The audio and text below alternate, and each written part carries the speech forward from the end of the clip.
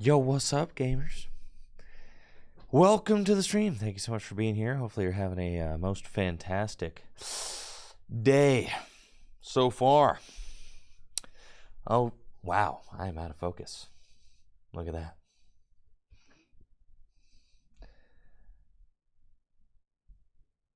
What's up? How we doing? That's a little better. I forgot that yesterday I was wiped out. Yesterday I was wiped out, so the because of, the flight back from Charlotte, the regional championships, all that. Usually I'll take a day off after, but I wanted to try just cramming a stream in, so I did. And I got about 3 hours in before I started falling asleep on camera. So I was like, I'm going to tap out. So yesterday I continued kind of working on projects that I'm planning, and then I had a stack of like TCG live codes like this big that I've just been like kind of hoarding around because I don't feel like putting them into the client because it's a laborious and trivial process that the game should not have. Thank you, JD, for the sub in the 19 months. I appreciate it. Thank you. And thank you, Pantiso Speci, for the sub in the 9 months. Thank you. But yes, that's the thing. It's like the inputting of the codes process into TCG Live, it feels archaic. Can I just, and this isn't going to be the vibe of today's stream. That's not what we're doing. We're not here ranting about our glorious online TCG client. That is not what we're doing today. No. That is not what we're doing today.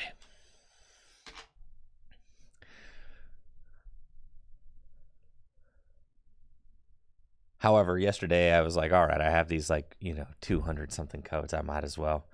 I'm like barely awake, so I might as well spend the next hour putting them in 10 at a time to the Pokemon TCG Live, which is why I had to have my camera focused like right here, right? So that's what I did. 10 at a time. Boop, boop, boop, boop, boop. Okay, 10. Click, click, click, boop, boop, boop.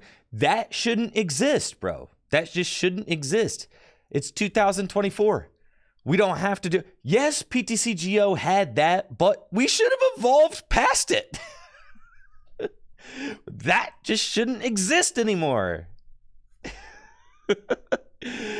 If there's one of the things that they should not have taken from PTCGO is that PTCGO is not the gold standard, believe it or not. I know it's crazy to think, but PTCGO is not the gold standard for digital TCG clients. It's not. What would be the alternative? Putting in your credit card and then I put my credit card in the game. Beep, beep, beep. Thank you, Lunatonian, for the Prime sub in the 5 months. I appreciate you. Anything but codes. And then, yeah, the codes are insane.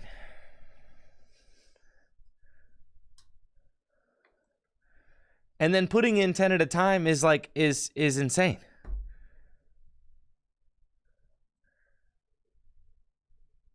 No more free online packs with buying physical packs. Yeah, they don't do that in Japan. They don't do that with Magic the Gathering. They don't do it with any other TCG client. This is the only one. Pokemon's the only one that tries to do it like this, and And it also, hear me out. Pokemon's the only client that does it like this, and it's also the worst one. it's just also the worst client. Like,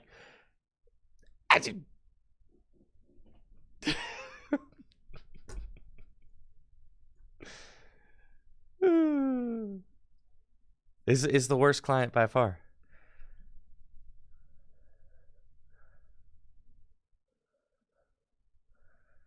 And the sale of codes is down like horrendously. Like, code sales is like a tanked market.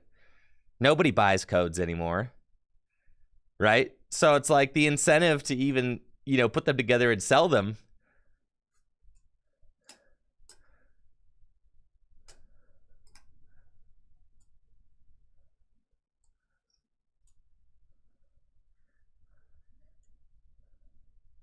I'd much rather pay. Yeah, I'd pay $5 a month to have access to every card for sure.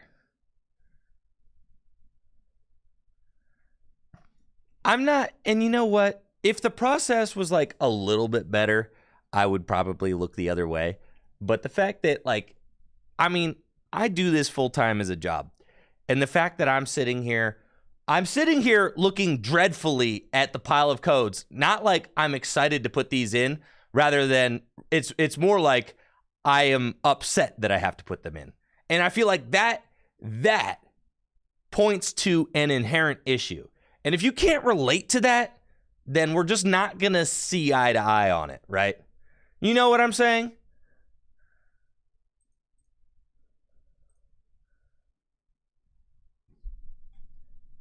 Like, most people who play the TCG live probably have a similar feeling of like having codes around and not wanting to put them in because the process sucks. Just straight up.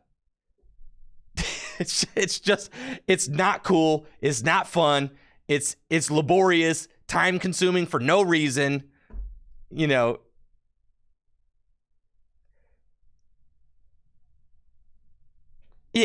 it's just it's the worst part. I'm not even excited about the things that I get out of the codes. It's horrible, right? You're just like, I'm just hoping that they get ground up into, and I don't even care about the things that I just want. The only reason I put the codes in is because I was tired of them being on my desk, not because I actually wanted the thing that was on the client. Isn't that crazy? I do this full time. I wasn't excited about the amount of credits I would get or anything like that because I just wanted them out of my desk. And I couldn't bear to throw them away.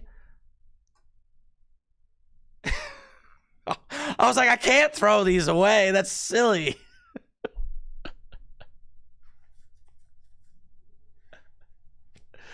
So it's like, anyways. So I spent a while doing that yesterday. Finally got them in.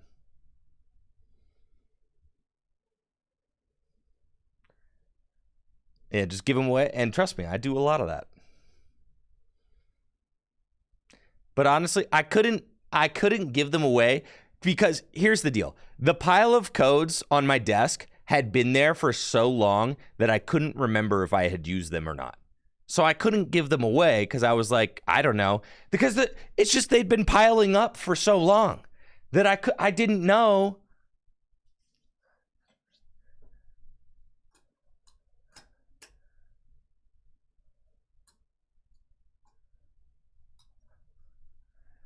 That's probably true, Trevor, but the process stinks. I get it's for kids. I get it. But the process stinks. It's laborious and it stinks. 10 at a time? Man. What if it was 20 at a time? What if it was 100 at a time?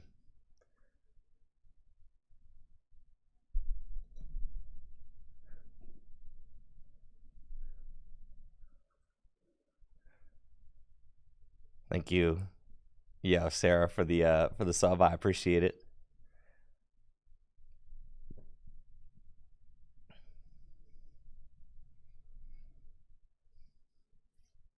Chat's frozen on screen. I'll get it.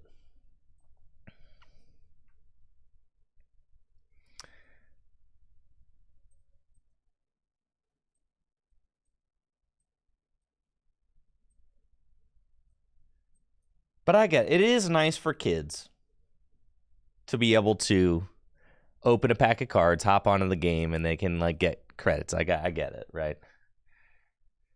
I get it.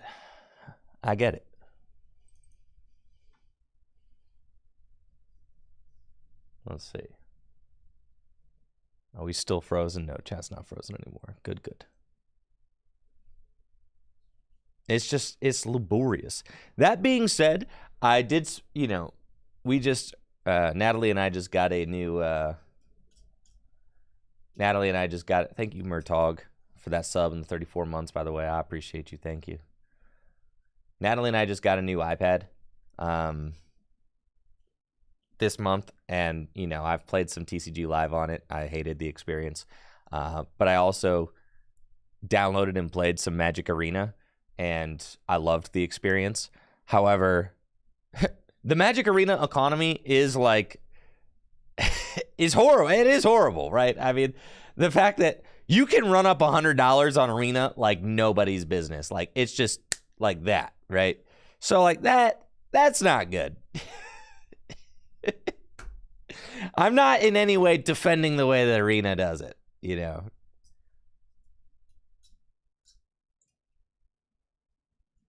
Thank you, Dank Grog,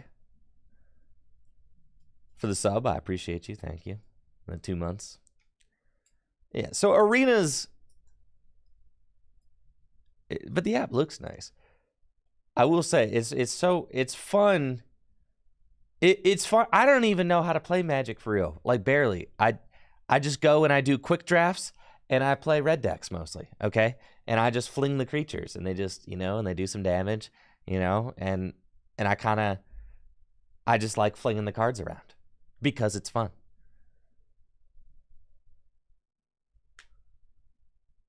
And I feel like I just wish that Pokemon's client felt the same way.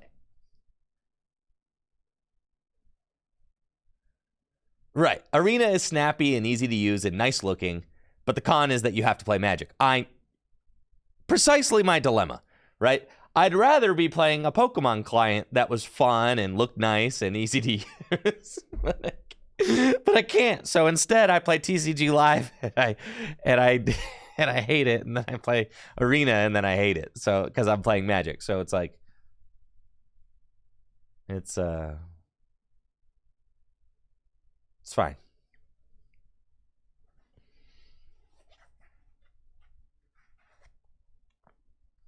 It's fine. But I had to stop playing Magic because it's just too expensive. Which, you got to give it to Pokemon, at least it's not expensive anymore. It's like, at least it does have that. But that's not, at what cost?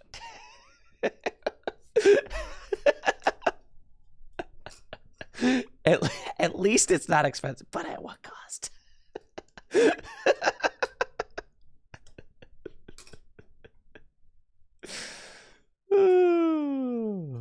But at what cost?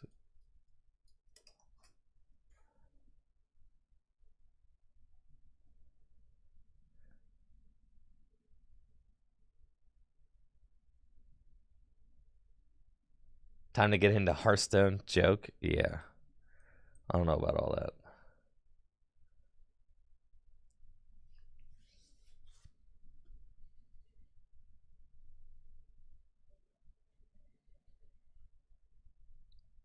And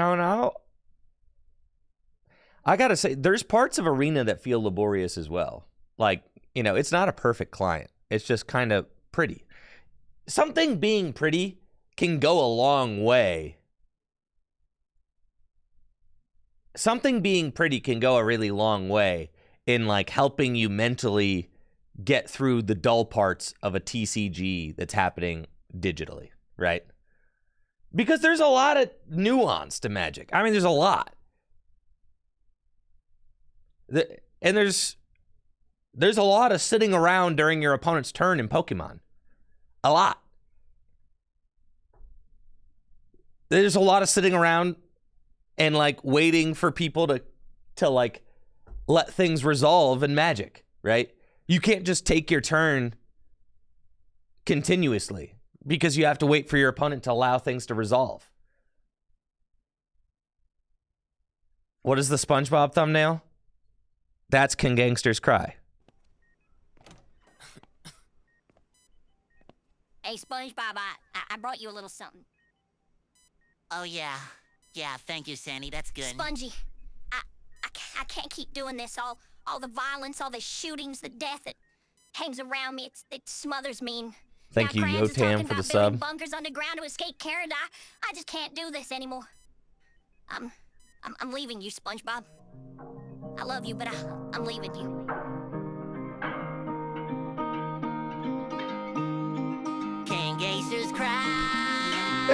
'Cause lately it's been weighing on my mind. And I say I'm fine, 'cause underwater no one sees a teary eye. And baby, all the beef from Bikini Bottom got me stressing out. I'm sorry I didn't have the time for you, and now you're saying bye. Girl, I'm sorry that I ripped my pants, and I know that you don't like romance, but all I wanna do is be right there by your side. Can Gangsters Cry? Sandy, I've been missing on you. A day ain't the same without you. Now I'm wondering, can gangsters cry?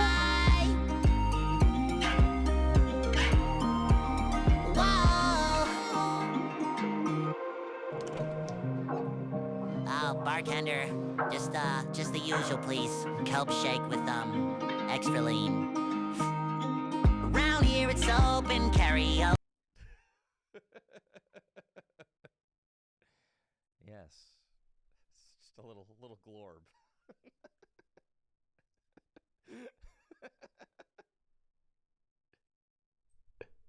I know it's kind of good. It's ridiculous. I know. You can watch it yourselves, all right? You can watch it yourselves. I've already played it on stream once. That's why the thumbnail's there. And if you were wondering what the heck that thumbnail was, that's what got me to click it in the first place. And how I discovered.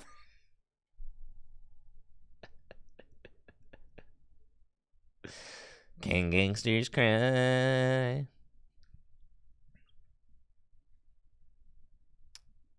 But yeah, all right. I'll concede that. I'll concede that that the code card coming in the booster pack is probably just best for kids. I'll concede that. And that's fine. I don't know. Is there a way to like buy stuff on Roblox? Can you spend money on Roblox? What about Fortnite, right? You could spend money on Roblox and Fortnite.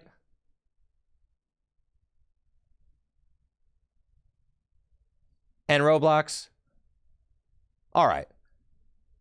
Then I take it all back. No. I take it all back then. No. There's no excuse. These code cards, no. Absolutely not.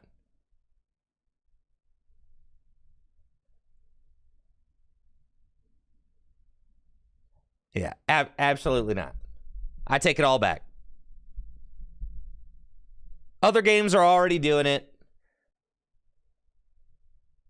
You know, it is what it is.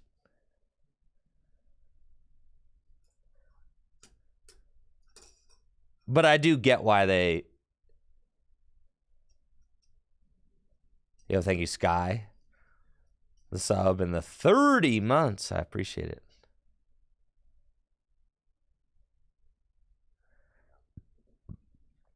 If I don't want to use code cards, I don't have to. What do you mean?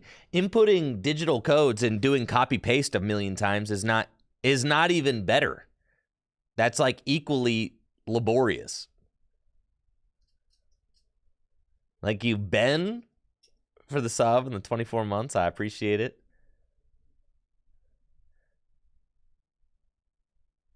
The webcam scanning, that's what I'm saying. That's what I spent like probably an hour doing that yesterday. My arm got tired.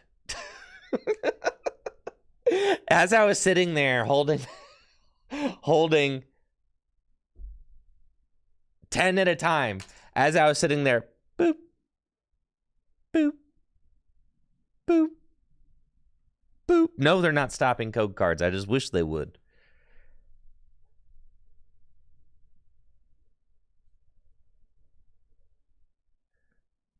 Thank you, Mr. Bagel.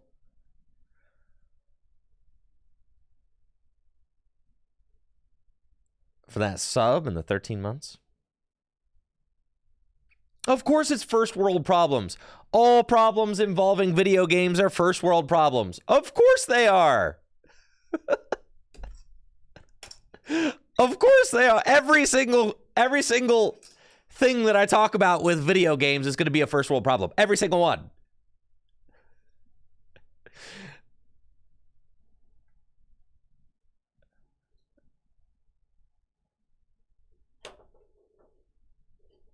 Of course, of course.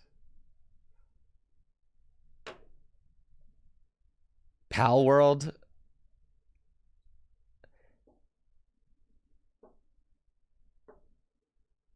Yeah. I'm not worried about Pal World. I hope that the viral nature of other monster collecting games gets creatures to kind of, not creatures, gets Game Freak to kind of like wake up.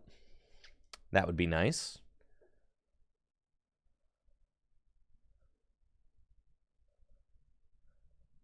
Yes. So that would be my hope. My hope is that Pal World kind of like motivates somebody to, you know, maybe make games that don't have things that operate at 5 frames a second. That would be great.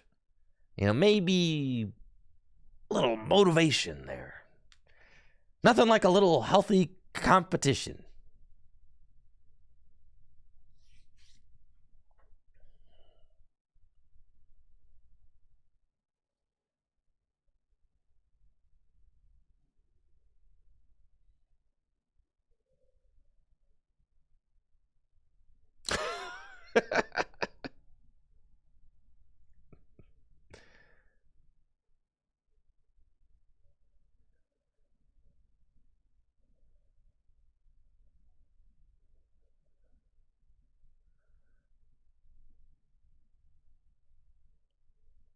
Well, I think that,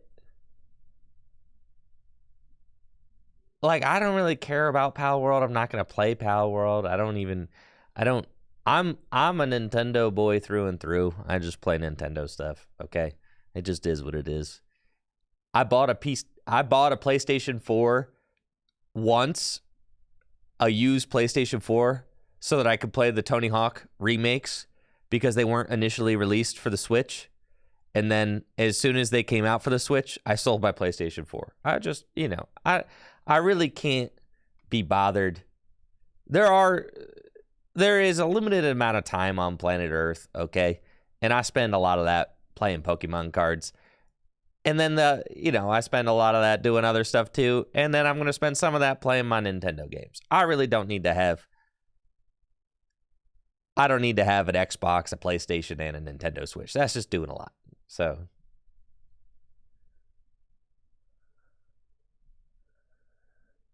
Lamberto says that Pal World sold less than 5 million copies, but that's 5 million copies in like the first week for a franchise that like didn't previously exist.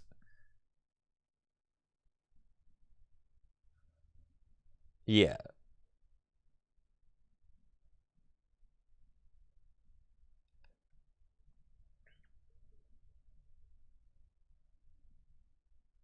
And 6 million copies in the first week is kind of crazy. Like, I'm still working on Tears of the Kingdom.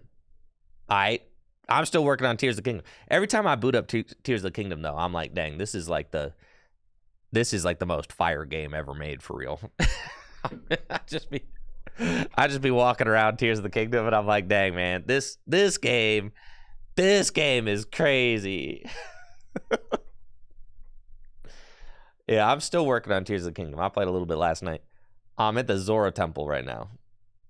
And I beat the other ones. I'm pretty sure the Zora one's like the last one. I beat the three other ones. I'm pretty sure there's 4 temples like the other game, but like if there's more, great.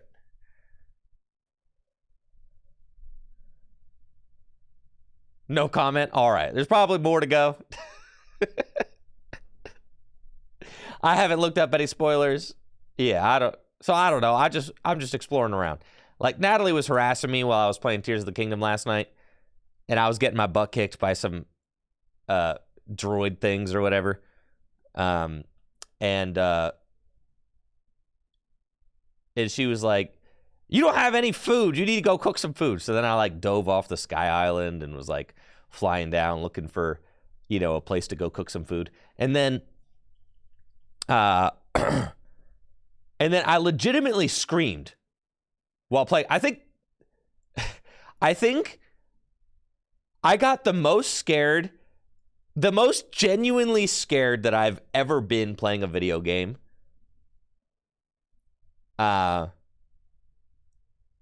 Playing Tears of the Kingdom last night. The hands, bro. It was the first time I'd ever seen the hands. I had never seen the red hands that came up from the ground. Oh my God, dude. They swarmed me. I hadn't seen a spoiler of those hands. I had no idea that they were in the game, bro. I had no idea. I was just like walking around. I was just walking around looking for like a place to cook some. I was walking around looking for a place to cook some fish. And then all of a sudden, like 5 hands swarmed up out of the ground and they had eyeballs and they were stealing my hearts and like tossing me up and down.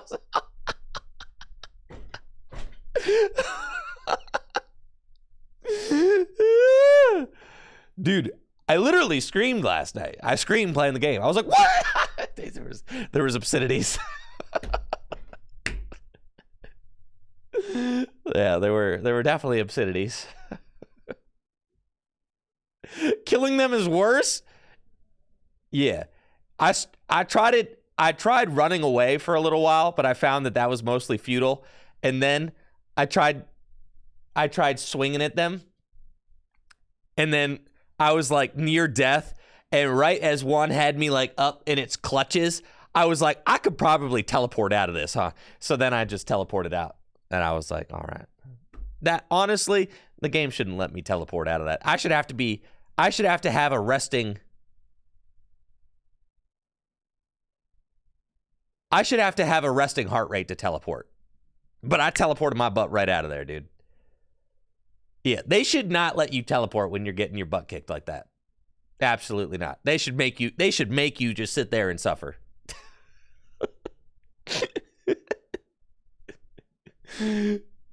Yeah.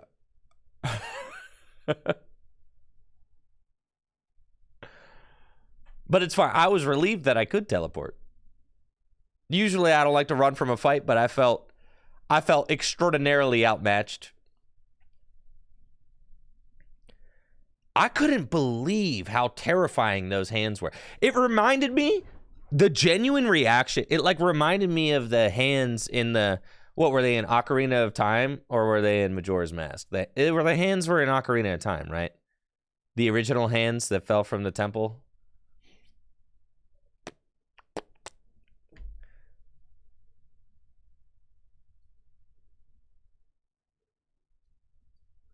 Yeah, from Ocarina of Time. It reminded me of like the genuine fear I had back then, when I was a kid. Which was like,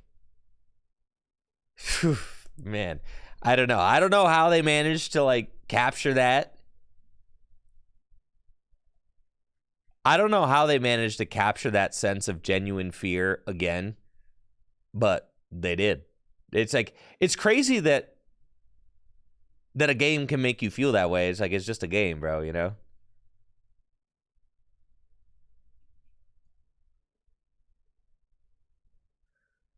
It's just a game. I could just turn it off, but man, I was I was freaking out. The neighbors could probably hear me.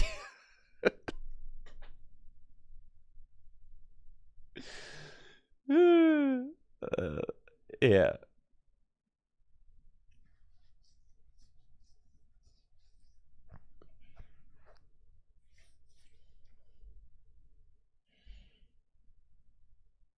Oh, Wind Waker is so good. I definitely recommend doing a playthrough of Wind Waker. I did love that. So good. The art style in Wind Waker is just great. The exploring is such a vibe. The music that plays doesn't help the feeling. Well, that's part of it. It's the whole thing. Like the whole map went red. Whole map goes red. The music, the fact that there's like, it's not like one hand. It's like a swarm of hands. and the fact that like I wasn't even somewhere that felt. I think what got me so messed up was that I wasn't even somewhere that like that looked scary. I was there was like green grass, the sky was blue, you know, there was nobody. It was like daytime. There was, you know, the sun was shining. Everything was cool. And then the gloom hands just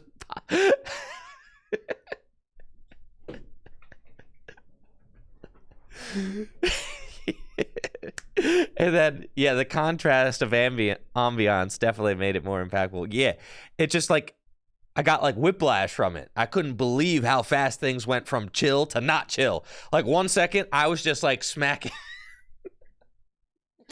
1 second, I was just like smacking a crate to try and find some arrows with a wooden club.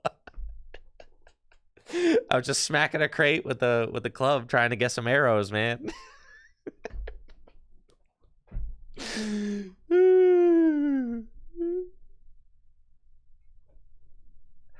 Yeah, I was somewhere where I hadn't been before.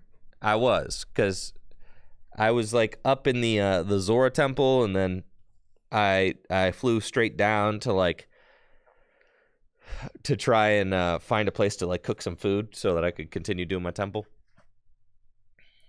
No, the review hasn't happened yet. I've been goofing around, frankly. It's just one of those weeks, you know. I'm going to do a lot of goofing around. There is no sense of urgency today because the Pokemon Trading Card Game Live is under maintenance, so that's fine. All right. And 2024 is the year of positivity, so I take back everything I said about the TCG Live. It's the perfect gaming experience, okay? It's beautiful. It's wonderful. And we're incredibly blessed to have it. Okay, I take everything back. The code cards are great. Everything's great. Nothing needs changed. It's perfect. I take it all back. Okay. Take it all back. Year of positivity. Let's go. All right.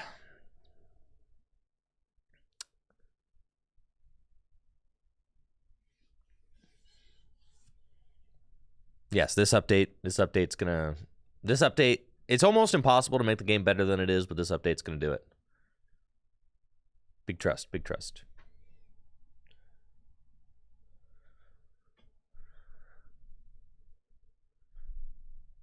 So, yesterday, before I started falling asleep at the wheel being the Tricky Gym stream live on Twitch here, you tried to find me at Charlotte Regionals, but was highly unsuccessful. I was wearing the giant gold chain. I was around. A lot of my rounds did go to time, so, you know, Mew has just got a lot of game actions. Let's see, Justin Basil, great resource. Oh my gosh. Okay, I'm working on... Am I ever going back to drawing in kickflips? I do kickflips sometimes. I'm wearing my boots today, though, so it's like...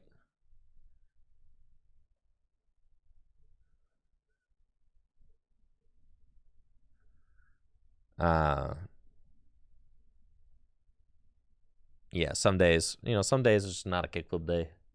The drawings, I feel like I'm too busy. I got stuff I gotta do, you know? I got content I gotta crank out. I could kickflip in boots. You're so right. That's a bad excuse.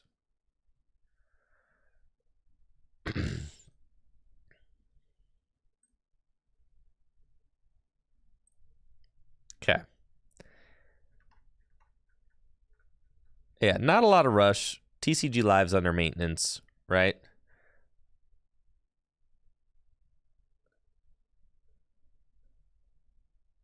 How did Mew do? Fantastic. Wonderful deck. Love it. We spent a while reviewing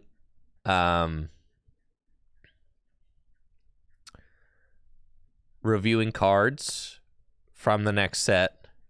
We got to about for Rigorath, and then I was like, so that's a decent chunk. I got a decent chunk. I didn't talk about any of the future cards yet, though. And then I got to about Rigorath, and I started falling asleep at the wheel. So,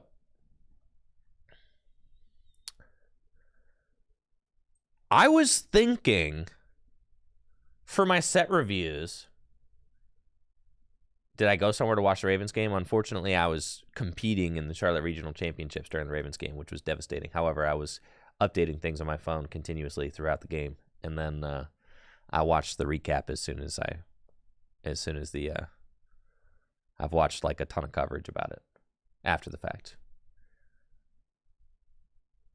Live is working for you right now. Isn't Live supposed to undergo maintenance like soon though? I know. They look good. It should be their year. Should be. We just got to get past the Chiefs first, but I'm confident. Whatever Lamar told the team at halftime, and God, I would give to be a fly on the wall in that locker room at that halftime of the Texans game. Man, I know. I've heard that we're playing against the Chiefs and the refs. I have heard that. Yeah, And the script. We're playing against all three.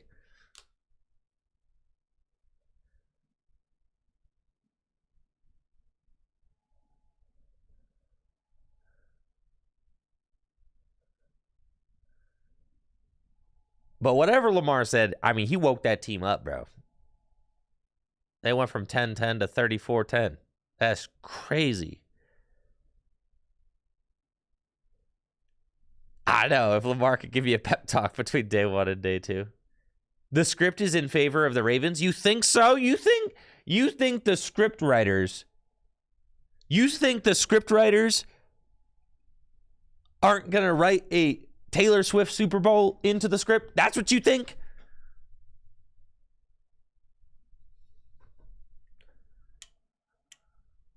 That's what you think? You think the script writers aren't trying to write Taylor Swift into the Super Bowl?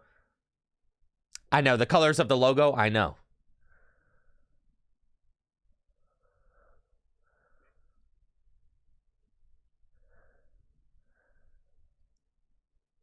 The logo color conspiracy thing is Ravens Niners. I know. I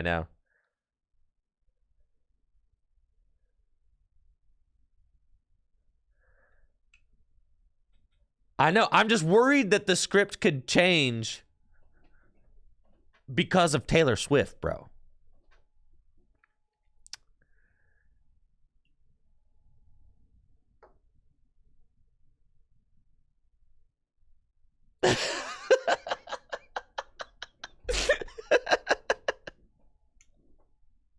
The logo came out pre-Swift, but I'm just worried that things might have changed.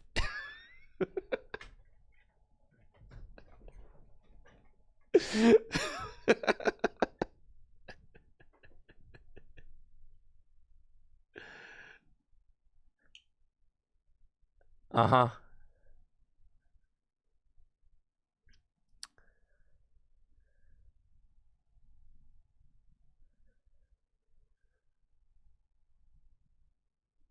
But anyways, the script stuff is that's all just a joke. There's not actually a script, guys, okay? There's not actually an NFL script. It's all a joke, okay? It's not real. It's not real. Just sometimes things are a little fishy. That's all.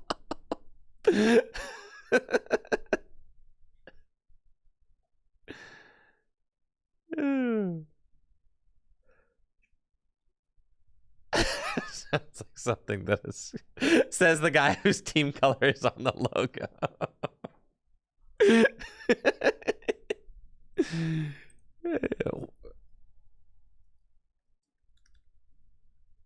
Yeah. So this is this year's, right? Yeah.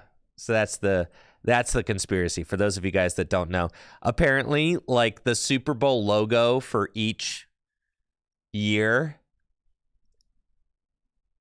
like coincides with the colors of teams that are the past 2 years. Yeah. The Super Bowl logo conspiracy.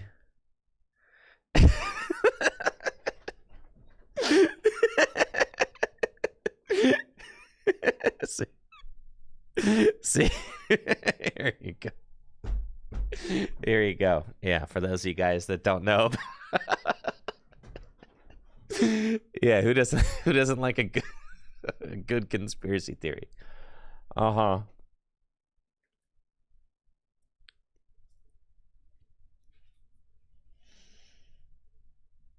That's right. It was green and red. Now it's purple and red. It was orange and yellow.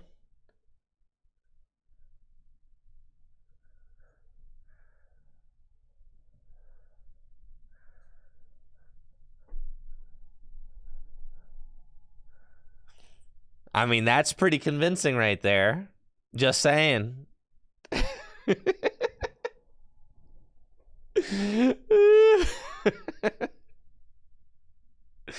The winning team's colors on the bottom. Oh, you're so right.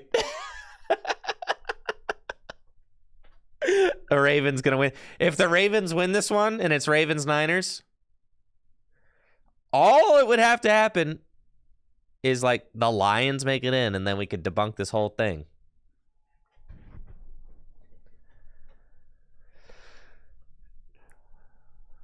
All right. Well, the Lions just have to beat the Niners. Easy. We already know the Ravens are going to beat the Chiefs. That's like a given. I'm not even pressed about that. Honestly, I was more worried about the Texans than I am about the Chiefs.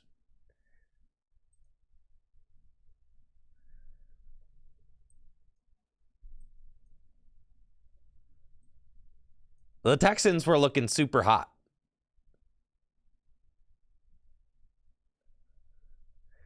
Did I see the newscast that talked about the halftime show for the Ravens? What are you talking about? No.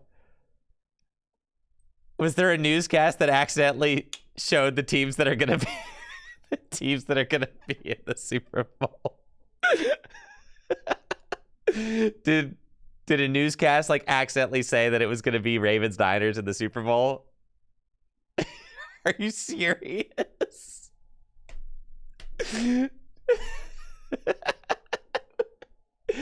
A script leak?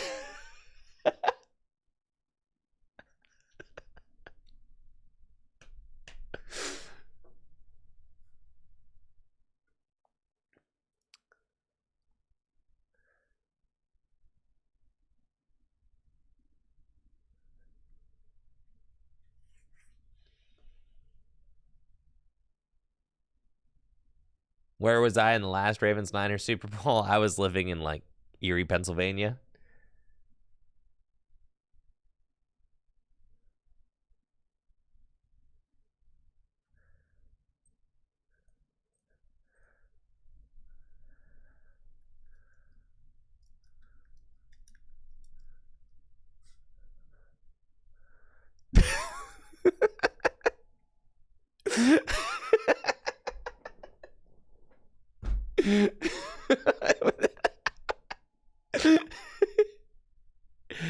Yeah, I lived in Erie, yeah.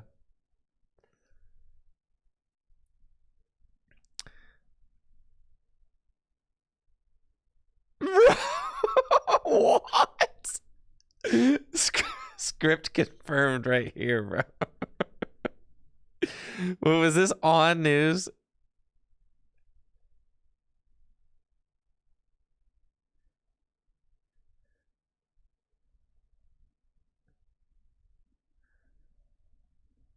Scripted with a predetermined outcome.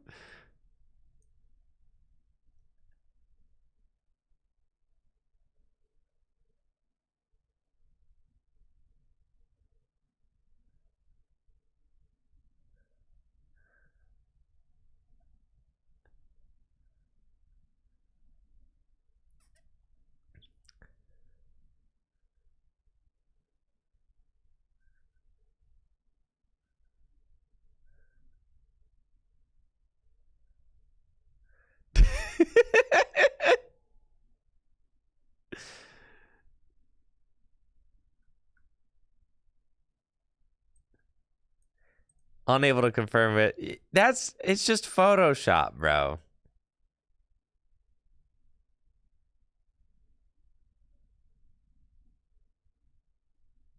That's just Photoshop. You could just Photoshop that kind of stuff. That's so easy to Photoshop. God, that is really funny though. No, there's no script, bro. There's no script.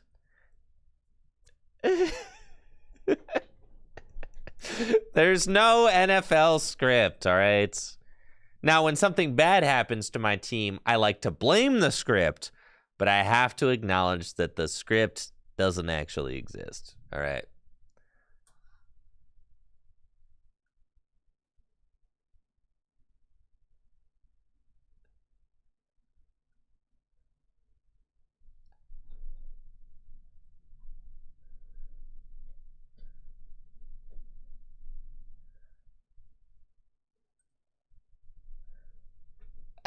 I legally have to say. There is no script, but sports betting will compromise the integrity of the game at some point. Of course. I mean, like, when you have coaches and stuff and so much money in sports betting, like, I mean, absolutely. Corruption exists. I'm not going to deny that. Of course, corruption exists. Of course. You know, I like to think that there's not a ton of corruption going on in the sports that I love, but you think there's no corruption, Brady? Isn't FIFA, like, totally corrupt? Like, FIFA is corrupt. FIFA holding the... Yeah, like, FIFA is about as corrupt as it gets. No, the results of the games aren't corrupt. I don't think so, no. The locations of events are. Yes, yes.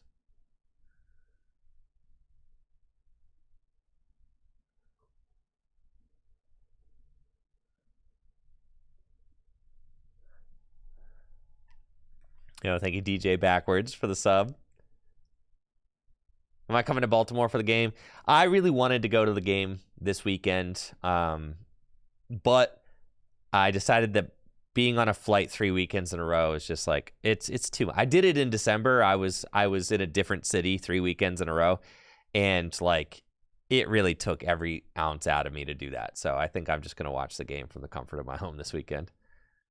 I really want to go, but like, it's just, I can't really justify it.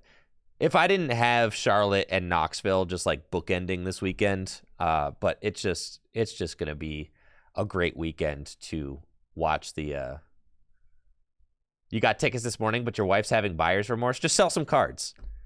DJ Backwards. Sell some cards. Sell some cards. Sell some cards. Yeah. Just be like, it's no problem. Here, I'm going to sell a few $100s worth of cards. There you go. Easy. You know? Swap one hobby for another.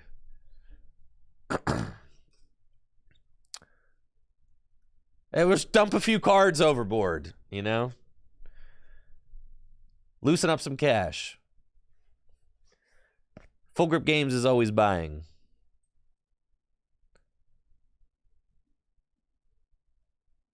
The first AFC Championship game in Baltimore, and I'm going to miss it. I know.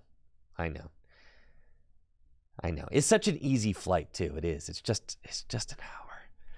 50-minute direct Southwest flight. I know. It's so easy. I know.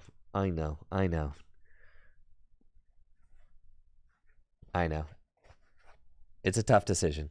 But I've got Charlotte and Knoxville back-to-back weekends, like on the other sides of it.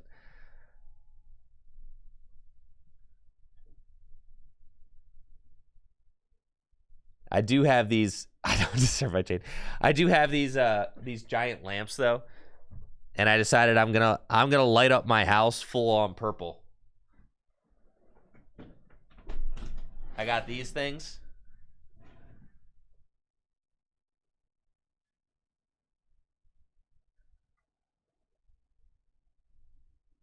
Listen, I'm gonna be repping in Akron, Ohio, all right? And I'm gonna the whole front of my house is gonna be purple for the Ravens game. So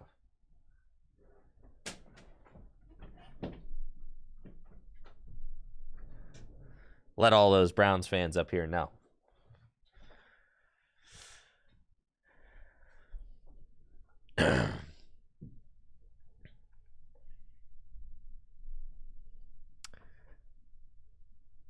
Oh yeah, it's Akron is about 45 minutes south of Cleveland. It's very much Browns country up here.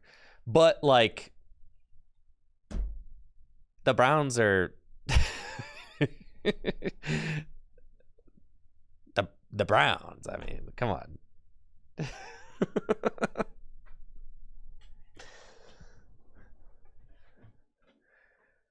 Yeah, that's awesome, Carrion.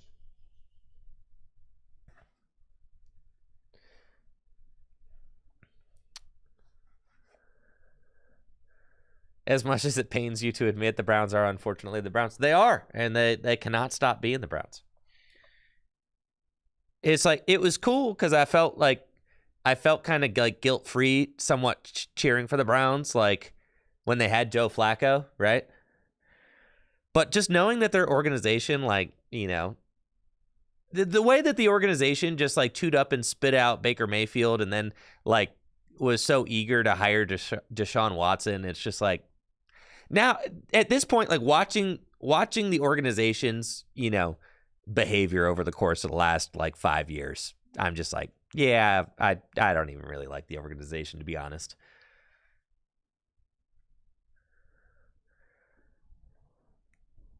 They did Baker foul, and then they brought in Deshaun Watson. It's like, I don't know. I can't even like.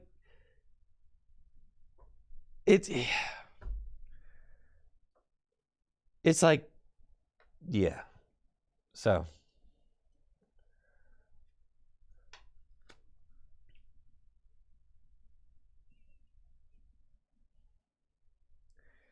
The GM of the Browns is the guy Jonah Hill played in Moneyball.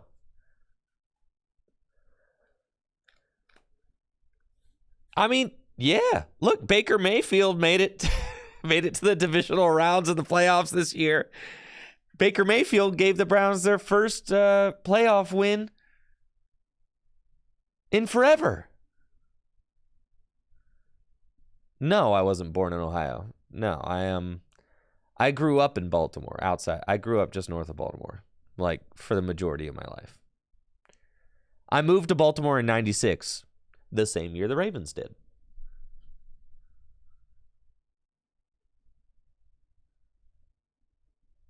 And then, you know, when I was 10 years old, I watched them win a Super Bowl. Or I guess I was probably 12.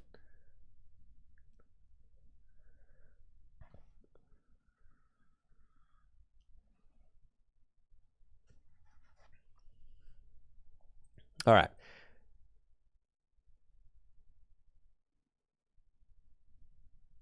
I wasn't born in Japan. I just lived there from the ages of like 5 to 7.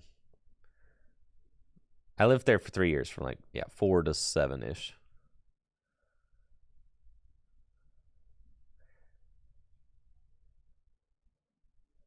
Since you're from Baltimore, can we get your opinion on Utz's crab flavored chips? They're incredible. Of course. Old Bay is the best seasoning there is. Who do you think you're asking?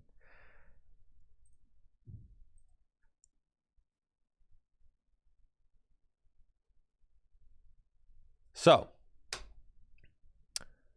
I know, a lot of football talk, a lot of TCG live ranting.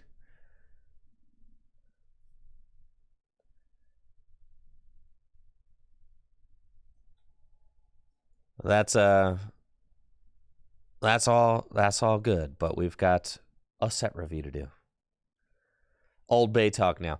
Honestly, people who eat crabs without Old Bay, like, what are you even doing, bro? Like, Alaskan king crabs and stuff? Like, no, it's got to be Maryland blue crabs, dude.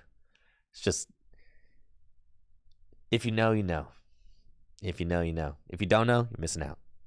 Butter, get that out of here. Bro, get me a newspaper, a mallet, a beer, and some crabs with Old Bay. Maryland blue crabs. Yes, sir. It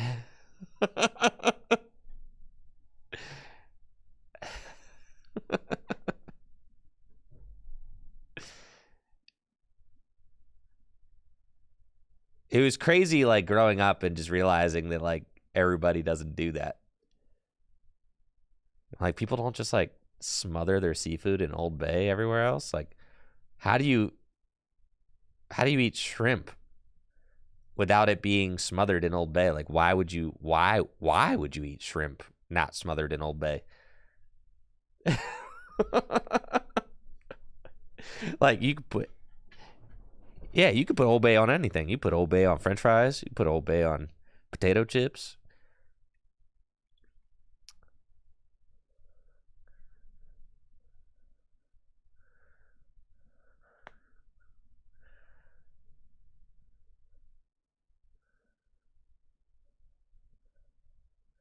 Old Bay on popcorn. There you go.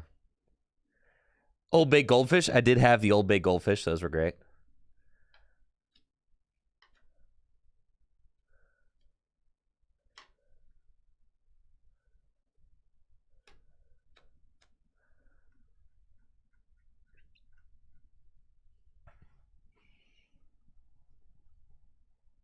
Wait, what is Old Bay? It's the best seafood seasoning there is.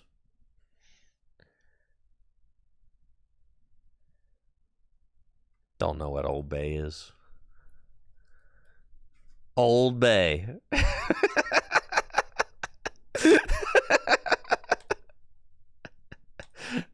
The best seasoning. The best seasoning there is. Yeah, you could just the best seasoning. See? You put it on crabs, shrimp, chicken. And you could have Old Bay chicken wings? Yeah. Actually, yeah. I've had Old Bay chicken wings too.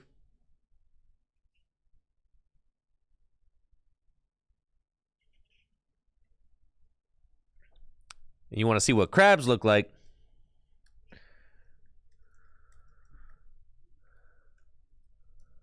Right here. Oh, yeah, dude. Sheesh. That's what I'm talking about right there. Man, oh, man. I told you. Just get me a mallet, some newspaper, bro.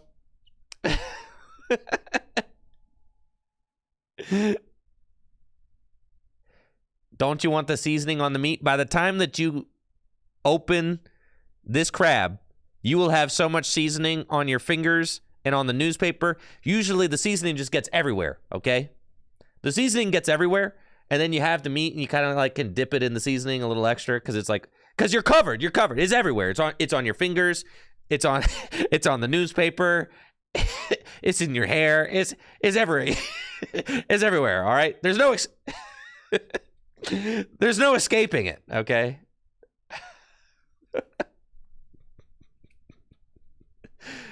Yeah, trust me. The seasoning ends up on the meat. Trust.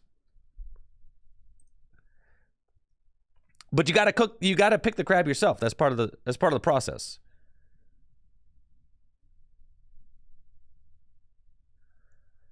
Yeah, the only thing you've missed so far is just excessive amounts of yapping. Yeah, I've been doing really, and that's just what streamers are. If you think about it, it's just a professional yapper. Now that you kind of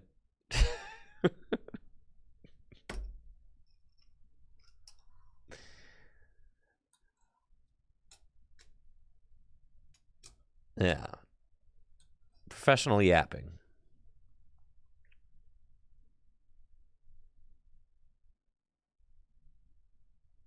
Exactly, Trey. I don't know nothing about no crawfish, but I understand that it's important to y'all, so I respect that.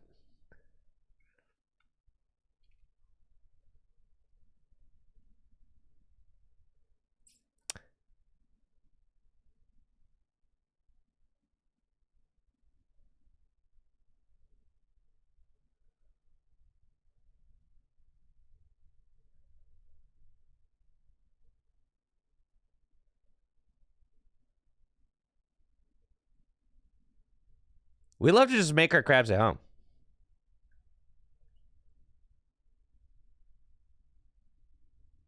Yeah. That's what it's always like, you know, that's part of the process, you know, having a crab cookout. You just make them at it's like a whole thing, right? Because you get it's better to do it at your house because you get the newspapers out and you just spread out. It's like an all day thing, you know, like a crab feast is like an all day thing. There's drinking, there's sports, there's the newspapers are out on the tables. You're just eating crabs all day. It's just kind of the thing. Yeah, it's more like a boil or a turkey fry or a barbecue, something like that. Exactly.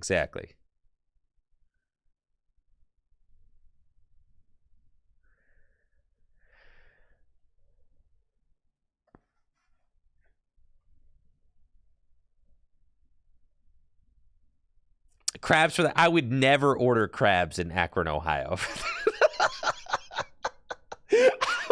I would never. I would never, man.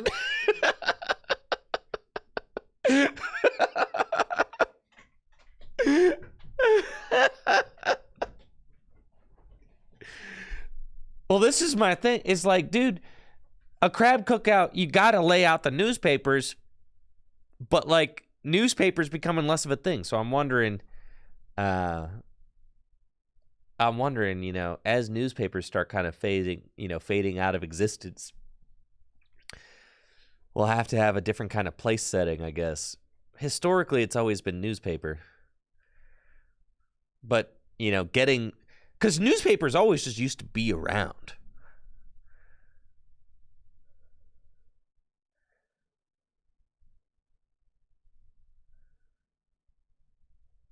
No, plastic can't be plastic tablecloth. That's gross. Because then you're going to get all the crab juices on a plastic. Ew. No, it's got to be paper.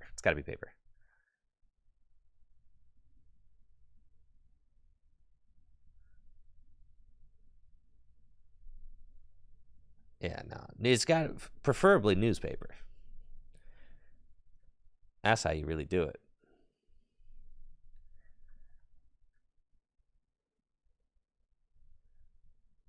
Butcher's paper. Yeah, butcher's paper works for sure.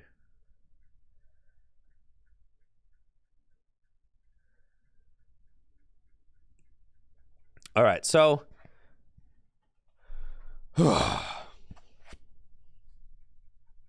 I've been working on energy cards. You're so right. Paper bags from Whole Foods, right? Stuff like that.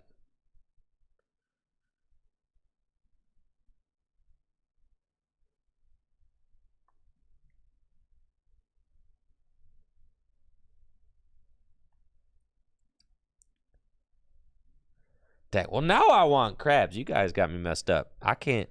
Man, I'm going to have to move back to the homeland here sometime soon, but I just can't afford it. I'm going to retire. Got to retire to Baltimore, man.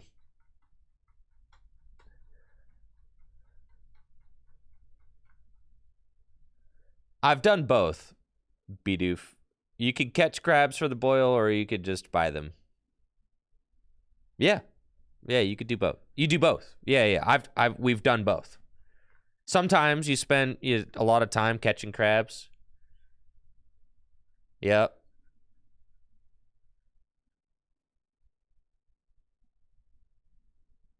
Nah, boil them yourself, that's part of the deal.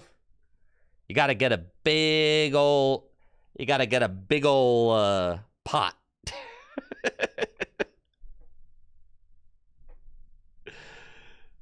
Yeah.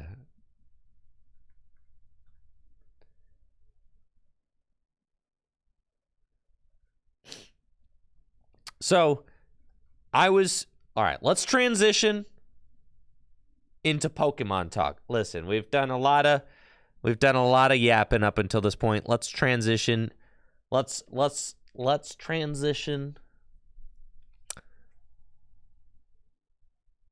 transition. I don't have I don't have a good segue. All right. I'm just going to redirect the ship. A giant black pot with the speckles. Yep, absolutely. Yep, you need one of those things. I was thinking, you know, my set reviews, I should give each of the cards a rating out of 10. I think that would be fun. And I haven't ever done that. But I should. Give it like a, you know, give each card like a little something out of 10. You would have a standard X out of 10 and then a GLC X out of 10. Not every card. Some cards are just GLC, right? So like, and then some cards are just standard, and then some cards get like a GLC out of 10 and a standard out of 10.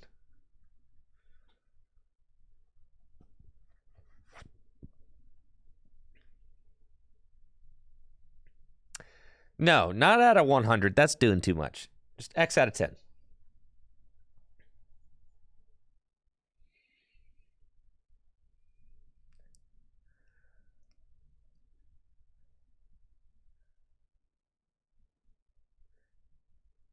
People can't agree with ratings out of 10, whether 7 is average or 5 is average. Well, we can just...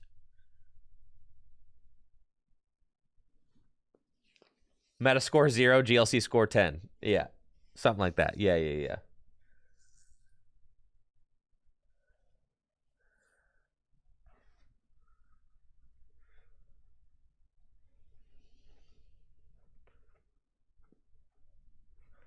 A tier list? Well, this is just the set review, right? This is the set review. And then after I release my set review on YouTube, then,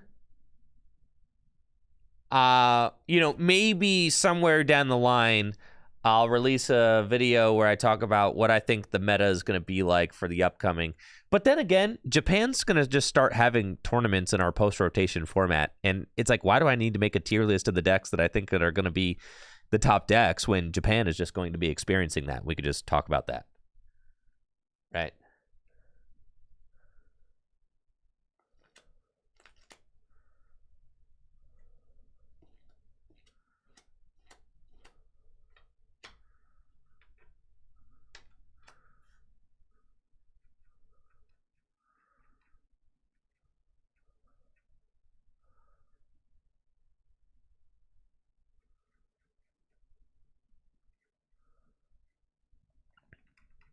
I could honestly restart the... No, I already did so much. But I don't have anything else to do today, so I could just restart the set review. I was kind of sleepy during yesterday's anyway.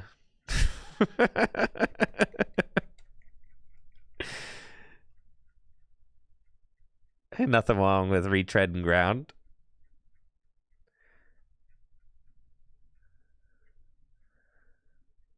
Take 2, baby. That's fine. Well, because I'm going to restart it, and I'm going to be doing, like, number reviews out of 10. So I'm going to have to go through and talk about what I think, like, the cards that I've already talked about, you know, what their rating out of 10 is anyway. So, my eyes were half closed over. That's what I'm saying. I was falling asleep. So, yeah, it's cool.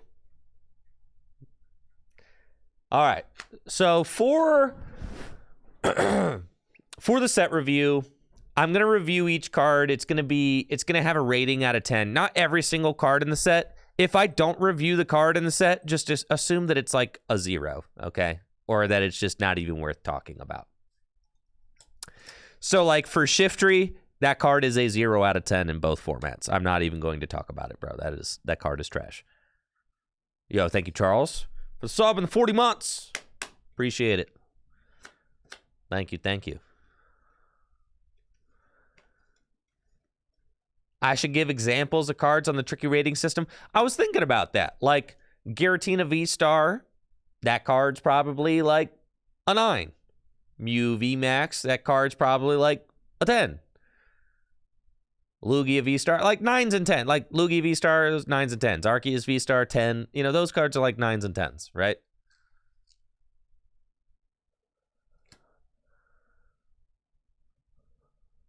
Charizard EX, probably like a 9 or a 10. Those cards are like Charizard EX, probably a 9, right? Pidgeot EX, probably like an 8. Chien-Pao EX, that card be more like a 7.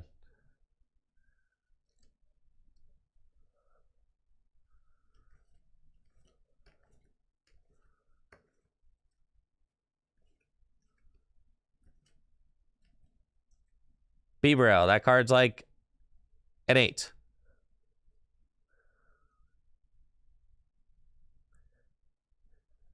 If Zard EX is a 9, what is a 10? Like Genesect EX or Genesect V, Mew EX, Ultra Ball is a 10. Quick Ball is a 10. Buddy Poffin, probably like a 9. VIP Pass ended up being a 10. No, I don't know what a Wassy is. We're not doing Wassies. I'm not doing Trickies. I'm just X out of 10. No, I'm not doing it out of 5. I'm doing it out of 10. I'm not doing it out of 5 because I want to be able to give a card a 1 and have it mean something. 1 out of 10, bro.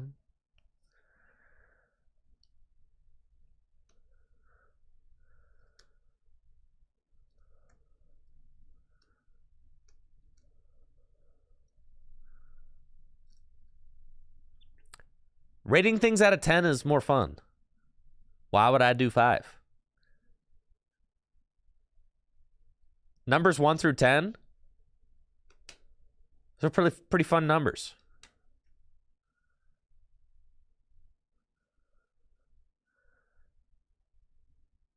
I don't know why people care. People just have their opinions. Listen, the internet's a place where you just like kind of spout your opinions. Yeah, I like the idea of giving a card a 7 and saying it's like, is pretty good. No, ain't no such thing as 11 out of 10. 10 is perfect. 5 is mid, 7's good. That's where I'm at with it, right? Omnipoke does a 5 rating. Cool. I'm doing 10.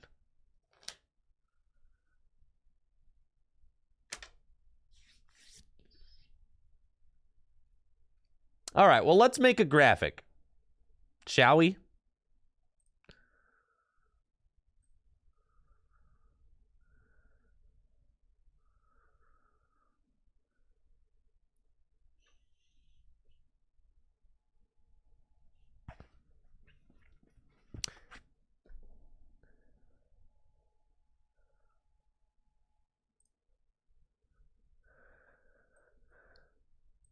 Here, I'm going to make a little image so that we all know exactly what's happening here.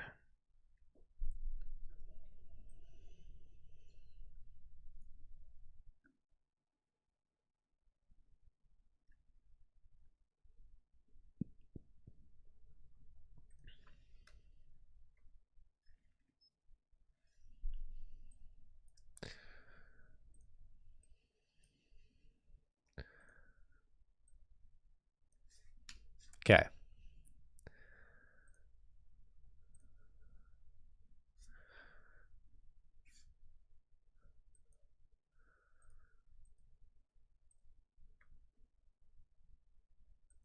$10.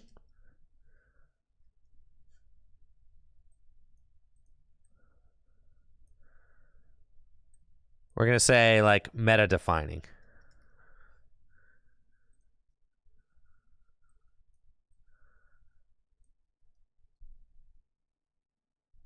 $10 is like meta defining.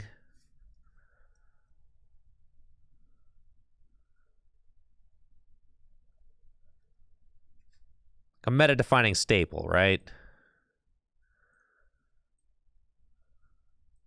Like Ultra Ball's a 10, right?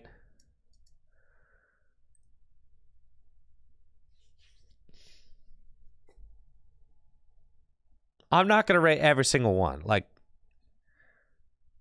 7.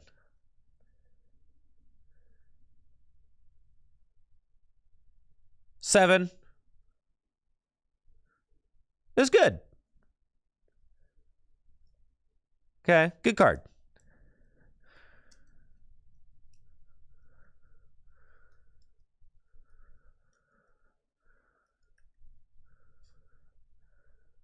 Good card, could win tournaments. Yeah, like Miraidon could be a 7. You know, like Miraidon's a 7. I'm gonna be honest. Miraidon EX, card's a 7. Like Miraidon EX ain't a 10. It's just like, it's probably a 7. Card's pretty good. But it ain't winning things by itself, you know?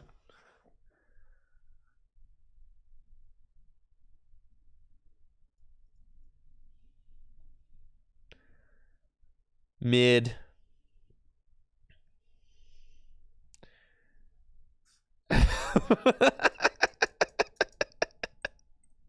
Five is like Goldengo tier, all right?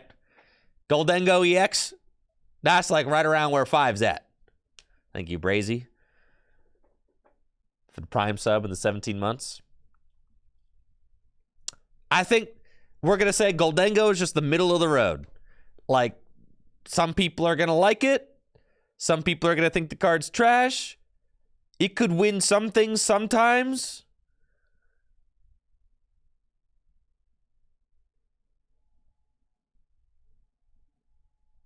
Goldengo ain't catching a stray. Goldengo's lucky that it's at 5. It could be a 3. I feel like 5 is pretty high for Goldengo, which is exactly why it's at 5. Because I'm going to have some people in chat arguing that Goldengo should be 7, and I'm going to have some people in chat arguing that Goldengo should be 3, which is why exactly it is 5. Right? Right.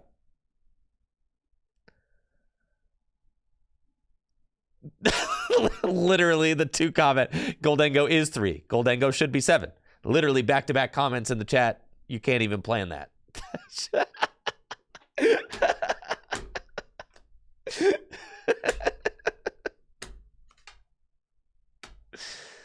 Yeah, 3 is like, no, yeah, 3 is for like Raging Bolt. Yeah, 3, that's for, we're like Raging Bolt.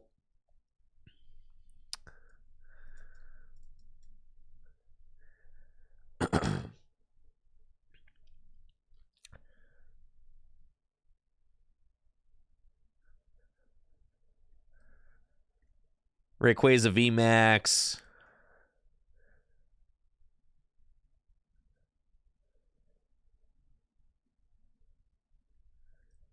Reshiram and Zekrom.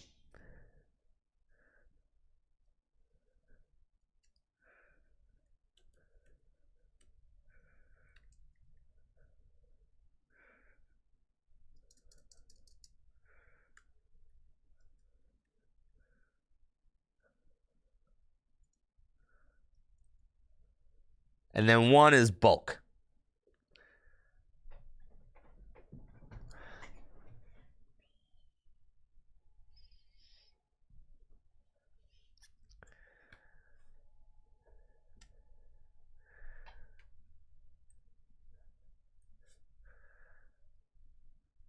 I'm just going to call this the fraud tier. Okay. And then there's like in-betweens, right? Obviously, you could have something that's like...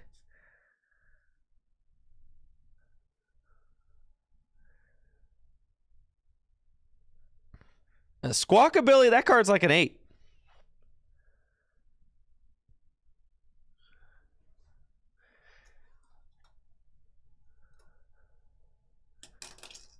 Probably.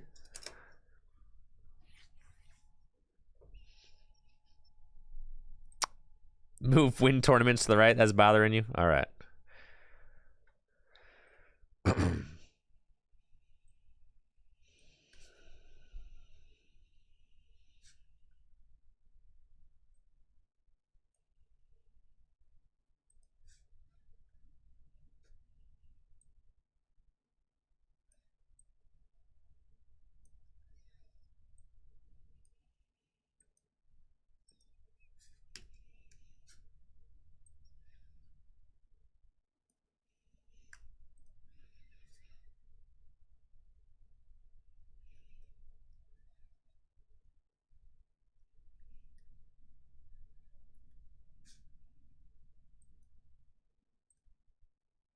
All right, the tricky rating system.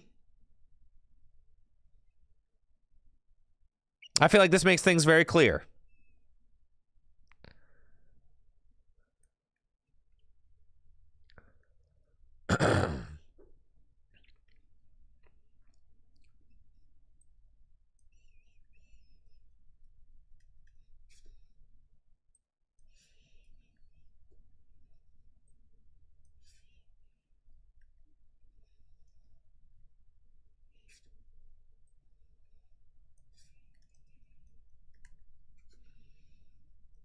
I don't like the all caps. Yeah. All right, cool. That's it.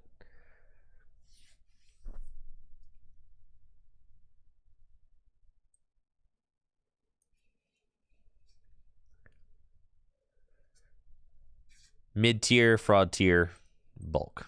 Yeah. Okay. Want to make things... I want to make things like... You know, I can keep this image around so that when I do set reviews, you guys know, what I'm... This is the tricky rating system. And we're going to save that to my desktop.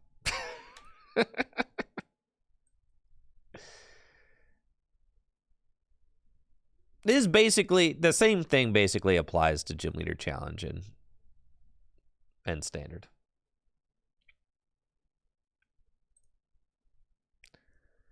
Okay, and then we do... No. Here's my tricky rating system. Very good. And we're going to put that into my creative assets folder in the photo section.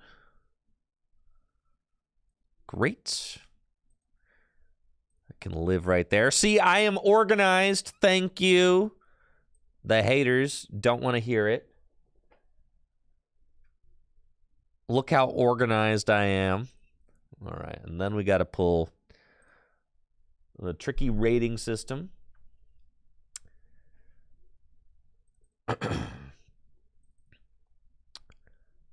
And we're going to put that over here. Oh, yeah. Here we go. See, now we're doing a set review.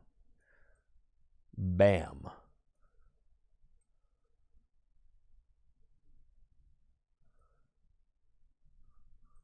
Cool.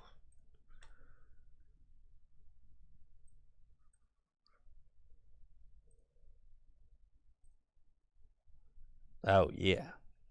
That's wonderful. All right, where did my... Man. Where'd my tab go?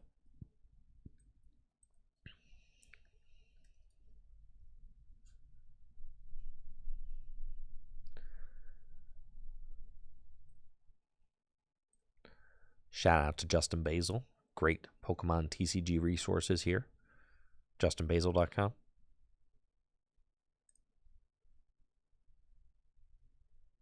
Cool.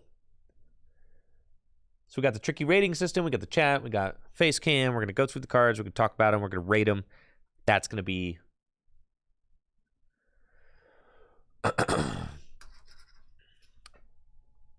I'm not going to rate the whole set with a summary because the thing is that most cards I'm not going to rate. I'm not going to rate every single card. Like, I'm not going to rate Nuzleaf. I'm not going to rate C-Dot. I'm not going to rate Pineco. I'm not going to rate Scyther. I'm not going to waste my time doing that.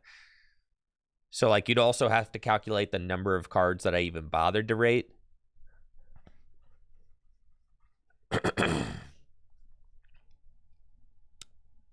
You know, like, and if I decided to rate every single card, then the average would go down because, I mean, how, and the thing is like, usually I'll rate like every single EX card, right? Because they're EXs and people pull them and they want to be like, what's my, how good is my Pokemon EX, right? So like, EXs will be the cards that I rate and give bulk. You know what I mean? If I don't rate a card, it's probably a 1 or a 2. Right. So, like, the most of the cards that are getting 1s, that are actually earning 1s, like, are taking my time. I will take my time to talk about the card and explain why it's a 1. I'm not going to do that for a card like Caterpie, but I will do it for a card that's like... You guys want an example 1? You want to know? You want to know somebody that's going to get a 1? Do you want to know? Spoilers? I already got it in my mind. God, I can't wait. Thank you, Mega Pugzilla, for the sub.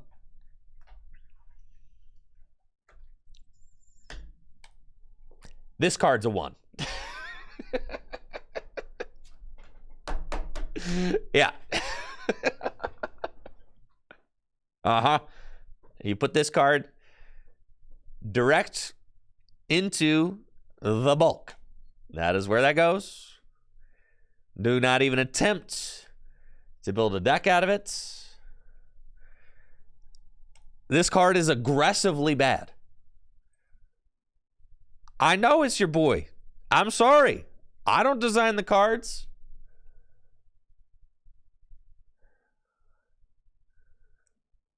This card is aggressively terrible. I know. The attack's called Tricky Steps. Listen, I wish it wasn't.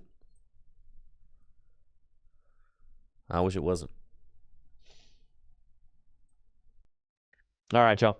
I'm going to start my set review. When I get back, I'm going to take a quick break. And then we're going to rate all the top cards in the set.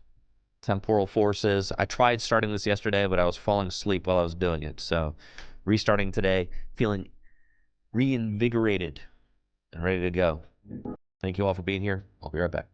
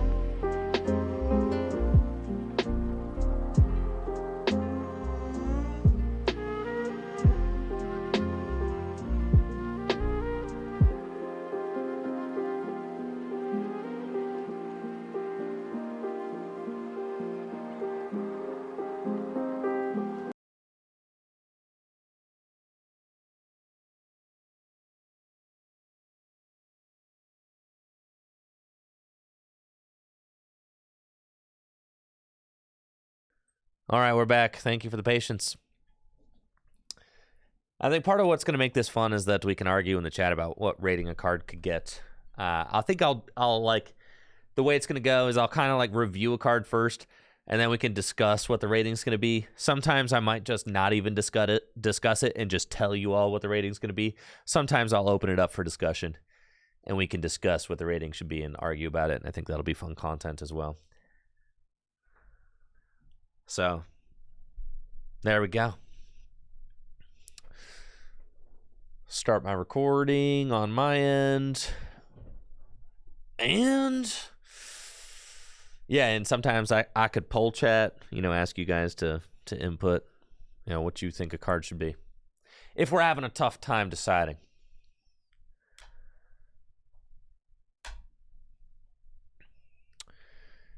Let's get this party started.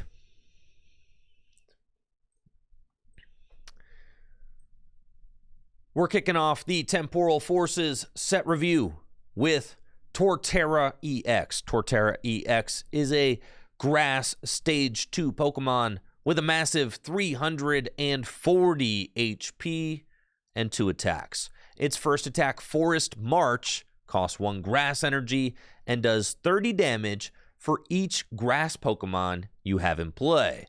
Its second attack, Jungle Hammer, costs a Grass and 2 Colorless, does 150 damage and heals 50 damage from this Pokemon.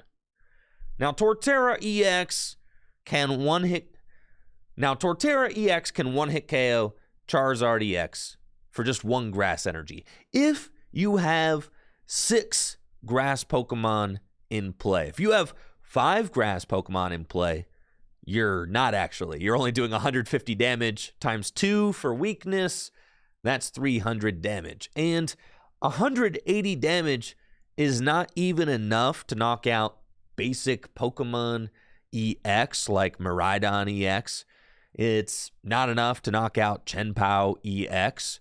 It's just an incredibly mediocre amount of damage. And you have to have all 6 Grass Pokemon in play in order to do 180 damage. So in my mind, it just requires a lot of your deck to do a very middling amount of damage. You can one-hit KO Charizard EX. You can one-hit KO Roaring Moon EX. I mean, it's hitting for a decent weakness right now, and there's not a lot of great grass attackers in the format. In my opinion, I think that the Iron Leaves in the Future Box deck is going to do a way better job at fulfilling this role in the meta of one-hit KOing grass-weak Pokemon than Torterra EX ever will.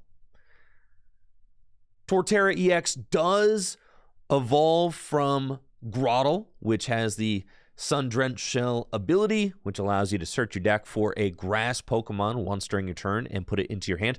So thankfully, setting the deck up should be a little bit easier than it would be otherwise. And you've also got the Torterra, and you've also got the single prize Torterra with the Evo Press attack, which does 50 damage times the amount of evolution Pokemon you have in play for a grass and a colorless energy. So you could theoretically do up to 300 damage if you have 6 evolution Pokemon in play with Evo Press Torterra. In my mind, this card is just pretty mediocre, and I don't expect it. In my mind, this card is just pretty mediocre, and I don't expect it to win any tournaments. Okay.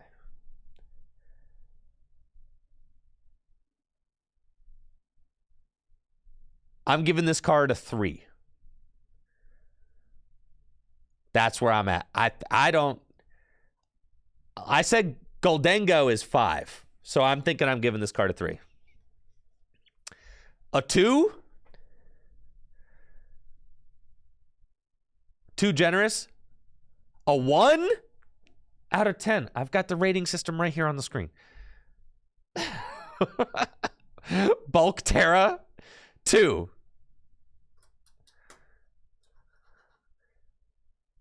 A 3. I would say it's a...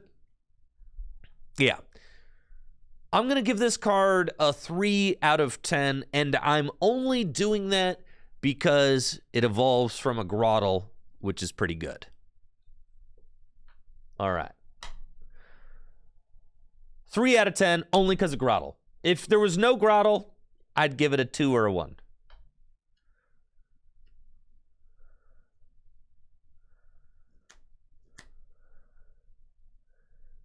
No, this card, like, okay, I'm going to explain this right quick because I want to explain the difference between a card that's a 3 and a card that's a 1. I already said Gengar is a 1. And the reason why Gengar is a 1 is because it is good at doing nothing, okay? Gengar doesn't fulfill a single niche in the metagame. Gengar is just a terrible card, okay? This card does not do a single thing well, okay? At least Torterra is big and can one-hit KO Dark Weak Pokemon for 1 energy. Those are the, like, so, you know what I mean? So, like, Torterra does a couple of things well. Gengar does nothing well.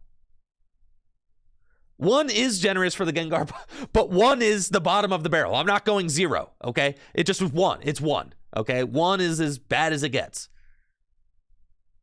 That's what I'm saying. It's a 1 energy attack. You can tank and heal. There's at least like something you could theoretically do with the Torterra. There is nothing that you're going to do with this Gengar. It is just terrible. That's the difference. All right? That's the difference.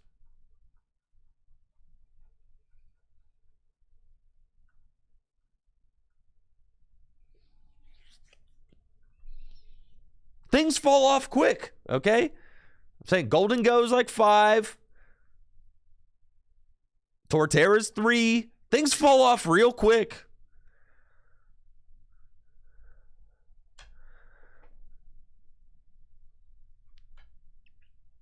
Cool.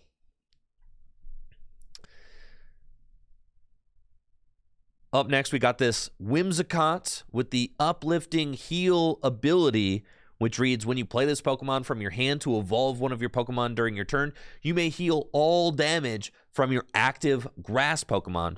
If you do, discard all energy from that Pokemon. This card is pretty clearly supposed to be played with Torterra EX to allow you to tank a hit with Torterra and then heal it off with Whimsicott. And since Torterra's attack only costs 1 grass energy, you could theoretically chain this effect so that your Torterra doesn't ever get knocked out. However, I think that playing a card like Professor Turo Scenario is just stronger than setting up a Whimsicott to heal a Pokemon. And I think that this gimmick is not ever going to be worth playing. So, unfortunately, Whimsicott is a bulk 1 out of 10.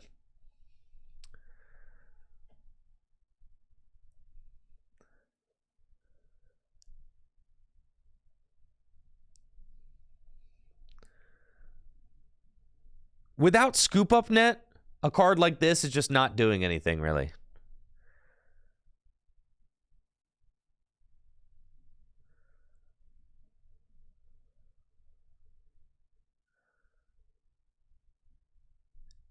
In GLC, I'm not even going to rank this card. I'm not even going to bother ranking this card in Gym Leader Challenge because you could just play Max Potion. Max Potion, baby. No. Max Potion does what that does for just, it's an item. You can play Max Potion. You can play Cheryl. You can play Scoop Up Net. Like, literally, there's a million ways to do it. Yeah.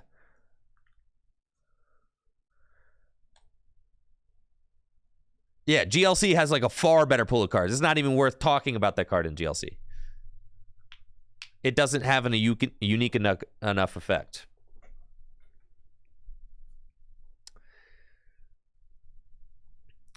You can see what they're trying to do with the grass toolbox kind of thing going on.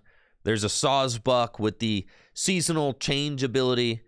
that allows you to search your deck for a stadium card once during your turn and put it into your hand.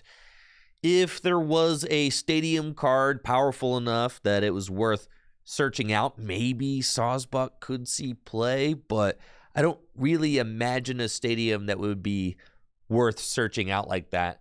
Path to the Peak is rotating out of standard format, so Path to the Peak will never be playable alongside Sawsbuck. Path to the Peak will never be playable alongside Sawsbuck. And if there is a really strong stadium card that you would want to search out of your deck, just play 4 copies of it. I don't really see the value in wasting bench space and deck space to try and find stadium cards. So Sawsbuck is going to get a bulk 1 out of 10.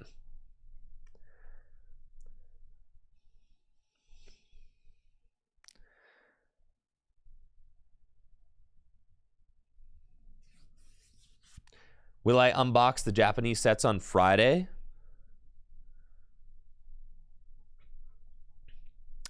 No, because they release on Friday and they've got to make their way from Japan to the United States. So I will probably get them early next week. Yeah, so whenever they show up, that's when I'll open them. They got to be shipped out, and they probably won't ship until Friday.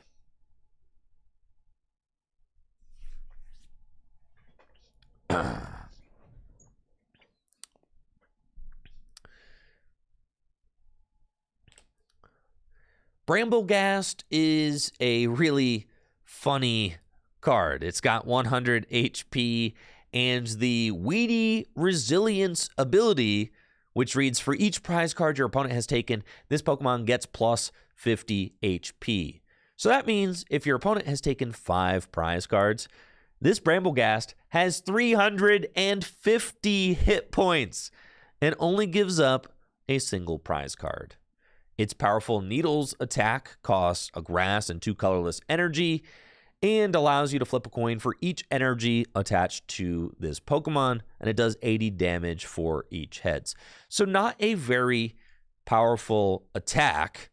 I don't think this card will be better at stalling in standard format than Snorlax from the Pokemon Go set. Snorlax Stall has proved itself to be a serious control archetype in standard.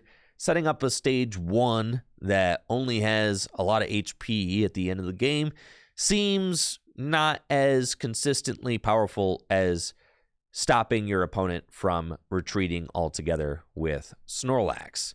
In Gym Leader Challenge, however, this card could be a lot of fun. Since Gym Leader Challenge is a single prize format, your opponent will almost always have to get to the point where they have just 1 prize card remaining, meaning that Bramblegast will get to have 350 HP. And in Grass-type Gym Leader Challenge decks, you could play Rillaboom and Venusaur to pump energy onto Bramblegast. With Rillaboom, you can use its Voltage Beat ability, which allows you to search your deck for 2 grass energy and attach them to one of your Pokemon during your turn. And then Venusaur's Jungle Totem ability makes each of those grass energy count as 2 grass energy instead of 1. So with 1 Voltage Beat, you effectively have 4 grass energy attached to Bramblegast, and that allows you to flip 4 coins, averaging out at 160 damage, which one-hit KOs almost all threats in Gym Leader Challenge. I mean, a lot of Pokemon have about 160 HP or less, while having 350 HP at the end of the game. If you played this card alongside Cricketune, you can give it plus 40 HP, so 390 HP. And if you play it with a Luxurious Cape, that's 490 HP in Gym Leader Challenge, which is just hilarious. So maybe this Bramblegast could see play in a funny, tanky grass Gym Leader Challenge deck, but I don't really see it doing anything in standard.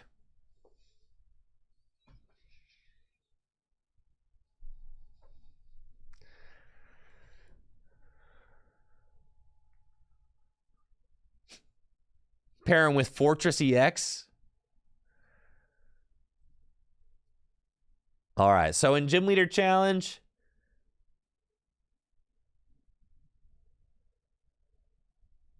I think I'll give it a 6 out of 10 in GLC. I think so, yeah.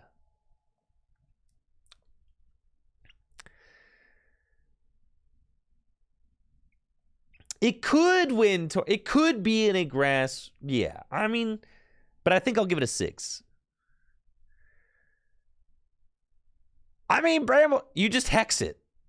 But you do have to find the hat. If you hex it, man, this thing is so sad.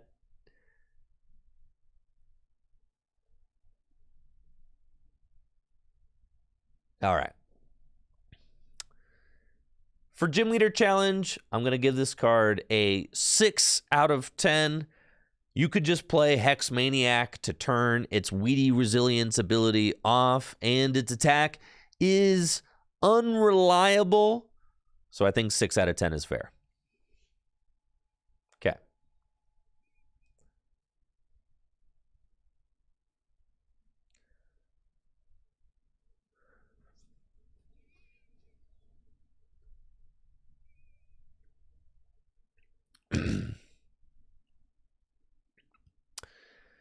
Scavillain EX is a new grass-type Stage 1 Pokemon EX with 260 HP and 2 attacks.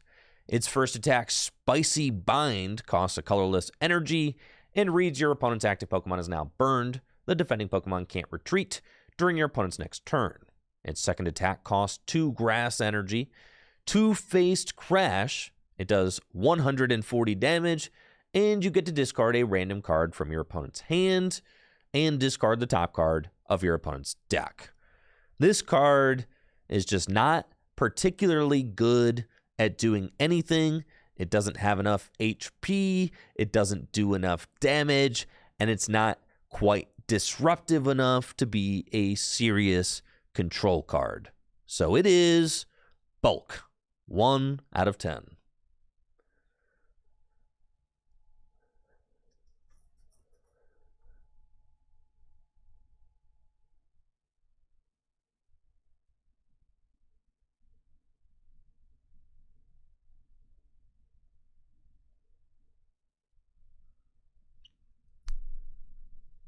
All right. Good, good.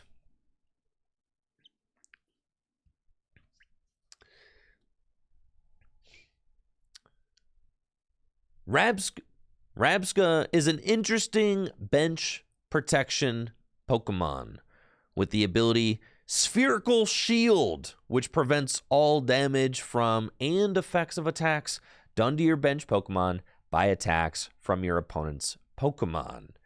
It is a Stage 1 Pokemon with 70 HP, making it a little bit more difficult to get into play than the likes of Manaphy or Jirachi, but its Spherical Shield ability does provide the same protection as both Manaphy and Jirachi. It does provide the same protection as both Manaphy and Jirachi in one card. Unfortunately, if your opponent does manage to knock out Rabsca, it will be more difficult to get Rabsca back into play to continue protecting your bench. Whereas with Manaphy and Jirachi, you can just Super Rod them back into the deck and then go search them out again. So Rabsca is interesting. I think it's a card that could see play in standard formats because it takes up less bench space than both Manaphy and Jirachi while providing a whole lot of protection. And it will be very difficult for Lost Box decks to deal with Rabsca.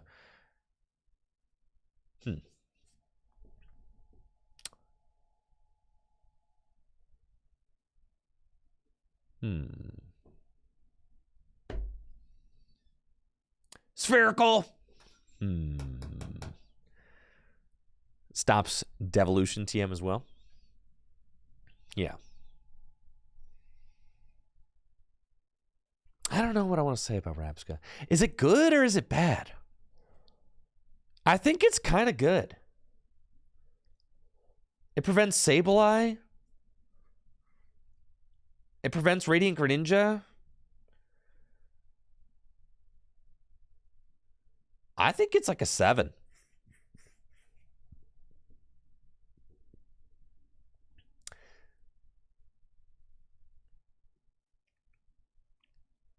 I feel like you could play Rabska and Guardy.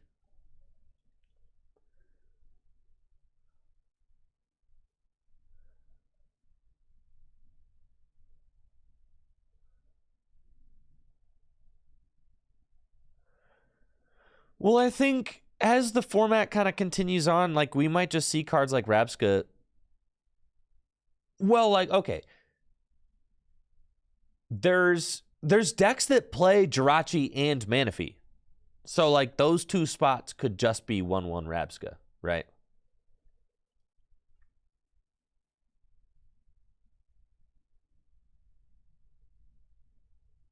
Yeah. All right, I'm going to re-roll this. All right.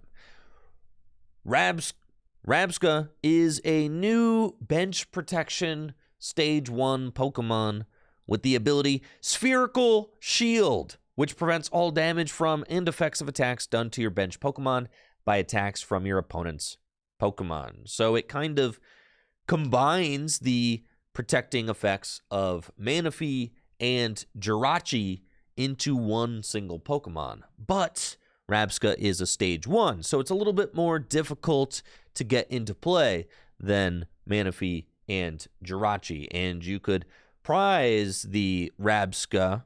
You could prize the Rabska and not be able to easily use Hisuian Heavy Ball to fetch it out of the prizes like you can with Manaphy or Jirachi. Like you can with Manaphy or Jirachi. That being said, being able to protect your bench from Bench Snipe, from Radiant Greninja, or damage counters placed from Sableye is really good.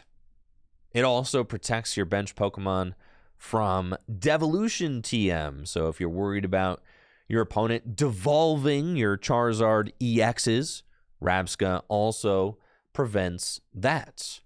I think this card could see play in standard format. It could also see play in grass-type Gym Leader Challenge decks. If grass Gym Leader Challenge decks are worried about playing against spread decks, Rabska pretty much solves that issue. So I think this is a good card that could see play, especially after Manaphy rotates out of standard. Rabska does provide a lot of protection. It will always be a meta call. It's not going to go in every deck all the time. But if your deck needs a lot of protection from spread strategies and doesn't have the luxury of bench space, then Rabska fills that role perfectly. And because of that, I'm going to give the card a standard 7 out of 10 and a Gym Leader Challenge 7 out of 10. I think so. It's a good card, right? Could be 6. But I think 7's fine.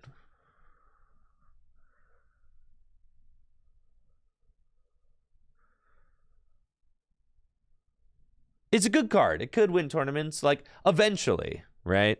I was just a really good effect. I don't know. Machoke never really saw play, I guess. Avery's rotating out of standard.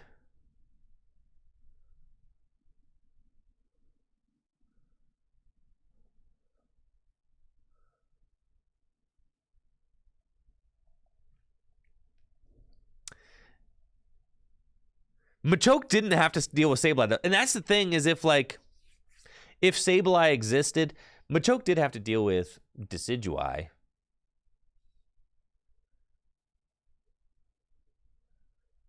That's true. Machoke didn't prevent effects, only damage counters. That's true. All right, I think 7's fair. Yeah. We'll leave it at 7. It's a good card.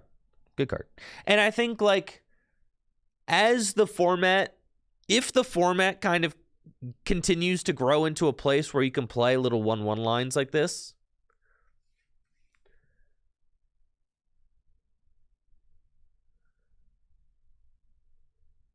You know, I could certainly see decks just accommodating for this, right? It's level ball searchable. Not that level ball is going to be in standard, but I mean, it would have, it would have been in Gym Leader Challenge. It is.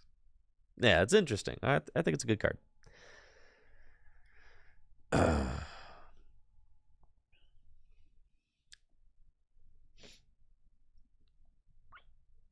Okay. I'm going to talk about all of the future cards all at once, so that I can kind of just like keep them all in a row when I do that. So I'm going to do that all at once. Magcargo has the Lava Pool's ability. Whenever your opponent's active Pokemon moves to the bench during their turn, the new active Pokemon is now burned. I don't think that this effect is very strong. It's too situational, and it doesn't do enough. Your opponent has to play into it. That, or you have to play a... Oh, it's during their turn, so when you play Boss's Orders, that doesn't even do it? Oh, this is terrible. Magcargo has the ability Lava Pools. Whenever your opponent's active Pokemon moves to the bench during their turn, the new active Pokemon is now burned. I don't really like this effect. It's too situational. It doesn't even trigger when you use a card like Boss's Orders. It has to be during your opponent's turn, so your opponent has to play into the effect. There are stronger...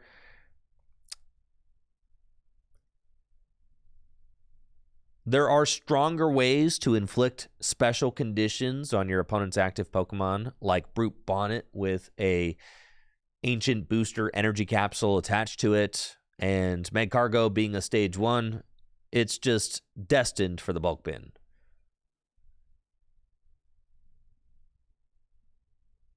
This card gets a Standard and GLC 1 out of 10. Okay.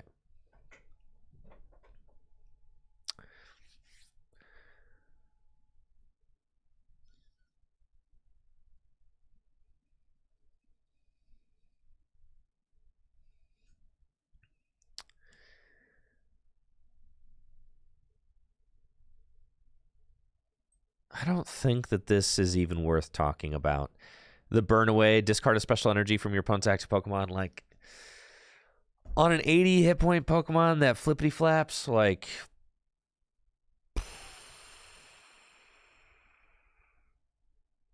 Yeah, just not really worth it. I would consider Victini kind of like a mildly interesting bulk card. But I guess if I consider it a mildly interesting bulk card, then that's probably a 2.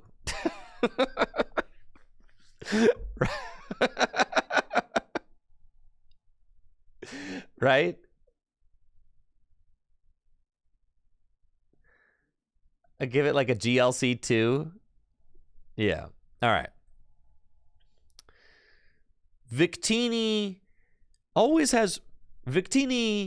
usually has relatively interesting cards, and I love that they recycled the attack Flippity Flap, which was printed on a Shaman some time ago. Flippity Flap costs 1 colorless. Flippity Flap costs 1 colorless energy and allows you to shuffle your hand into your deck and draw 6 cards. And then its attack Burn Away costs 1 fire energy, does 30 damage, and discards a special energy from your opponent's active Pokemon. Now, special energy is pretty good in Gym Leader Challenge. There are a lot of decks that rely heavily on special energy, and special energy hate is a very valuable thing in that format, since you can only play 1 copy of Enhanced Hammer. So I think that Victini is at least interesting in that it provides fire decks another way to reliably remove special energy from the opponent's board. And for that, I'm going to give it a GLC 2 out of 10.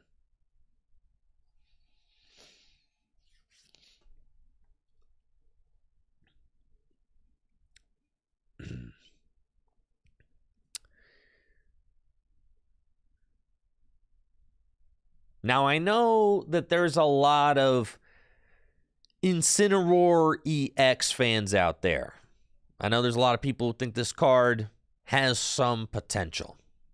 Let's talk about it. Incineroar EX is a Stage 2 Fire-type Pokemon with 320 HP and the Hustle Play ability, which reads attacks used by this Pokemon cost a colorless less for each of your opponent's benched Pokemon. Its attack, Blaze Bomb, costs a fire and 4 colorless energy. It does 240 damage, and your opponent's active Pokemon is now burned. So effectively, 260 damage. It is a huge attack cost, but obviously you can offset that with its Hustle Play ability. If your opponent has 4 bench Pokemon in play, you can use Blaze Bomb for just 1 fire energy. What I really don't like about this card is that your opponent has to play into your strategy, or else your Blaze Bomb attack is just going to be ridiculously expensive to pay for, and it'll be pretty difficult to power up.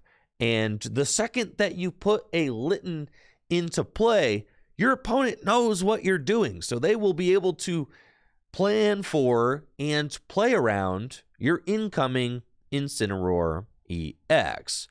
Incineroar EX also has to compete with other powerful Stage 2 Pokemon, like Charizard EX, which just has a better ability and a better attack. So whenever you're talking about meta cards in standard format, you have to ask yourself, why would I play this card over Charizard EX?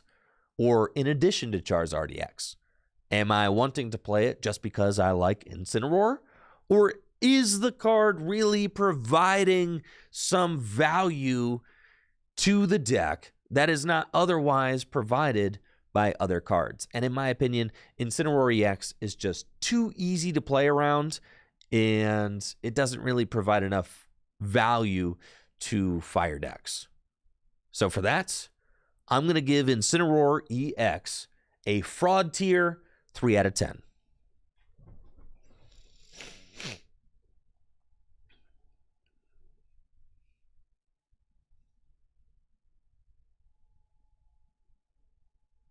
Fraud tier.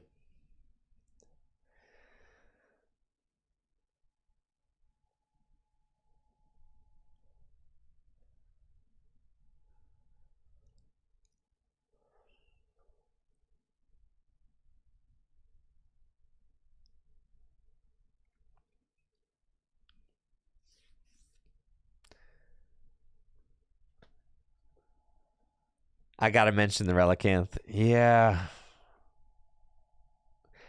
I figured I would talk about the Incineroar. I figured that I would save that for when I talk about Relicanth.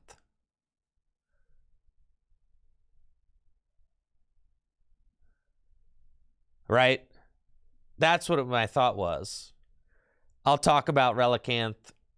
I'll talk about the Incineroar combo when I talk about Relicanth. Right? I think that's probably fair. Because then what else am I going to talk about when I'm talking about Relicanth?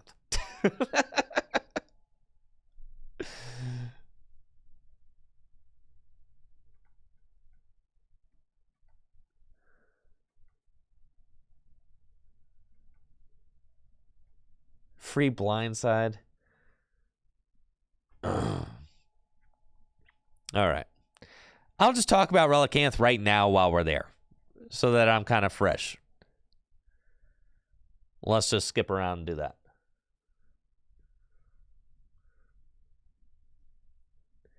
Aggron VMAX with Relicanth.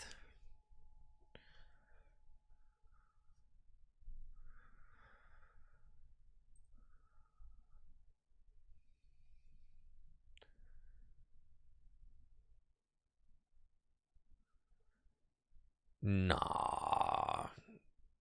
No. No.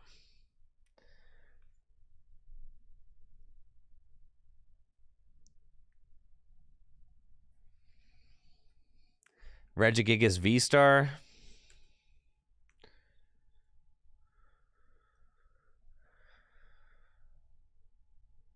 So you can Angry Whack.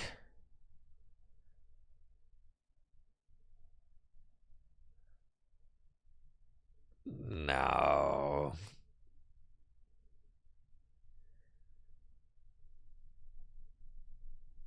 You're not going to put Relicanth in your Tina V-Star deck. Just do it with the Tina V. You're not doing that.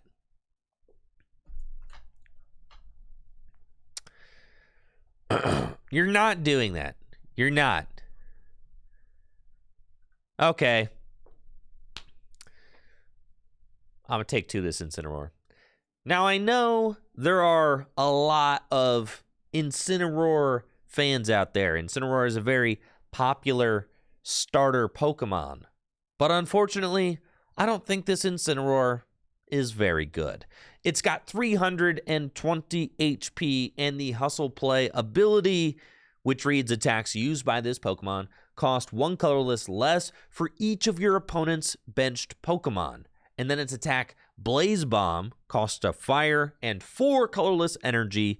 It does 240 damage, and your opponent's active Pokemon is now burned. So effectively, 260 damage.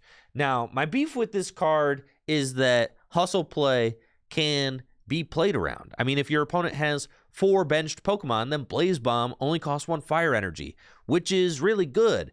But your opponent has to have 4 bench Pokemon in play. And as soon as you put a Litten into play, your opponent will know exactly what you're doing. You are telegraphing exactly what your strategy is going to be. You're trying to use Blaze Bomb for just 1 fire energy. So they better not put 4 bench Pokemon into play. And if they only put, I don't know, 1 bench Pokemon into play or 2, then you're going to have a very expensive attack. If Blaze Bomb always cost a fire and 2 colorless energy, we wouldn't even be talking about this Pokemon because that's just not a very good attack.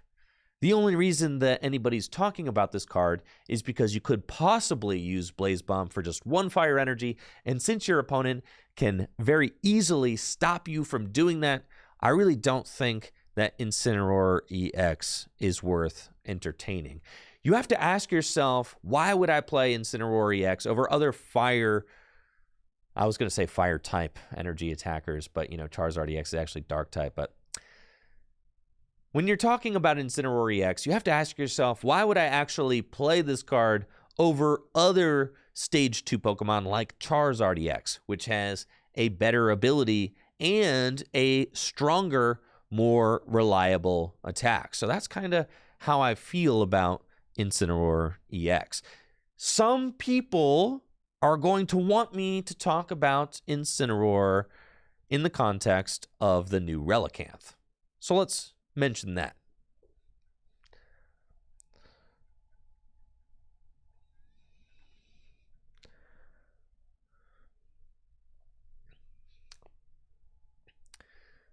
Relicanth has the ability Memory Dive, which makes it so that each of your evolved Pokemon can use any attack from its previous evolutions.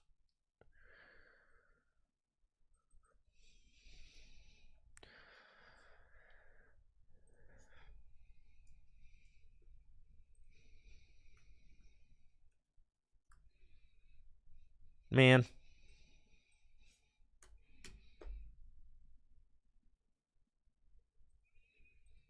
We're going to get to that, Lord Eggnog. How do you spell Torracat? Okay.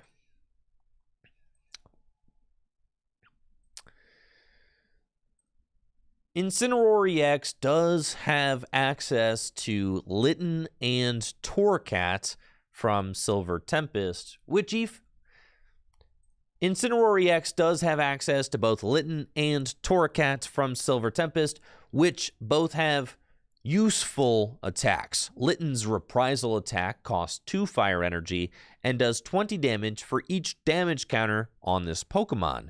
So if your opponent were to swing into your Incineroar EX for 300 damage, then you could put Relicanth into play and use Reprisal for 600 damage. Wow. Torracat has the attack Gritty Claws, which costs 2 fire energy and does 40 damage. And it reads, during your opponent's next turn, if this Pokemon has full HP and would be knocked out by damage from an attack. It is not knocked out, and its remaining HP becomes 10. My issue with this kind of wombo combo, and that's exactly what I think this is, a wombo combo, and if that comes off as, maybe sounding demeaning, that's because it kind of is. I don't consider wombo combos to be reliable competitive strategies. They're more wombo-y and combo-y, right? Torracat's Gritty Claws attack costs 2 fire energy, and the best way to accelerate fire energy onto your fire-type Pokemon is with Magma Basin, which places damage counters on them, which negates the whole effect of Gritty Claws, because Gritty Claws says that the Pokemon has to have full HP first. So you can't even combo Torracats with the Magma Basin, which is going to be the most reliable way to accelerate energy onto your Incineroar. And then Litten's Reprisal does actually give you kind of an interesting punch that could do a ton of damage. However, if your opponent knows that you're playing the Relicanth and the Reprisal Litten, they can just soften you up for a little bit first and then finish you off with a big attack. For instance, if you're playing against a Giratina V-Star deck, maybe they hit you with Cramorant's Spit Innocently first, and then hit you with Lost Impact instead of Lost Impact first and then Cramorant. And that's my problem with this entire strategy. You're just telegraphing exactly what you're trying to do and giving your opponent tons of opportunity to play around your strategy. And whenever you give your opponent that much power over what your deck is capable of doing, it is, in my opinion, a losing strategy. And for that reason, I'm going to give Incineroar EX a fraudulent 3 out of 10. Thank you, Luna, for the sub and the 35 months. I appreciate you, Luna. Thank you. Incineroar's not good. It's not. That card is not good.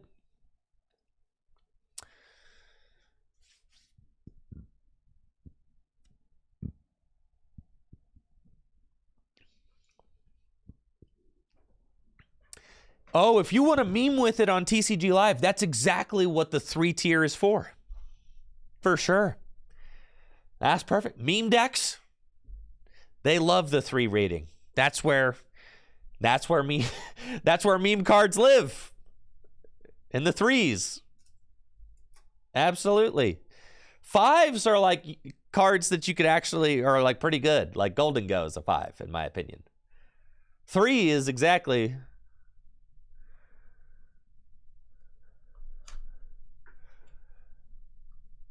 Tier 3 is where the magic is made. 100%. Yeah, that's where the meme decks live. Like there's something there. It's just not very good. That's where the meme decks live. Right? It's not a 1. 1 means there's nothing there. 3 means there's something there. It's just not good.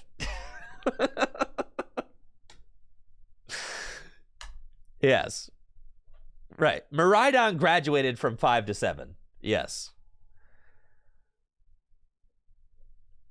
3 is where I draw the line for my YouTube videos. I usually don't make YouTube videos on cards that are below 3. Sometimes I do. I will preface that. Sometimes I do. Sometimes I do. I have. I certainly have. I have made videos on cards that are 1s. Definitely. Maybe 2s. I don't know that if I've done any true 1s. I've done 2s. Definitely 2s. I don't know if I've ever done a 1, though. I didn't do a Flareon VMAX video because that card's a 1. All right. You know what the best fire-type Pokemon from Temporal Forces is? It's not Incineroar EX. It is by far Banana Hat. Gouging Fire EX. This 230 HP ancient Pokemon has 2 attacks. Its first attack, Heat Blast, does 60 damage for a fire and a colorless energy. And its second attack, Explosive Fire, costs 2 fire and a colorless energy. It does 260 damage, with the drawback being this Pokemon can't use Explosive Fire again until it leaves the active spot. 260 damage for 3 energy on a basic Pokemon with 230 HP is just phenomenal stats. This card is just a stat powerhouse. 230 HP for a basic is big. 260 damage on a basic just clears every other basic Pokemon in the format, as well as some stage 1s too. And having access to a punch that can just do 260 damage, it's a basic Pokemon, it's really easy to set up, is just a great asset for aggressive decks. Charizard EX decks could play Gouging Fire EX so that they can hit those one-hit KOs on basic Pokemon like Miraidon EX early on in the match. You could play Gouging Fire EX alongside Roaring Moon EX and power the card up with Seta's Vitality so that you don't always have to discard a Stadium if you want to do damage without damaging yourself, right? I mean, there's some times where your Roaring Moon EX deck just wants to be able to do more than 220 damage without almost knocking yourself out. So you could play it alongside Roaring Moon. You could play it as its own deck with Seta's Vitality and Magma Basin, since both of those cards allow you to accelerate fire energy into play. I think there's a lot of potential for this card. It's just a really strong basic Pokemon, and we've already seen how powerful basic Pokemon can be in this format, with Miraidon EX kind of leading the charge, and then Roaring Moon EX starting to make waves as well. Gouging Fire EX is just another incredible basic Pokemon to add to the pool of playable cards.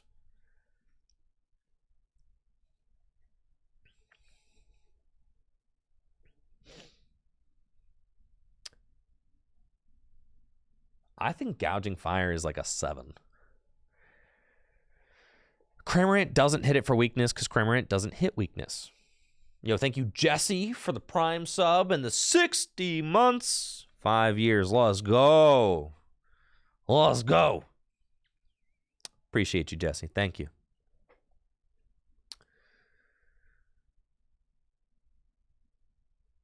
I'm giving this card a solid 7 out of 10.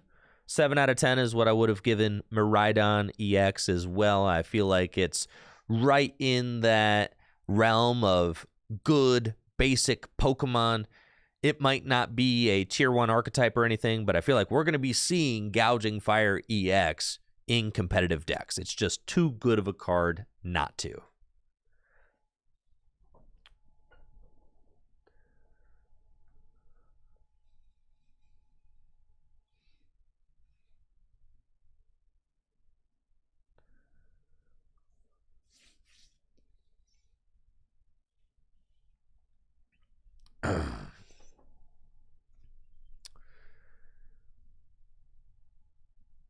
This Feraligatr is a funny dude. It's a stage 2 Pokemon with 180 hit points and the Torrential Heart ability, which reads, once during your turn, you may put 5 damage counters on this Pokemon. If you do, attacks used by this Pokemon do 120 more damage to your opponent's active Pokemon during this turn.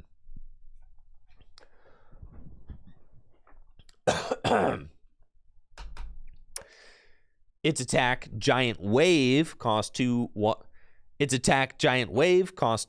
energy, and it does 160 damage, with the drawback being this Pokemon can't use Giant Wave during your next turn. Unfortunately, I don't think that stage 2 single prize Pokemon like this are playable in standard format right now. Standard format is just in a aggressive spot where streaming stage 2 attackers is not the easiest thing to do. Gardevoir is kind of the exception to this rule and not really the rule itself, since Kirlia is one of the most broken draw engines in the game. However, Feraligatr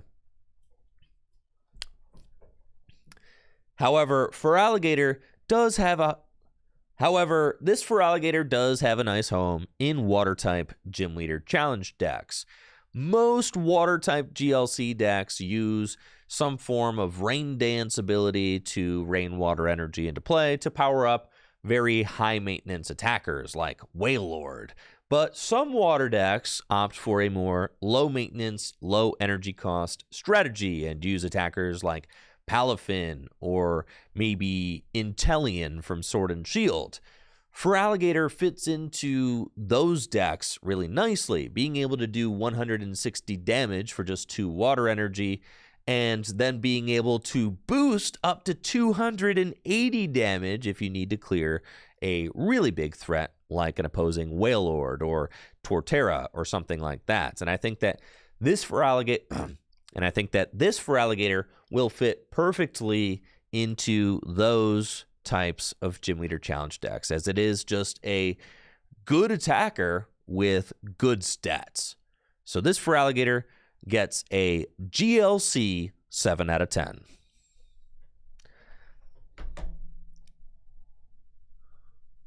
GLC 7 out of 10. Good card. Good card. Not crazy. Good card, though. Like, yeah, that card definitely could see play in GLC, but it's not crazy.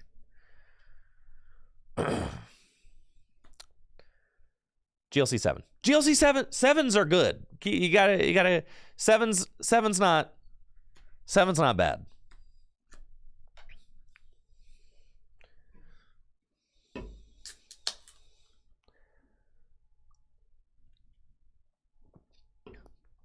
Hitting 300 in GLC is a lot. However,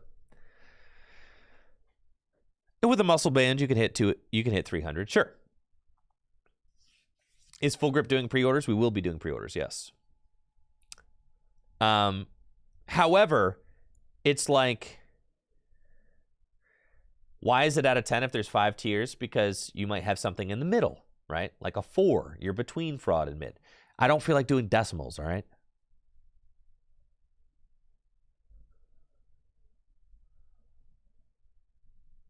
What's a GLC 10?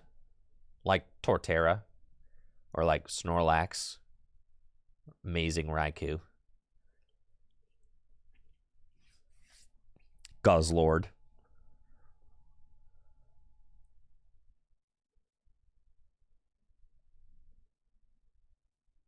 Roserade. Rillaboom. Venusaur. Staple. I mean, literally, staples, right? Meta-defining staples. Those are 10s. Feraligatr's neither of those. So we're 7.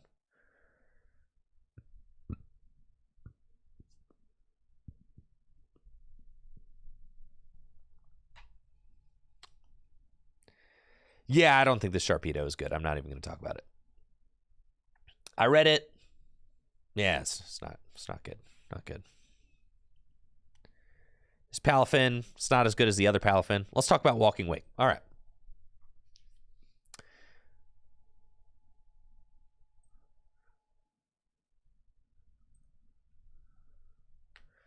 Are these ratings being written down, or are we just enjoying them in the moment? They're being recorded, and they're going to be in my YouTube video. So I'm not writing them down, but they will be in my YouTube video that I release. So technically, they're going to be written down, I guess. I don't like writing things down, man. So yeah, they're going to be in the YouTube. Yeah. I'm going to chop this all up into hopefully a digestible YouTube video that's fun to watch. That's the idea. And that's why if it sounds like I'm kind of like, in recording mode and not just doing it conversationally entirely, it's because, yeah, I am in YouTube mode. It's going to be a lot of editing. I know. I don't really know why I got myself into this. Well, I do know why I got myself into this. What am I going to do? Play the same TCG Live format for the next 2 months? Like, no, listen, projects are good. Keep me busy. Like, what? It's a dead format, that's going to be rotating in a couple of months. So I might as well put my energy into fresh new videos, right? Fresh. Keep things fresh.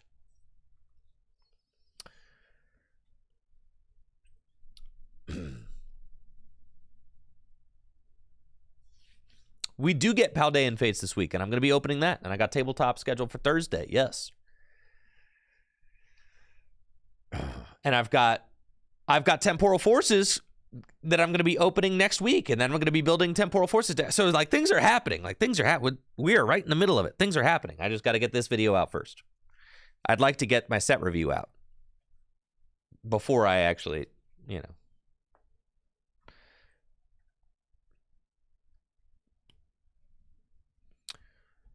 Walking Wake EX is a new water type. Walking Wake, man, Ancient Suicune, or, Walking Wake EX, has the ability Azure. How do you say that word? Azure.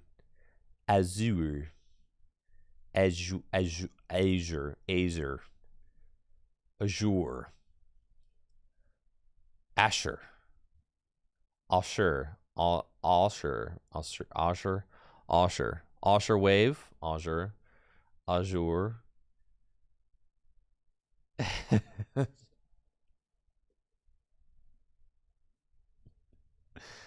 Azure. Yeah. All right. Walking Wake EX is kind of an underwhelming... Nah, I don't want to start with that. Walking Wake EX is a new basic water type Pokemon EX with the Azure Wave ability. Damage from attacks used by this Pokemon are not affected by any effects on your opponent's active Pokemon. Its Cathartic Roar attack costs a water and 2 colorless energy. It does 120 damage, and if your opponent's active Pokemon is affected by a special condition, it does 120 more damage. So 240 damage. You can inflict poison on your opponent's active Pokemon with Brute Bonnet and an Ancient Booster Energy Capsule. So that ancient stuff kind of all going together. And Azure Wave makes sure that you can hit through all of those annoying abilities like Mimikyu and, Mimikyu. Just making sure that these kinds of wall strategies really don't have any legs in standard formats. Walking Wake does require a decent chunk of energy to get going. I mean, 3 energy. You could play it with double turbo energy, which will decrease the damage that it's dealing, but you kind of have to ask yourself, why am I going to play Walking Wake when there is Banana Hat that just does more damage and has access to Magma Basin? So compared directly to Banana Hat, I think Banana Hat is better than Walking Wake. Walking Wake does fit into water-type decks, so if you're playing Palkia V-Star, you can power up Walking Wake with Palkia V-Star, or maybe Kyurem V-Max, or Baxcalibur, right? There are a few cards in Standard that accelerate water energy into play that Walking Wake could be played alongside, but then its attack is really only boosted if your opponent's active Pokemon is affected by a special condition. So then you have to play it with the Brute Bonnet and the Ancient Booster Energy Capsule. There is a new Stadium card that mimics the effect of Burbank City Gym. Classic Stadium in the Pokemon TCG, which does increase poison damage by 2. And then, then there's the Radiant Hisuian Sneasler that also increases poison, which also increases poison damage by 2. So I guess it's possible to inflict 5 damage counters with poison now. Okay, hold up. Wait a minute. 5 damage counters with poison? Then all of a sudden this attack is doing 290 damage, and if your opponent doesn't switch out of the active spot, hold up. Okay, Walking Wake is kind of broken. This is crazy.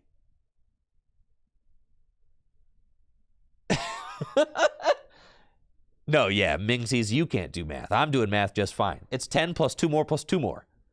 5.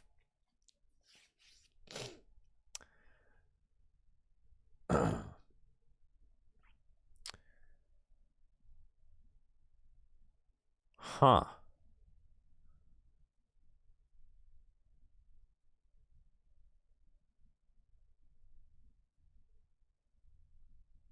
SATA option.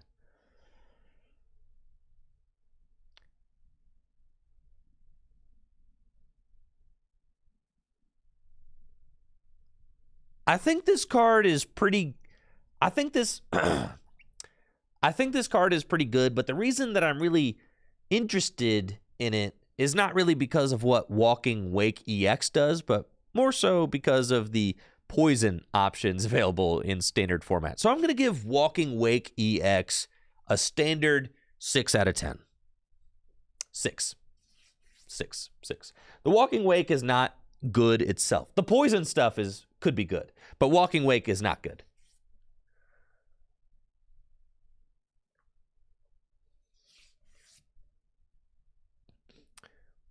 Walking Wake kind of mid. Right? Like, it could be a 5, honestly. No, I think Walking Wake deserves 5. All right, yeah. I'm going to 5. I'm going to 5 instead. I know. Why not just do 260 with Banana Ham poison? I know, right?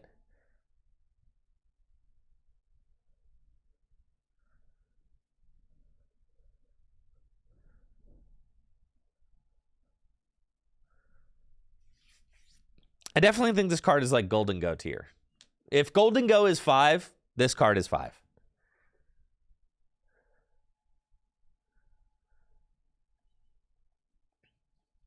Shred could be useful, right, but it's still a 5.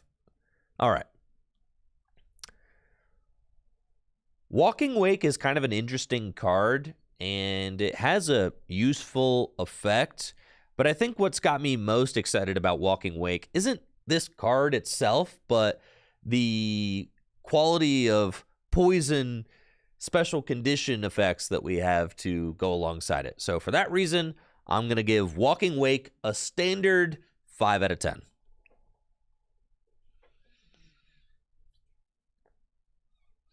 Yeah, 5 out of 10. 5 out of 10. All right. What's the...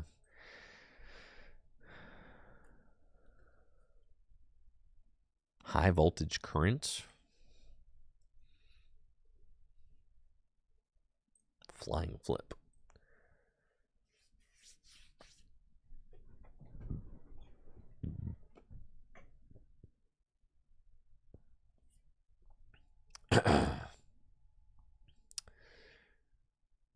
This new Raichu is interesting in lightning type GLC. This new Raichu is interesting for lightning type spread decks in Gym Leader Challenge format. Its entangling bolt attack costs a lightning and a colorless energy and does 50 damage to each other Pokemon in play with any damage counters on it, both yours and your opponent's. I think in standard format, if you want to spread damage, just use Sableye. Sableye is just better at it. But in Gym Leader Challenge format, every deck can't just play Sableye. So Raichu in Lightning-type GLC decks actually provides a really strong sniping option. Lightning-type GLC decks already have access to Tapu Koko with the Flying Flip attack, which does 20 damage to each of your opponent's Pokemon, and Electivire from Brilliant Stars with the High Voltage Current attack, which does 50 damage to each of your opponent's Pokemon.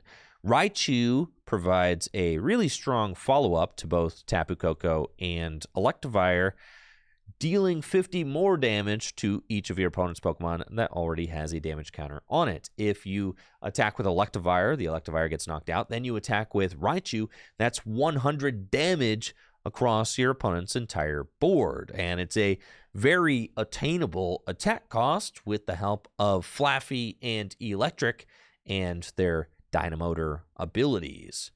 You do have to watch out, though, as Raichu can damage your own Pokemon if they have any damage counters on them. So it might be useful to pair Raichu with... It might be useful to pair Raichu with Rough Seas so that you can heal your own lightning Pokemon if your opponent tries spreading damage on yours. Just a thought.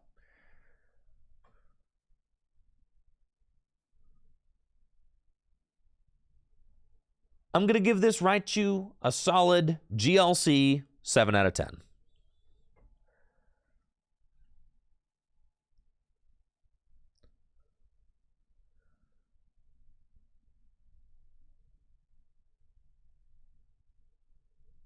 Seven? Yeah, it's a good card. What would you expect it to get? It's not a staple. It's not like every Lightning deck's not going to play it. It's a fine card. It's not bad. It's not like insane. You know, not every Lightning deck's going to play it.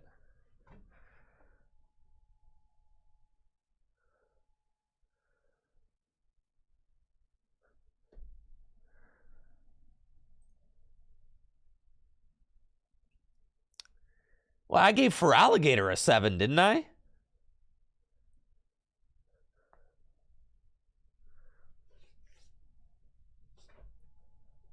Seven is a card that serves a good purpose but isn't a staple. That's exactly what I'm saying.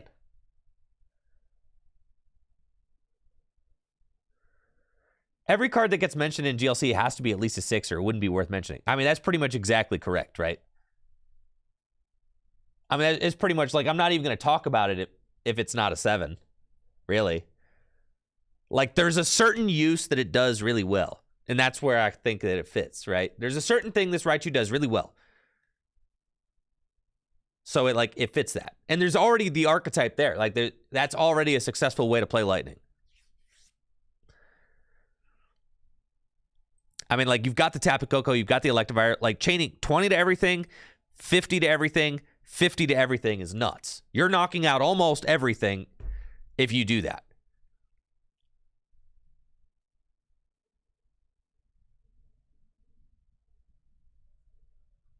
Like, you do 20, 50, 50, that's crazy. No, it's not going to be banned. No. I mean, definitely not. No, that card's pretty decent. It could, keep in mind, good card could win tournaments. Oh, yeah, Lightning Spread could definitely win a tournament. Right? It already does. It already does win some tournaments. So, like, sure.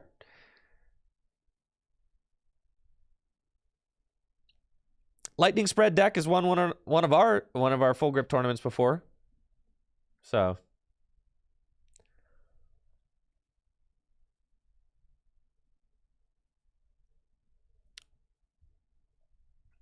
now Wugtrio EX, on the other hand, is not going to be winning anything. Wugtrio EX is a new Lightning type Stage 1 Pokemon with 250 HP, a little low on the HP side for Stage 1 Pokemon that give up 2 prizes.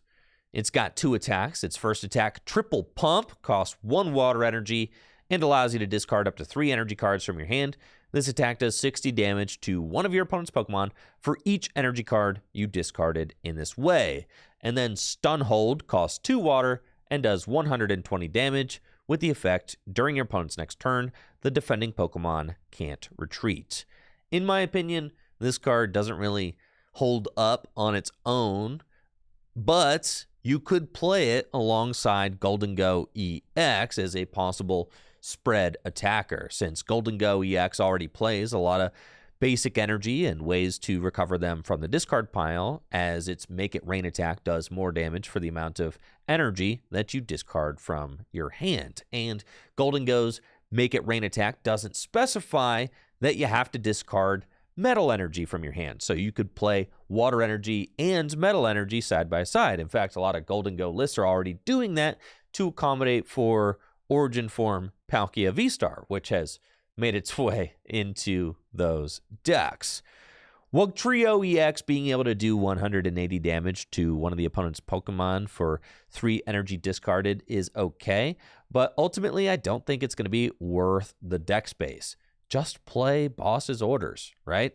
And do the heavy lifting with Goldengo, as, you know, you usually do. I think sliding a 1/1 Wugtrio EX into the deck doesn't really seem worth the bench space in my opinion. So for that, I'm giving Wugtrio EX a fraudulent 3 out of 10. If Golden Go EX is a 5 itself, and this is a card that maybe could be played alongside Golden Go, but is not very good, yeah, 3 is as high as it could possibly go.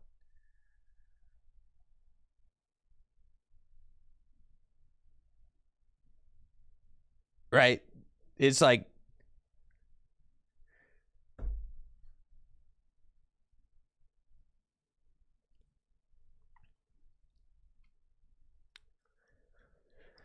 those guys are not very good. Mr. Mime, I'm not even going to talk about that card this time. That card is just bad.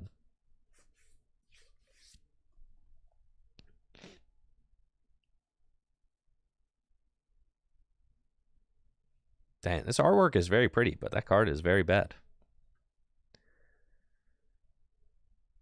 Bronzong. That's a cool looking artwork, but Evolution Jammer just doesn't seem good. Like, there's been Evolution Jammer. I guess I'll talk about it. Right? I don't know. Probably it's not worth talking about. Evo Jammer is not good. Except any dark Pokemon? That's crazy.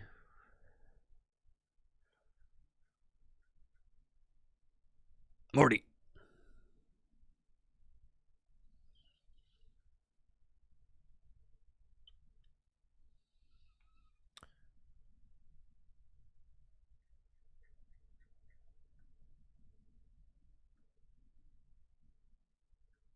No, I'm going to talk about all these cards. I was just reading what Salvatore does because people were talking about Salvatore. Of course I'm talking about Matang. Matang's like broken, dude. Matang is broken. The Evo Jammer stinks. All right. I ain't talking about that.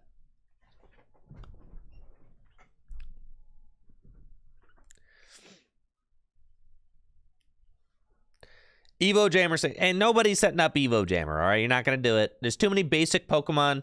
There's too many basic strategies in the format. You're not doing it.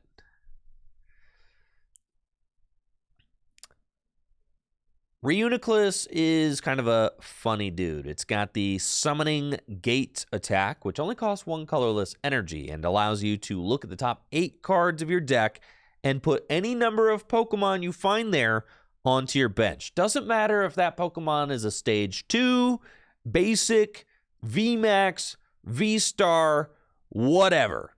You can just put those Pokemon straight onto your bench, which is kind of funny. But funny doesn't mean good. If you're going through the effort of setting up Reuniclus, which is a Stage 2 Pokemon with only 120 HP, and then committing energy to that Reuniclus to try and summon more Pokemon into play. So let me get this straight. You have to get a Stage 2 Pokemon into play in order to get other Stage 2 Pokemon into play. It doesn't seem like the most consistent strategy in the world. So if you go through all of this trouble to use Summoning Gate, you better be summoning Exodia. And right now, that Exodia combination does not exist. But maybe one day it will.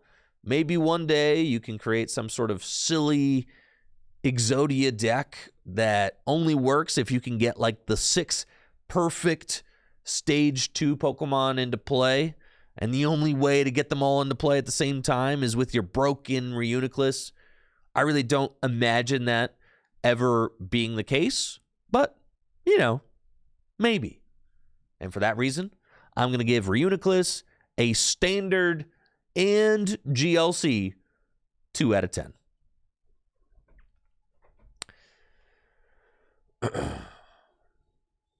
Nah. I ain't with it. I guess I could give it a GLC 4 out of 10.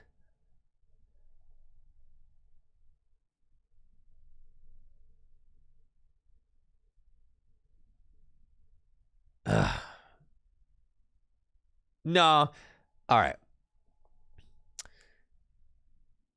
For that reason, I'm going to give this card a standard 2 out of 10 in that it's just slightly more interesting than bulk. And I'll give it a GLC 3 out of 10. I'll give it a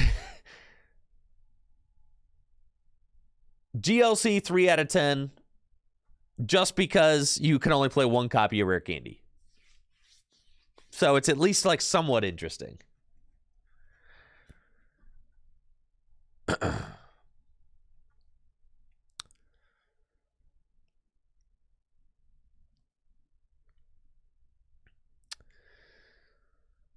Rabombi is a stage 1 psychic Pokemon with 70 HP and the business wages attack, which costs 1 colorless energy, does 30 damage, and if the defending Pokemon is knocked out during your next turn, you take 2 more prize cards. This attack and all attacks like it are terrible.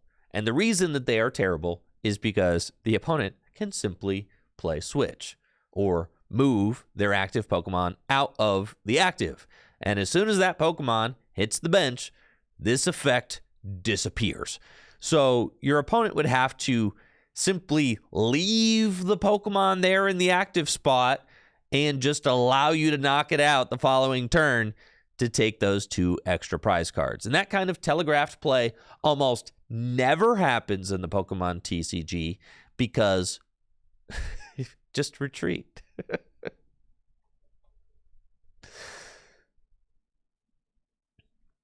This card gets a standard and GLC 1 out of 10.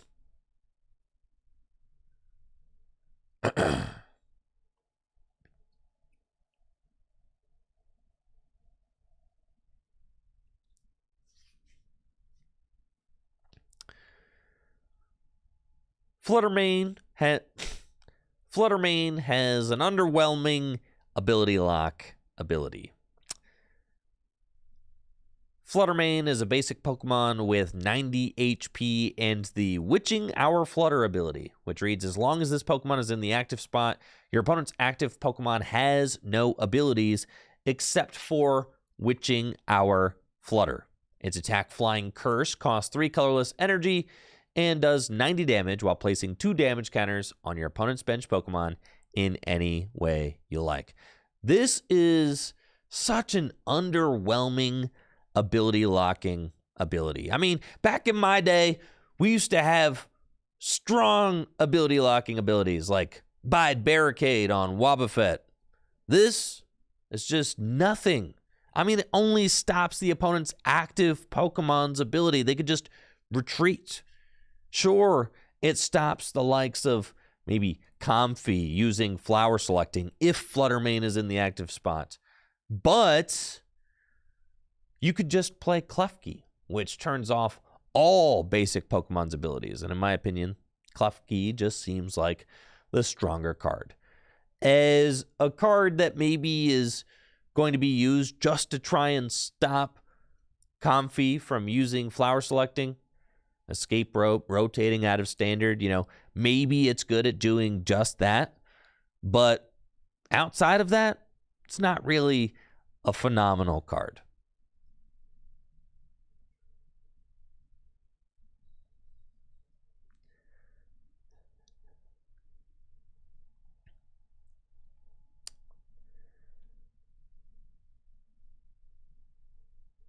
This card can do it.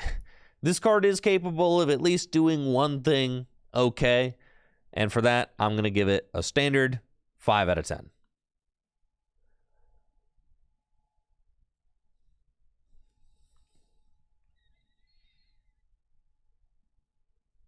That's fine. Standard 5 out of 10. That's fine. It does do something, Turns off Cramorant. It can't be hit by Cramorant either. Right?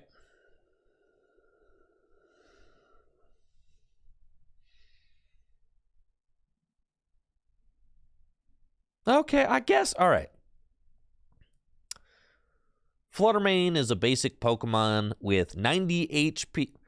Fluttermane is a basic ancient Pokemon with 90 HP and the Witching Hour Flutter ability, which reads, as long as this Pokemon's in the active spot, your opponent's active Pokemon has no abilities except for Witching Hour Flutter. Its attack, Flying Curse, costs 3 colorless energy and does 90 damage and places 2 damage counters on one of your opponent's bench Pokemon. And places 2 damage counters on your opponent's bench Pokemon in any way you like. This ability is not a very strong ability at preventing your opponent's abilities. This ability is not very good at stopping your opponent from doing things, but it does have its uses. Witching Hour Flutter stops Comfey from using flower selecting. It stops Cramorant from being able to attack for free. And it stops Radiant Charizard from being able to attack for just 1 fire energy. So for that, Fluttermane's Witching Hour Flutter actually does a whole lot against these Lost Zone toolbox decks. And unlike Klefki, it doesn't prevent all of your own basic Pokemon's abilities from working. So you could have a Fluttermane in the active and still use Rotom V to draw cards. You could still use Lumineon V to go search out supporters from your deck. And I do like that. So maybe Fluttermane is seen as a tech card against Lost Zone toolbox decks, as Escape Rope is going to be rotating out of standard formats. So Lost Zone decks will have less ways to push Fluttermane out of the active.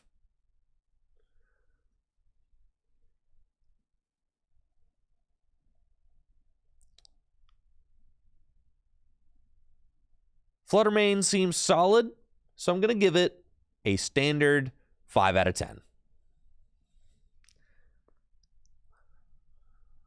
Yeah. I give it a 5 still, but I think it's worth talking about everything it does. I'm still giving it a 5. Yeah. But it's at least more interesting that I... Yeah, more interesting. Same grade, more interesting, though. Yeah, it's a solid 5 instead of a... Yeah, that's like a firm 5. Yeah. Thank you, Madabai, for the Prime sub and the 12 months. Appreciate you. Yeah, that's a 5+. Yeah, it's like an A+. 5+. It's a string cheese 5.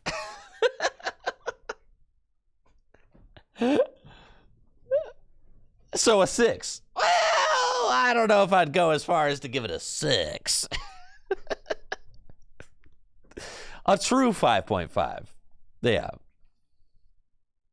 I don't know if it's a 6, you know.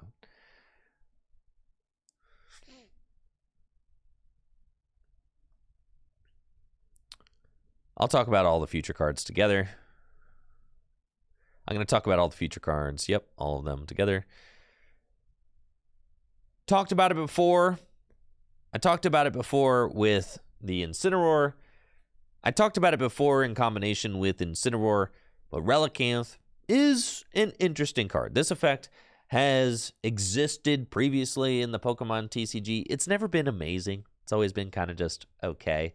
And in the current state of Standard, it's just not great. If you look at all of the V-Star Pokemon, they're just kind of better versions than their basics, right? Giratina V-Star is just way better than Giratina V. You've got... I guess that's a bad example. Most Pokemon V-Stars and most evolutions are just far superior than their previous evolutions. There are some previous evolutions that have useful attacks, but you could just attack with those Pokemon instead of attacking with the evolved form of it. So Relicanth seems a little extra in most situations. Like if you wanted to use Giratina V's Shred Attack, just attack with Giratina V. You don't actually have to like attack with the Giratina V-Star and then use Relicanth just to use Shred. You could just use Shred. You could just use Abyss Seeking on Giratina V. There's no reason to crowd your bench with an extra useless Pokemon like Relicanth. I don't think this card will be making waves right out the gate, says there's not really a lot of uses for it right now. But maybe somewhere down the line when other cards get released and, you know, there's one thing that pops up and you're like, wow, it'd be really cool if I could use my Squirtle's attack on this crazy Blastoise EX. Maybe Relicanth will get used in that kind of way years from now when everybody has already bulked it out.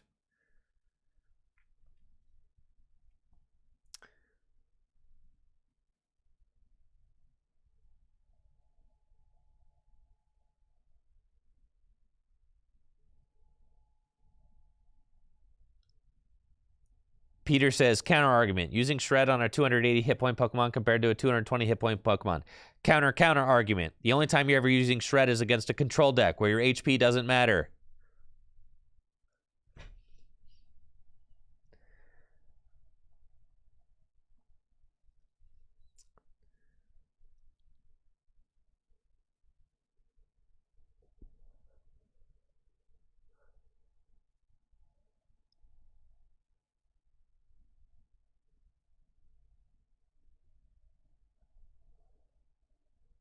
Counter argument. You're playing 59 cards. Yeah, I think this card kind of stinks. I want to give it a 2.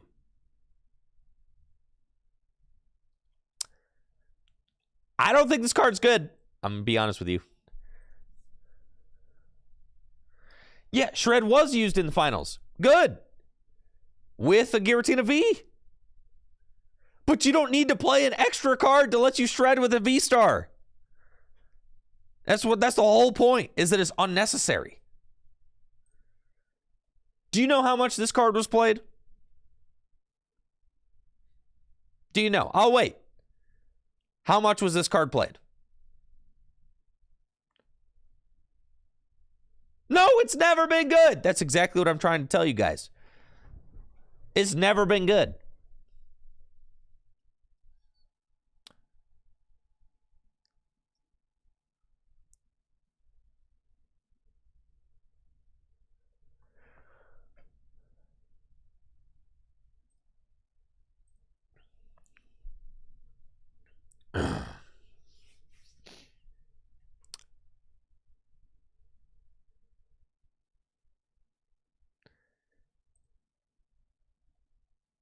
In the pandemic era, this card was printed in 2017. All right, don't play with me. 2017.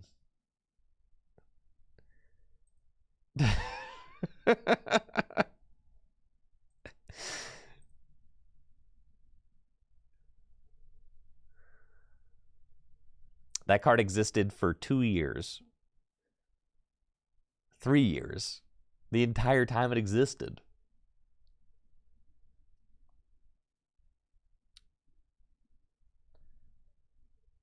Shrine of Memories in Mega Mewtwo EX. That's like the only example.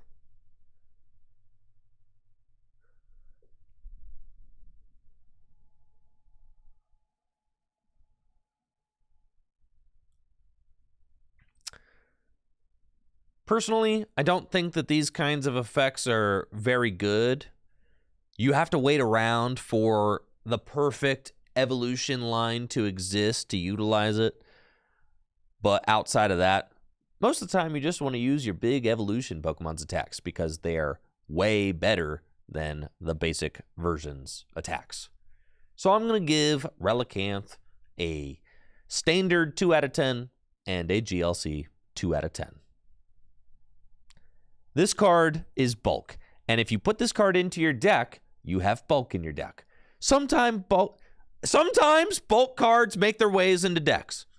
Sometimes they do, all right? I'm not going to say that never happens, but sometimes this is glorified bulk. This is just slightly interesting bulk. Charmander is a bulk card. It's in a lot of decks. It's true.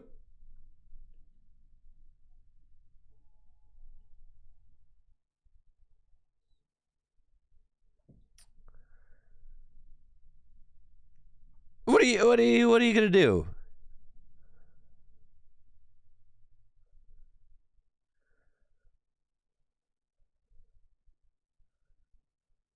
What are you gonna do with Relicanth? Are you gonna?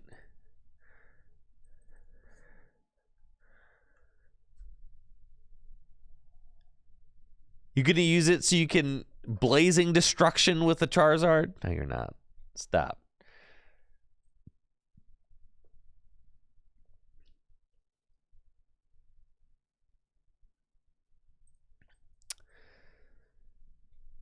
Drillbur has the Dig About ability, which allows you to search your deck for 3 basic fighter.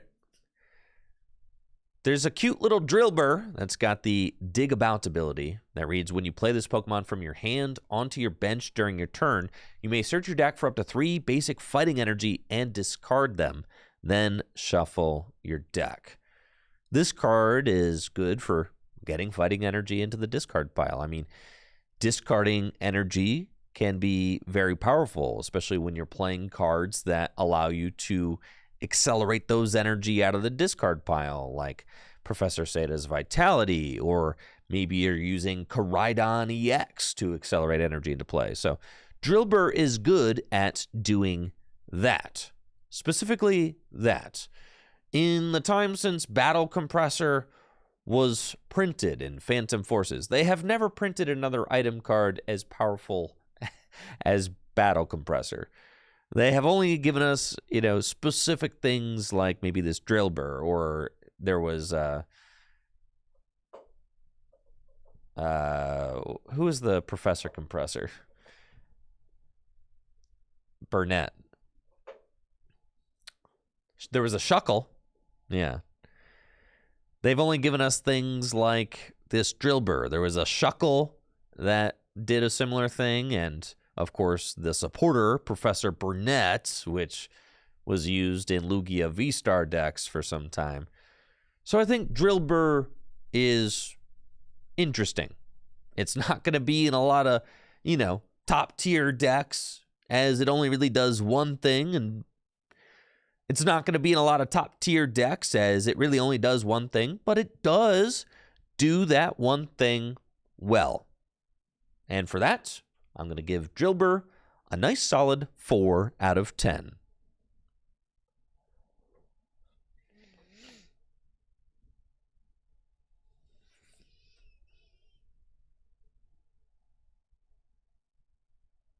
Yeah. 4. I think 4 is fair. GLC, what is it? 4. I'm going to give this card a nice solid standard 4 out of 10. In Gym Leader Challenge, there's no point. You could just play Battle Compressor. Ta-da! No point. Just play Battle Compressor. Battle Compressor is a better card in GLC. But in Standard, sure.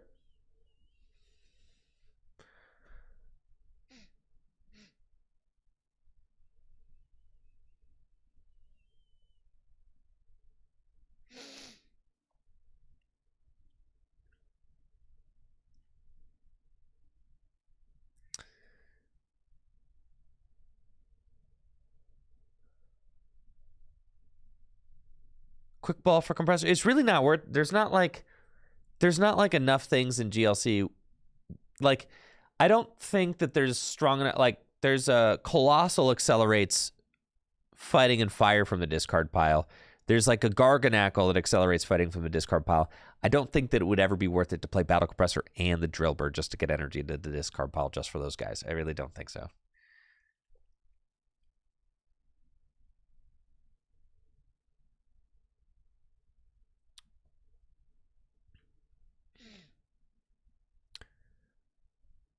Oh my god, I can't believe we have to talk about Great Tusk again. Okay, let's go.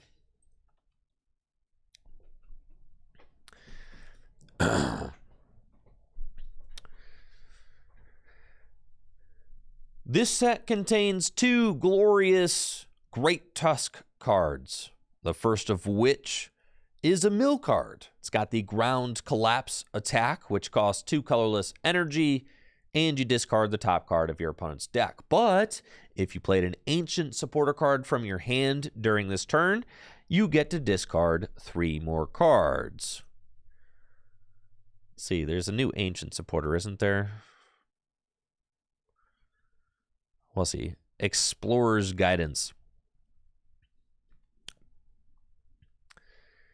There are 2 Ancient Supporters to choose from, There are 2 Ancient Supporters to choose from. The new Professor Sada's There are 2 Ancient Supporters to choose from. Professor Sada's Vitality, which can help you stream energy to attack with your Great Tusk, and the new Explorer's Guidance, which allows you to look at the top 6 cards of your deck and put 2 of them into your hand while discarding the other cards. Okay.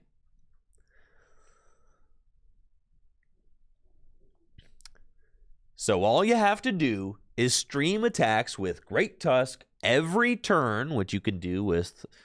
So all you have to do is stream attacks with Great Tusk every single turn, which you could theoretically do with Sada's Vitality and the Explorer card and double Turbo Energy, and you get to mill 4 cards off your opponent's deck each turn. With an Ancient Booster Energy Capsule, your Great Tusk will have 1... With Ancient Booster Energy Capsule, With Ancient Booster Energy Capsule, your Great Tusk will have 200 HP, which is an annoying amount of HP for a single prize Pokemon to have. You could play Counter Catcher in your Great Tusk mill deck. You could play... What's the Wasteland card? That card is so bad, right?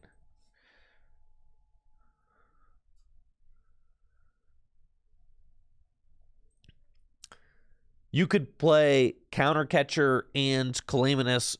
You could play Counter Catcher and Calamitous Wasteland in your Great Tusk mill deck to try and stop your opponent from knocking out your Great Tusks.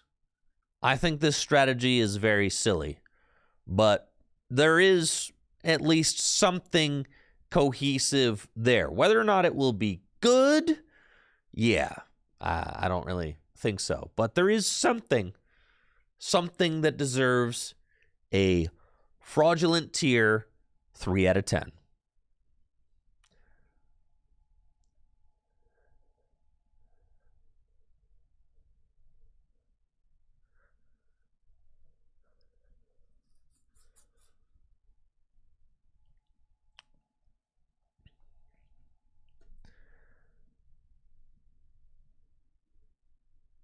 The second Great Tusk is more of an attacker.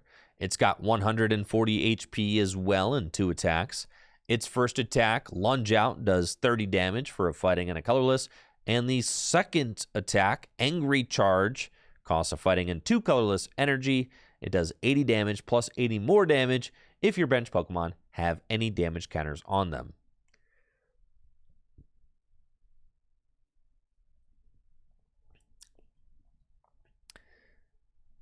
This could be a decent attacker in Earthquake fighting GLC decks.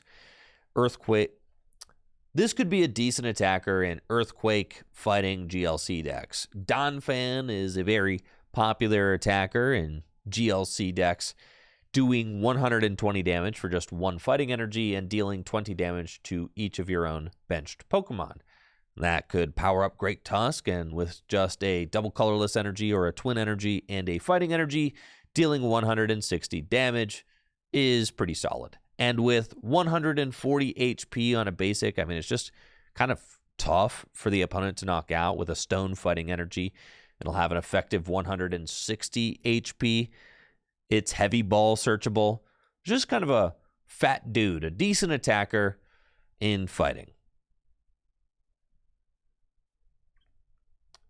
So I'm going to give this card a GLC 5 out of 10. 5. It's like a little too high maintenance, but he's all right. I'll say he's a 5.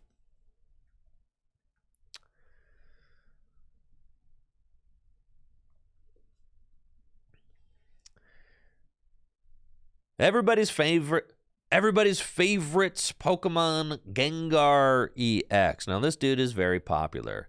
Gengar cards can very regularly go for hundreds of dollars. You know, the secret art rare versions and things like that. This Gengar has a nice artwork as well, but unfortunately, it is terrible. Gengar EX's Gnawing Curse ability makes it so that whenever your opponent attaches an energy card from their hand to one of their Pokemon, you place 2 damage counters on that Pokemon. Its attack, Tricky Steps, costs 2 darkness energy. It does 160 damage, and you may move an energy from your opponent's active Pokemon to one of their bench Pokemon. Whoo-wee! Yep.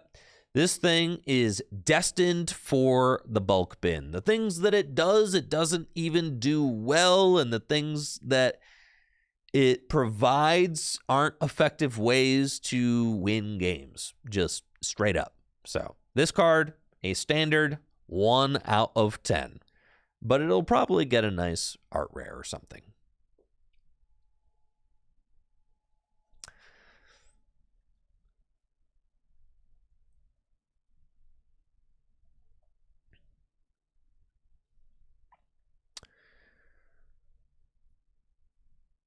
Farigiraf EX.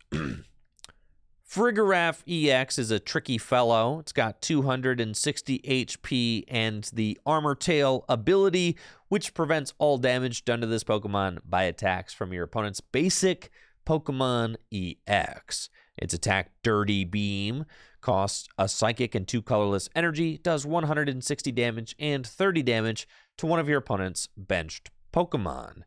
I think this card could be useful in some situations, kind of like Alolan Vulpix V-Star was, right? Alolan Vulpix V-Star had its niche uses. It even won an international championship, but for the most part was not a meta-relevant card, as it could easily be countered, but it was good when the opponents didn't happen to be playing cards to counter it. I think Farigiraf is kind of in a similar boat, but in a weird spot since it prevents all damage done to it by your opponent's basic Pokemon EX, and then Roaring Moon just can use Frenzied Gouging to just blast straight through this thing, since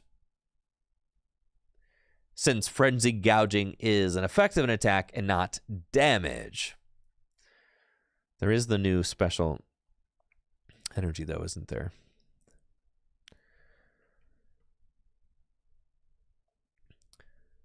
There is the new special energy, Mist Energy, which is worth talking about, though. It prevents all effects of attacks from your opponent's Pokemon done to the Pokemon this card is attached to. So, if you have a Mist Energy attached to your Farigiraf EX, it can't be Frenzied Gouginged. It can't be, I don't know. It can't be victim of a Frenzied Gouging attack.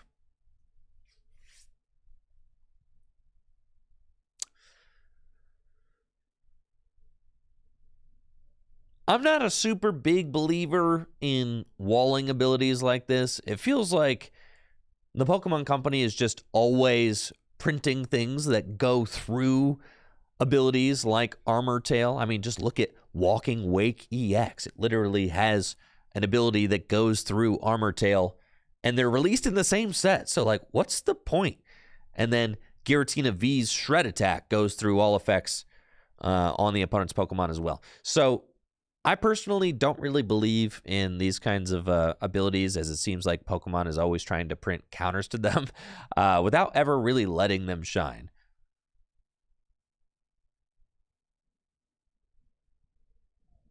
I know Tina isn't an EX anyway. It's just an example of like what they do.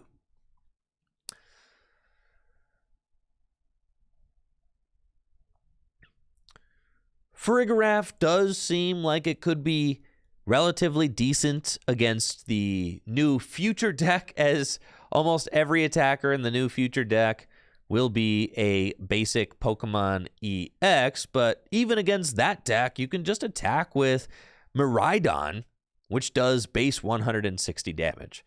So an easy 2-hit KO.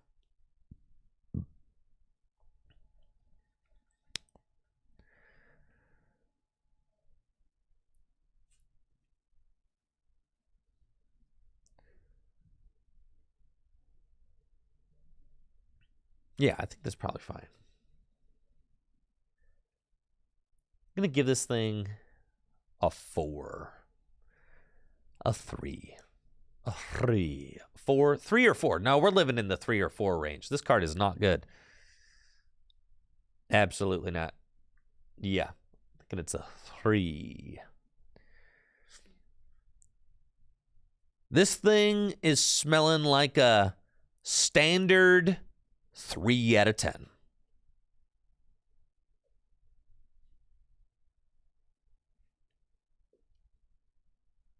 It's not good.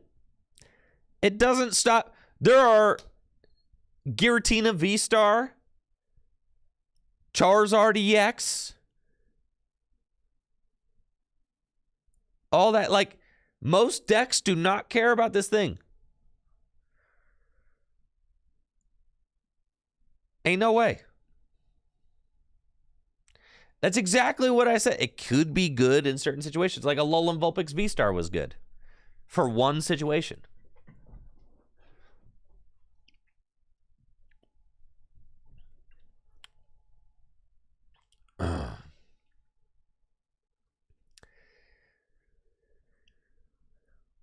Tech cards can win tournaments, but that's all I see this as, a tech card that maybe you could sometimes play. Like 6 would be way too high. That means that it is like maybe actually doing something. Like, no, these kinds of cards, they sit around doing nothing until someone brings it to a tournament because nobody expects it.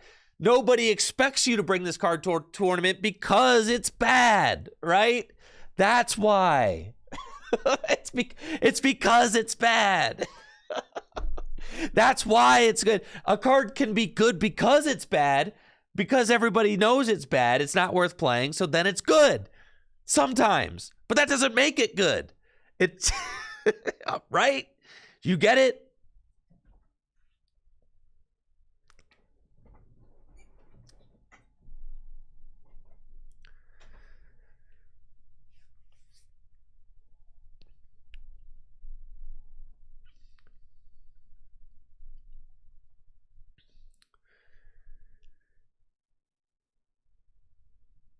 We've got a new single prize Roaring Moon with 140 HP and 2 attacks. Its first attack, Vengeful Feathers, costs 2 darkness energy and does 70 damage plus 10 more damage for each ancient card in your discard pile. Its second attack, Speed Wing, costs a darkness and 3 colorless energy and does 120 damage. This card is bad, bad, bad. I do not see any real redeeming qualities of it. Many Roaring Moon decks right now are playing the Morpeko to wheel energy back to your benched Pokemon. And I think that that is fine. Morpeko is a very easy attacker to attack with on the first turn in the game. So is this Roaring Moon.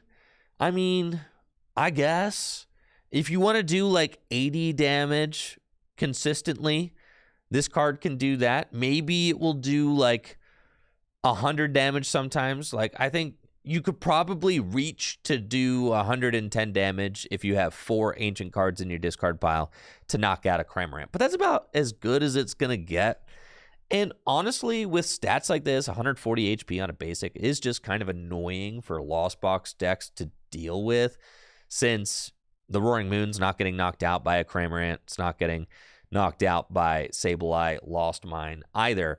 So the Roaring Moon, like, don't get me wrong, it could see play as a one-of in some Turbo Roaring Moon EX decks. It could. But that doesn't make it like an insane card. It's not going to be doing a lot of damage with this Vengeful Feathers attack, as it's only increasing in damage by 10 for each ancient card in your discard pile. So at maximum, you're really only going to be clearing, 100 sometimes. Insane? You guys think this card's insane? What are you talking about?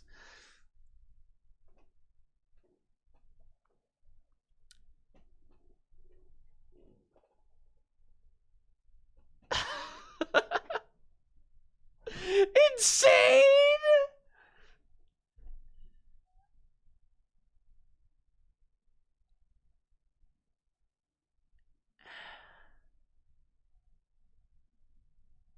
What do you guys think? What do you guys think this card is out of 10?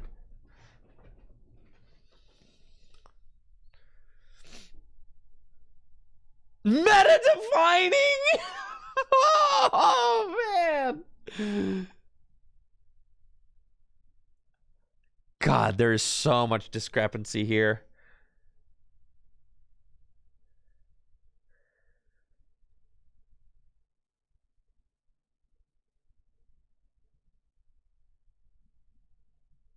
Morpeko's better, right? Like, Morpeko's way better. All right, I'm going to do a poll, bro. I'm going to... You guys cannot decide. This is crazy. All right.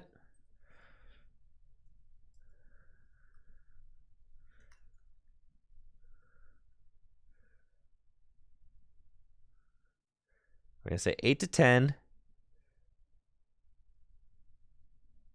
7 to 9. 4 to 5. 2 to 3. And 1. Okay. How do you rate this single prize Roaring Moon?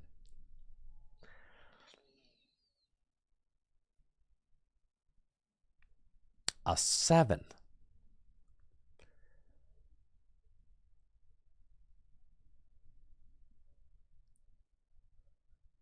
Where is 6? 6 is not an option. 6. Why are 2 categories? Is there 2 categories overlapping? It's 7 to 9 and 8 to 10. What am I doing?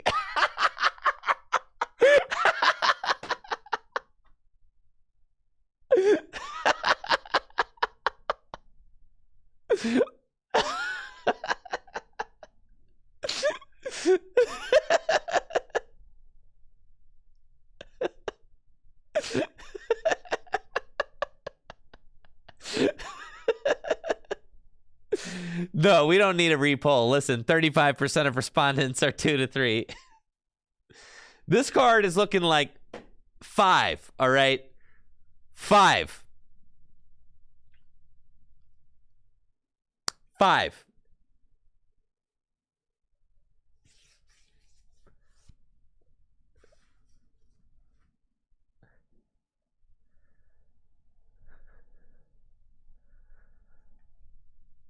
All right, here, I'm going to make this easier.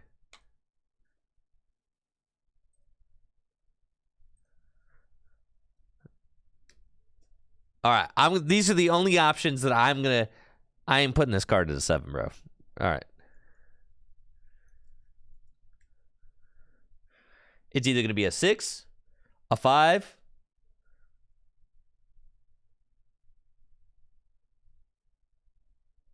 four, or 3.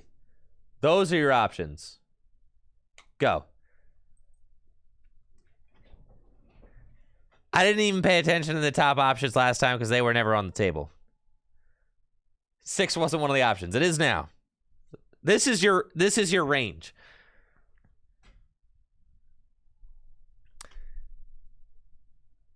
To be fair, I would only put Morpeko at a 6. And there's no way this thing is like that much better than Morpeko. Morpeko is at best a 5 or a 6 card.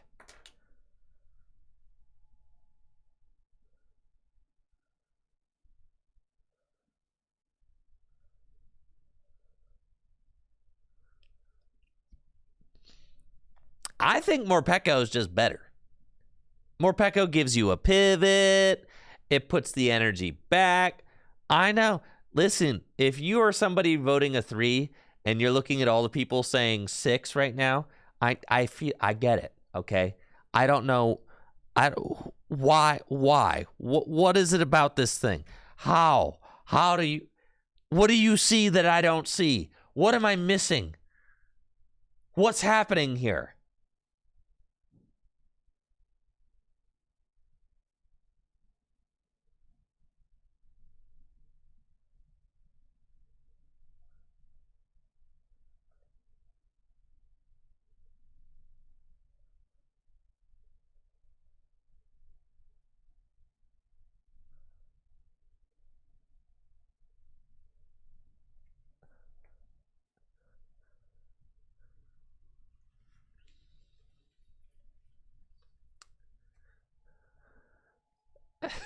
Tyranny of the minority.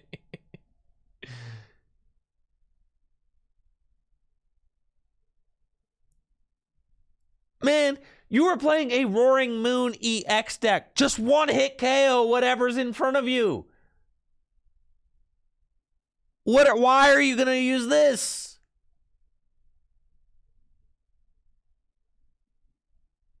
It'll be its own deck.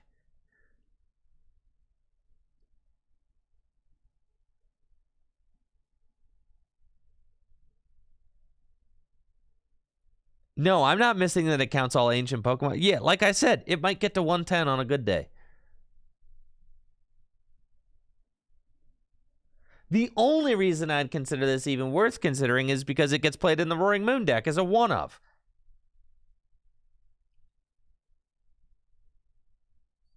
We are the 29%. All right, for the people watching on YouTube, you got to see this poll, bro. Look at this.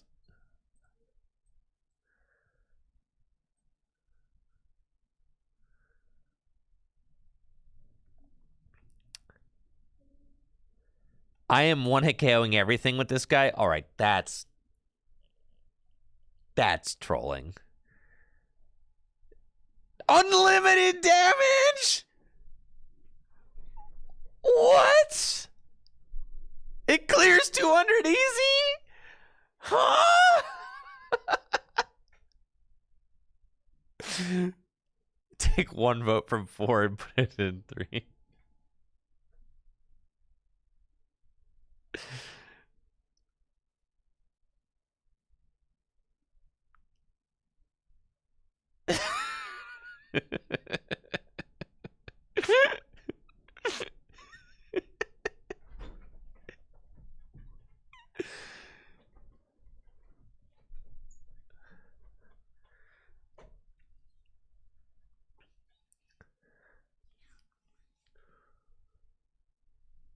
I understand that it's every ancient card. You're still not convincing me.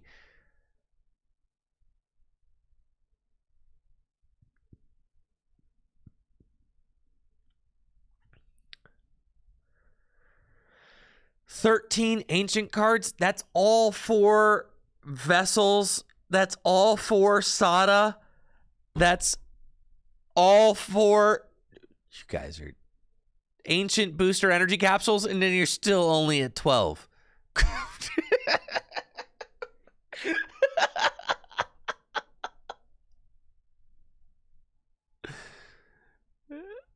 That's still only 12, man. And then you're doing...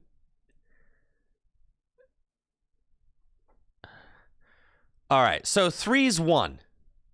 3's 1. 6 was in second place. But if you combine 4, 5, and 3, they're all getting way more than 6 got. All right. Now you've got me like insanely curious. Do you think this card is its own deck, a 1 to 2 of in Roaring Moon EX?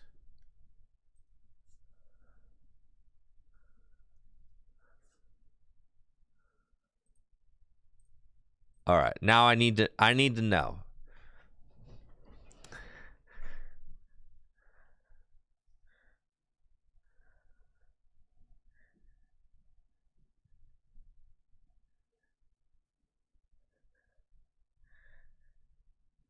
Holy smokes, you guys think it's its own deck. Oh, man.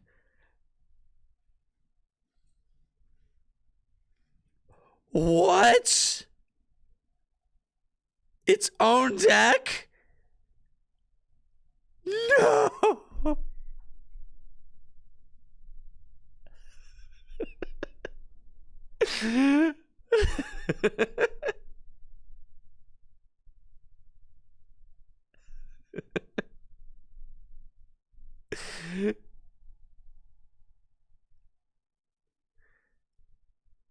I thought it was just you guys were talking about maybe is it as a one of in Roaring Moon EX. I cannot I am having the hardest time and I could sense this yesterday because I talked about this card a little bit yesterday, and I talked about it another time on stream. I'm having the hardest time conceiving how chat sees anything other than bulk in this card. That's what I can't get my mind around. I can't. I'm having a really hard time getting my mind around the fact that people think that this thing is more than bulk.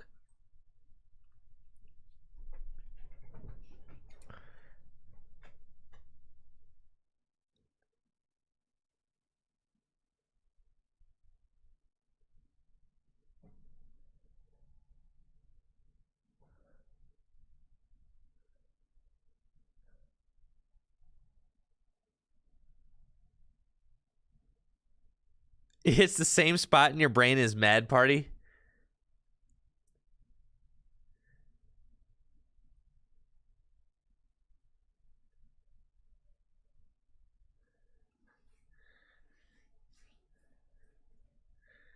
Aren't there only 3 ancient cards that aren't Pokemon?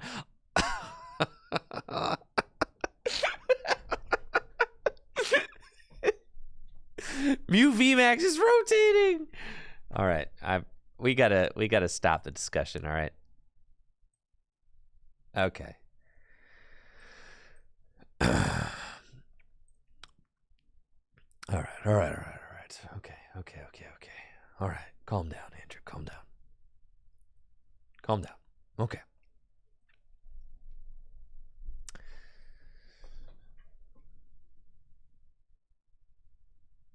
This new single prize Roaring Moon EX has caused more debate than any other card in this set review so far amongst the Twitch chat here.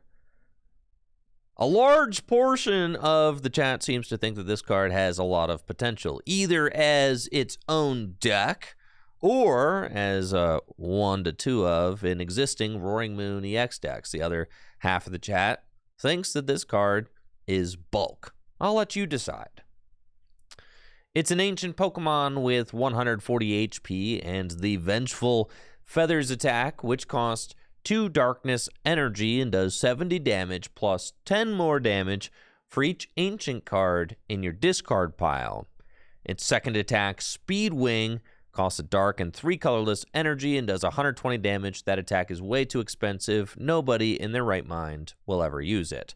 So we're really just here talking about a basic single prize ancient Pokemon with 140 HP and a 2 energy attack that does 70 damage plus 10 more damage for each ancient card in your discard pile. There's the Earthen Vessel. There's Sada's Vitality. There's the new Explorer supporter. That's 3. You could put the Ancient Booster Energy Capsules in your discard pile. That's 4 different ancient cards. And then, of course, Pokemon like Roaring Moon and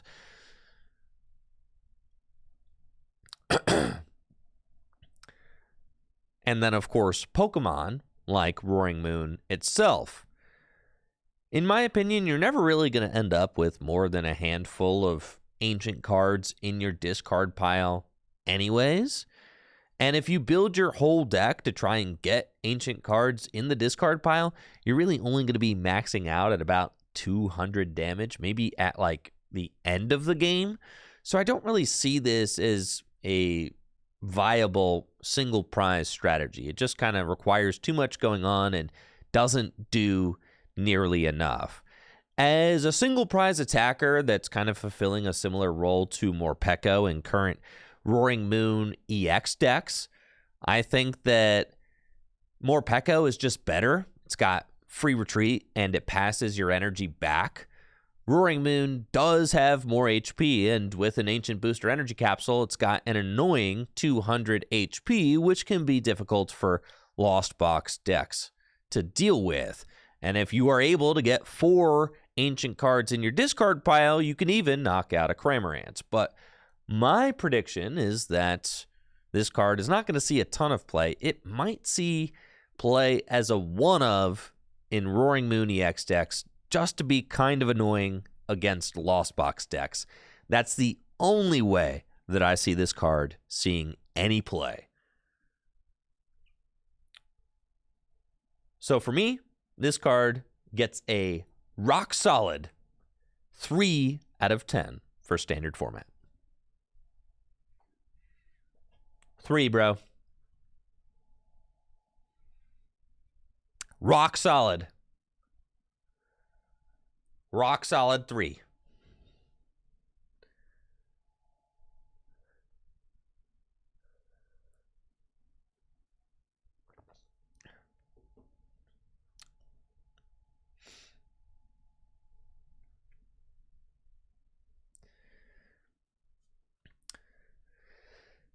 Scizor EX. Dang, you know what? Scizor has been getting bulk cards for a long time now. Let's see if Scizor EX switches up that narrative at all.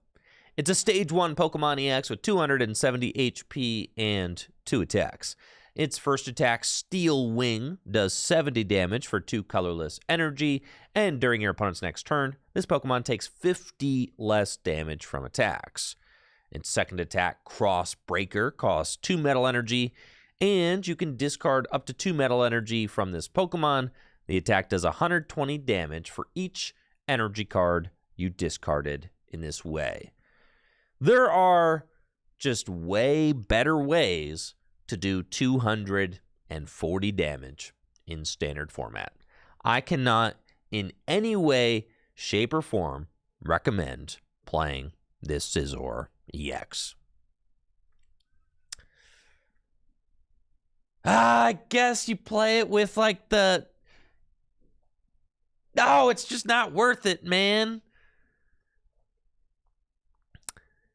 You could, if you had to play Scizor, you would play it alongside the new Metang that's released in Temporal Forces, but Metang is a good card. Don't spoil it by playing it next to a card like Scizor EX. This card gets a solid 1 out of 10 for standard format.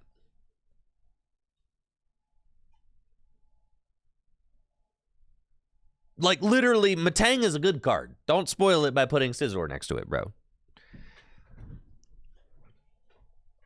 No, just, it's not good. It's not good. Listen, if you like spicy brews, I get it, but I'm talking about competitive. It's not even remotely competitive.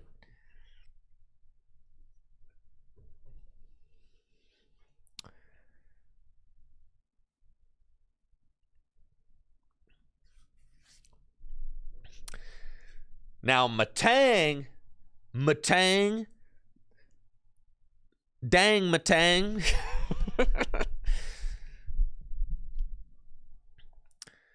Dang Metang, your Metal Maker ability too strong. Your geometry too handsome.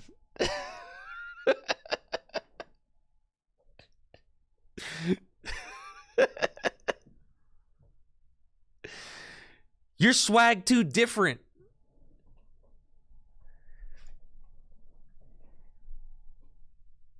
Yeah.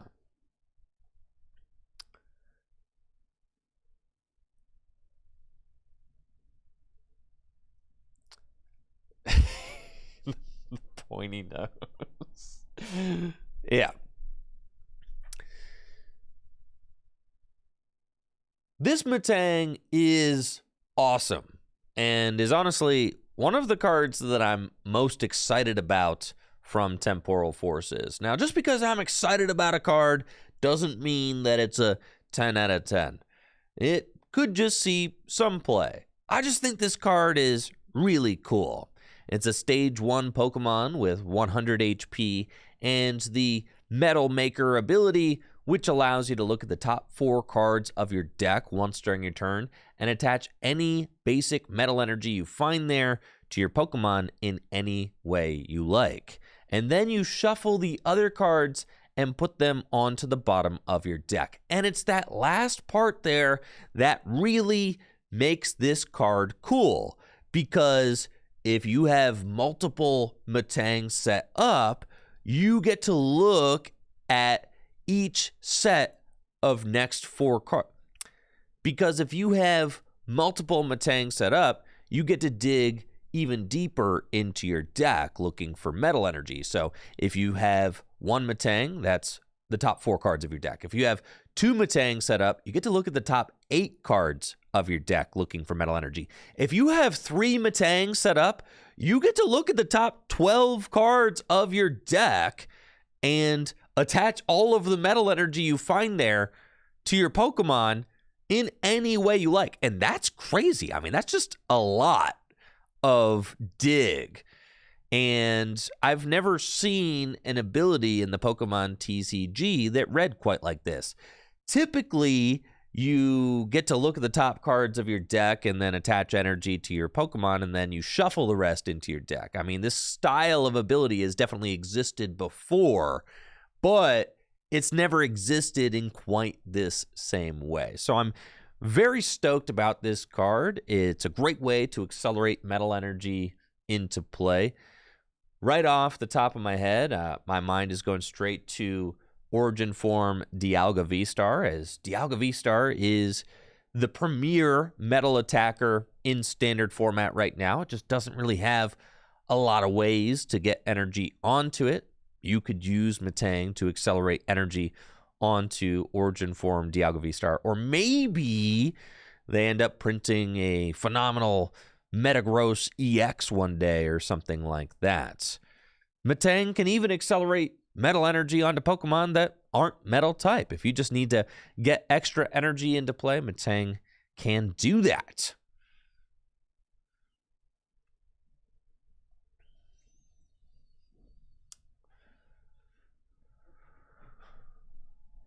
I'm thinking this card's like an 8 or a 7.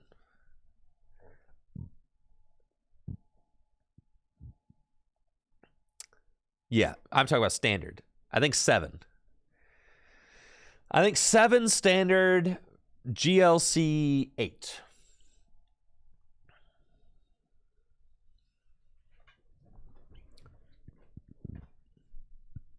No, GLC 8. You can only play 1 in GLC. And the thing is that in GLC, like, I mean, yeah, in GLC you can only play 1. So I think it's an 8. And an 8 is a really good score. It's really good. But it's not as good. I would say Bronzong's a 10.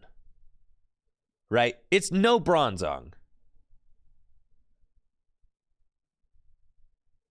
I would say it's more like a 7 or an 8. GLC has Dig 6 Magnezone. I know, right? But this is a stage 1, which makes it so much better than that.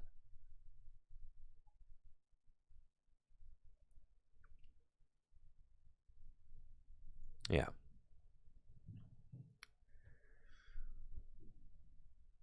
In standard, I expect this card to see some play. It won't be, an all-star right off the rip, but definitely a card with potential. I'll give it a 7 out of 10 in standard and an 8 out of 10 in Gym Leader Challenge.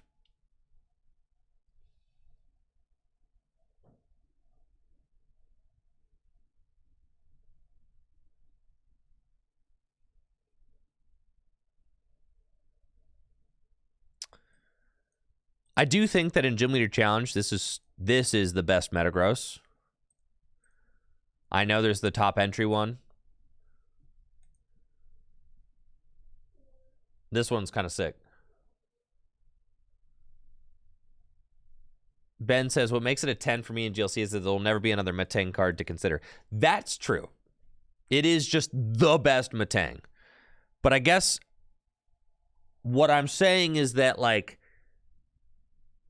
the card is obviously the best Metang, but is it worth playing the card just for Metang? I think the answer to that question is yes. Will it be in every single metal deck? I think that answer is no. I think you have to build it. You have to build your deck to utilize this card effectively, for sure. And it's not as good as Bronzong. Think of it like it's not just a Metang that can evolve into Metagross. It's like, I'm thinking of it like, is it like compared to Bronzong, right?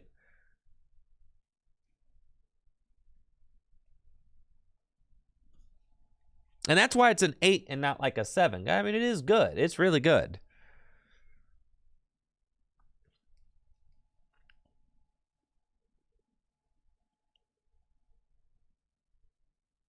We'll talk about all the feature cards at once.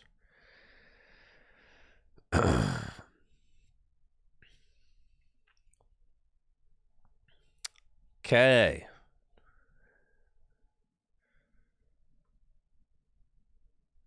Finally, we've got some decent dragons getting printed in the Scarlet and Violet block. We're going to start things off with Koraidon, a single prize Pokemon with 140 HP, and the Primeval Battering attack, which costs a fighting and a colorless energy and does 30 damage for each of your ancient Pokemon in play.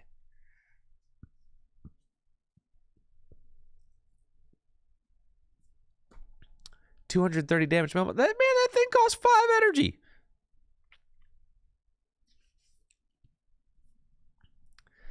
Its second attack, Shred, costs 2 fighting and a color. Its second attack, Shred, costs a fighting, a fire, and a colorless energy, and does 130 damage. It goes through all effects on your opponent's active Pokemon. In my mind, this Koraidon is just a better single prize attacker than that ancient Roaring Moon is. It could deal 180 damage if you have 6 ancient Pokemon in play, which seems fine. Can do 130 damage for 3 energy. I think this card is just fine. I guess I shouldn't say that it's better than Roaring Moon, because I don't. This card seems like it just seems kind of just. I don't even think this card's worth talking about, bro. I'll be honest. I think we just skip it. You play them together?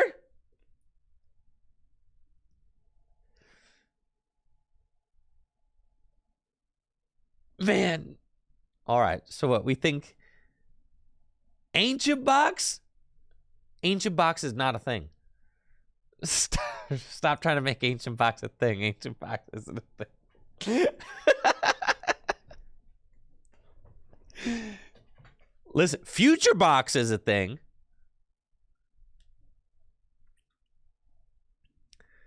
Yes, Future Box is a thing. All right, let me show you.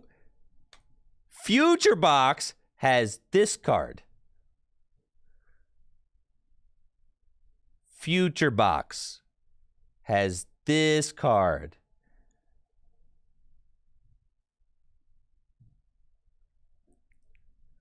Future Box doesn't have to play Sada's Vitality every turn. Didn't we learn anything from the Roaring Moon deck? Okay. The Roaring Moon deck got better. What had to happen for the Roaring Moon deck? What had to happen for the Roaring Moon deck to get good? You cut all the Sada's Vitalities. And you play real supporter cards.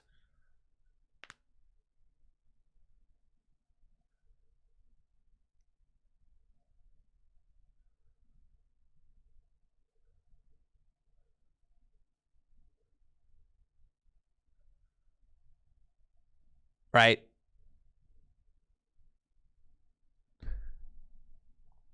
I know you're not talking about Roaring Moon. You're talking about some single prize deck where you want to play Sada's Vitality every turn. That's what you're talking about.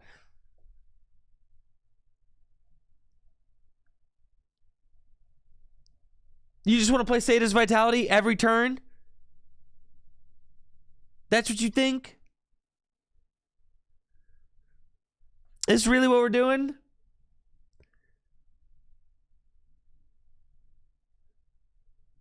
You're going to attack with these single prize Pokemon and they're going to get knocked out every turn, and then you're going to play Sada's Vitality every turn?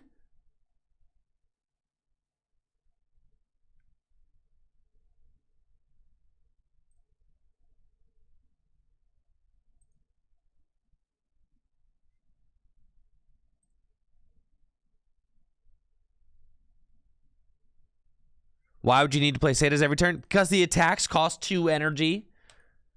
And these dudes are getting knocked out all the time. This one costs 2 darkness energy. This one costs a fighting and a colorless. And you want them to be played together?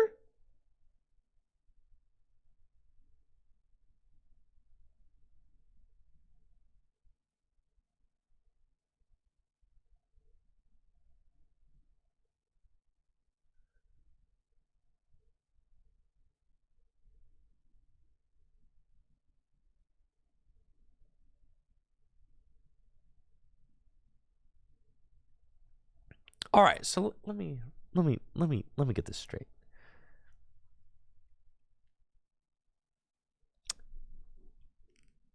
All right, what is the ancient box deck doing that is good? And there's no roaring. Let me get this straight. There's no Roaring Moon EX in here.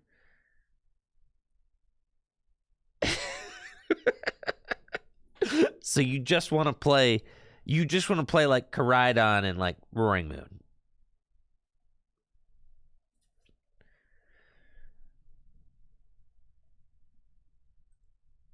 It's mostly single prizers. And you're going to put like 4 ancient booster energy capsules in this thing? Just let them play the dinosaurs, man.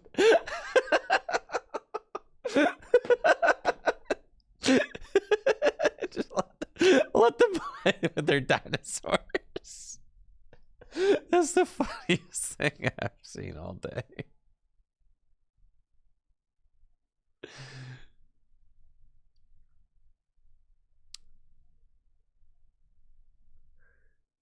Ancient box, huh? So you just want to make your Dino box? Oh, man, and we're calling it Dino box?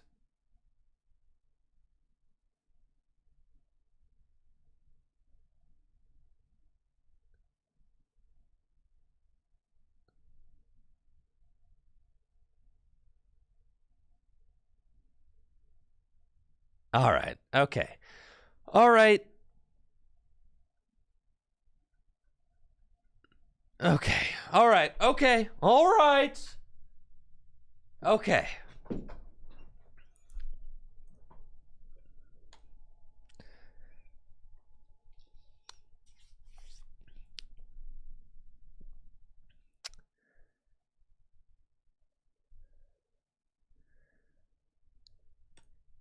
Here we go.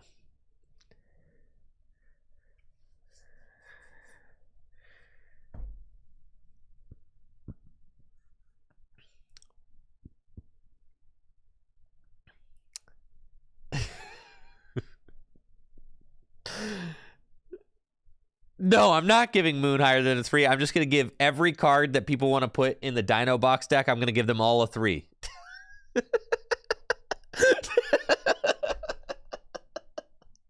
That's just what I'm going to do. I'm going to go around to every single card that I've identified as a card that people want to put in Dino box, and I'm going to give it a 3.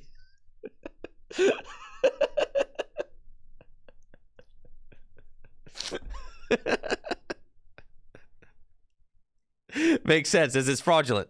Precisely. Okay. Here we go.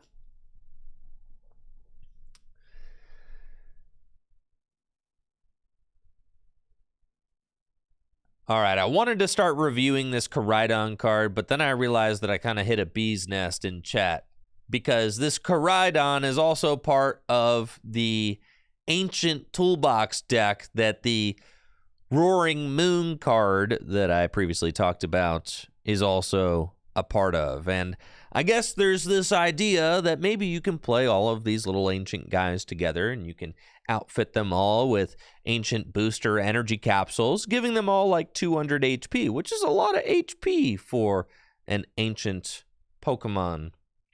Which is a lot of HP for a basic Pokemon that only gives up 1 prize card after all.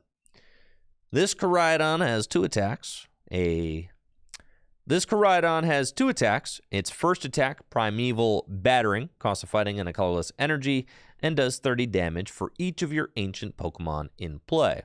Its second attack, Shred, costs a fire, a fighting, and a colorless, does 130 damage, and isn't affected by any effects on your opponent's active Pokemon. So, I guess, if you have 6 ancient Pokemon in play, and if you're playing the ancient toolbox deck, then I suppose maybe that's what you're aiming to try and do. But keep in mind, Battle VIP Pass does not exist anymore. And the ancient Pokemon don't have that fun little item card that future Pokemon have that goes and fetches 2 future Pokemon out of the deck. So it's a little bit harder to flood your board with ancient Pokemon than it used to be. But Primeval Battering could do 180 damage for just 2 energy, which does 2-hit KO most things in standard format. So that's okay. But it's only hitting those numbers if you have a completely full bench. And in order to power up Koraidon, you're going to need to play Professor Seta's Vitality pretty often because your single prize Pokemon are going to be getting knocked out. I'm not a huge believer in this ancient toolbox deck. I guess Roaring Moon EX is starting to see an uptick in play, but I see that as kind of its own deck that is more similar to Turbo Dark decks because it plays Dark Patch and, before rotation, played Galarian Moltres V and Energy Switch to get energy into play. This ancient toolbox deck is going to really have to prove itself in order for me to get on board. I'm a much bigger believer in the future toolbox deck. I'm definitely Team Future. I think the future toolbox deck is the future and has a lot of potential, but not so much in the ancient toolbox. Sorry, ancient fans. Chat's been telling me that chat's been calling Twitch chat has been calling this deck the Dino Box. And at least it has a fun name. Sorry, Koraidon, you're getting a standard 3 out of 10.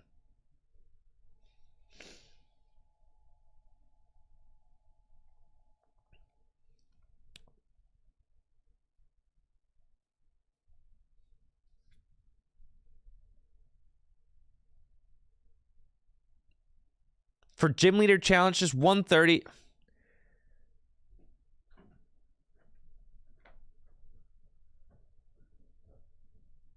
$130 for 3, yeah, it's playable in Gym Leader Challenge, but it's not I guess if you just need another guy.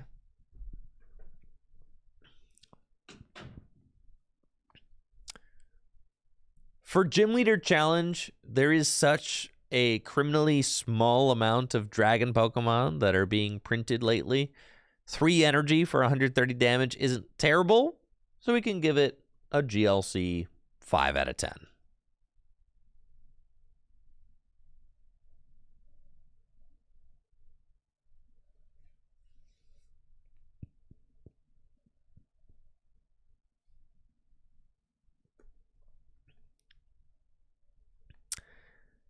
You guys aren't thinking that this card's any good, right? To go with our baby Koraidon, there's a big boy, Koraidon EX, a Dragon-type basic Pokemon with 230 HP and 2 attacks. Its first attack, Vengeful Hammer, costs 2 colorless energy and does 20 damage plus 10 more damage for each damage counter on this Pokemon.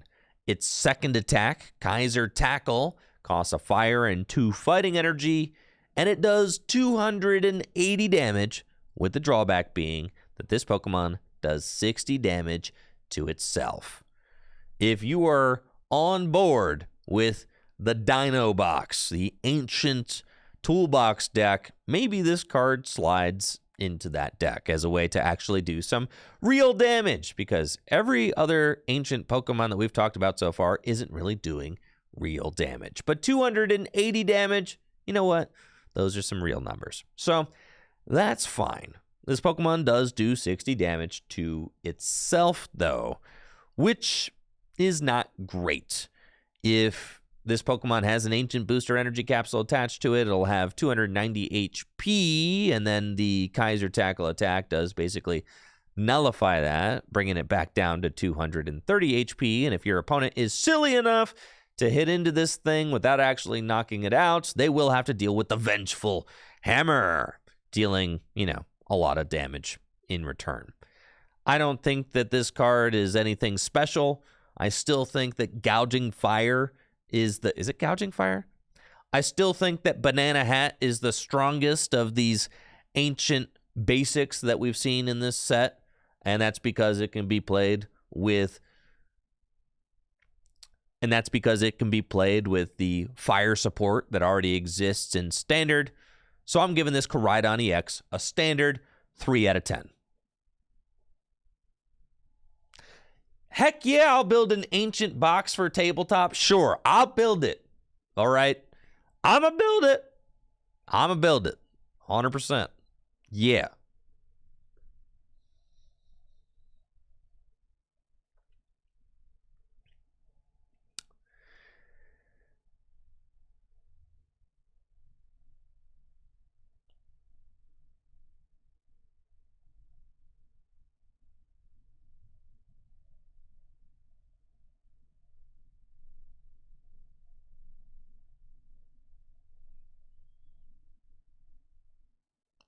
This card's bad.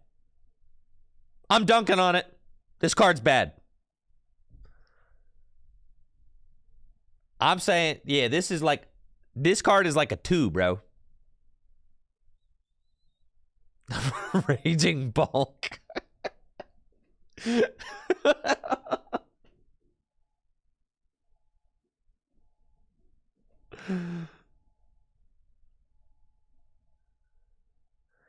Lower than the Dino deck.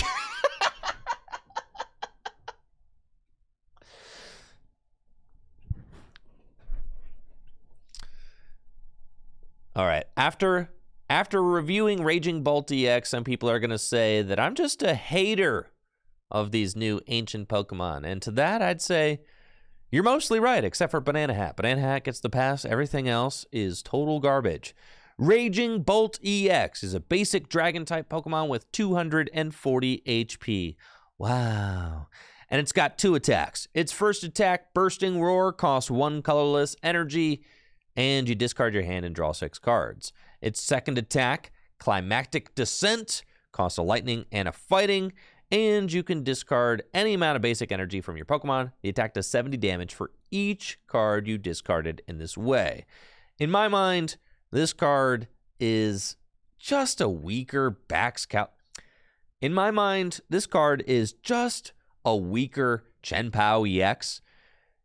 If you want an attack that does a lot of damage for discarding energy, just play Baxcalibur with Chien-Pao. Baxcalibur allows you to put as many water energy into play as you like during your turn, and you don't have to play a supporter card that only draws 3 cards when you do that.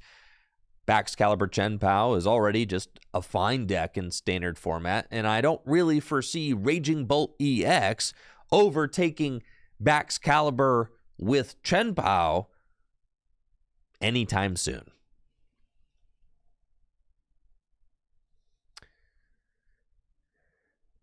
Now, of course, there are some other ways to get energy into play for your Raging Bolt EX other than Professor Sada's Vitality. You could play it alongside, Sandy Shock? You could play it alongside Sandy Shock's EX, which brings a fighting energy back from the discard pile if your opponent has already taken 2 prize cards. So the game has to effectively be a third of the way over in order for Sandy Shocks to start doing anything. And then if you try to slide Raging Bolt EX into your Dino Box deck, I just feel like you're not going to really have enough board presence or energy stability in order to reliably use this attack to take big game-winning knockouts, as your ancient Pokemon are probably going to be getting knocked out pretty consistently. In my mind, Raging Bolt EX just seems like a card that has Raging Bolt EX is just a card with an attack that's way too expensive and not worth building a deck around to support. You might be a fan of Raging Bolt EX. Trust me, long neck giraffe dude, yeah, this long neck Raikou thing is one of my favorite Pokemon from the Scarlet and Violet games as well. But I have to call it like I see it.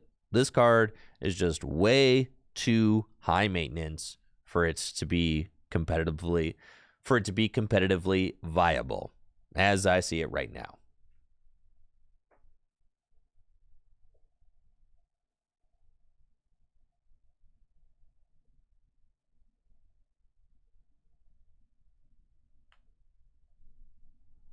Right? I mean, yeah. Raging Bolt EX. You know, you put an Ancient Booster Capsule on this thing. Raging Bolt EX has 300 HP. I think tool removal is going to be just good, you know? I mean, yeah, just remove the tool. Yeah, just remove it. Just remove it. 4 energy hit for 280. You have to discard them. Yeah. Raging Bolt EX just seems like a card that's way too high maintenance to bother building a deck around. I think Golden Go EX and Chen Pao Baxcalibur both do this strategy way more effectively. So Raging Bolt EX is a fraud tier 3 out of 10. That's right, baby. 3 out of 10. No. Chen Pao and Golden Go are better than this. Both.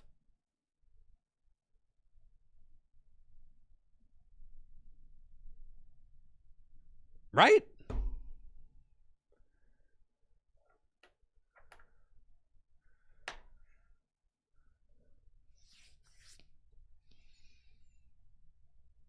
Chen Pao has a better ability. Golden Go has a better ability. This thing has no ability.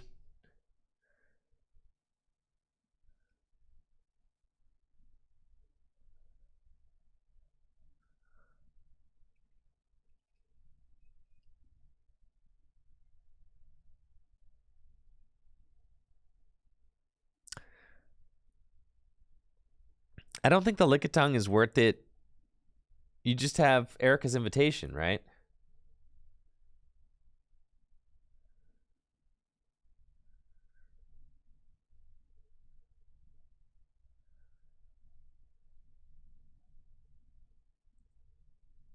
Does 240 HP make any difference? In my mind, no.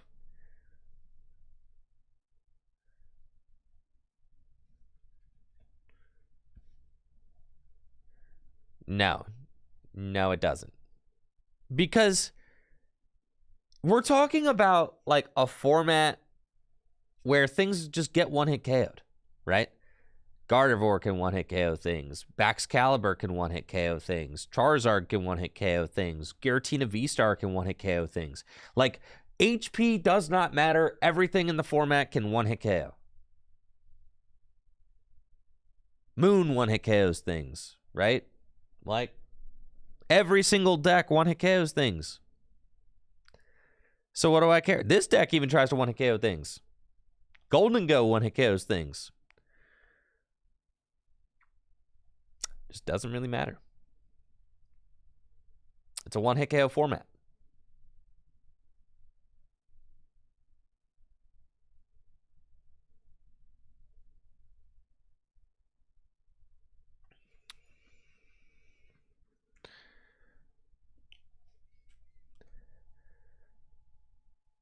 Isn't there like not an Unpheasant EX yet?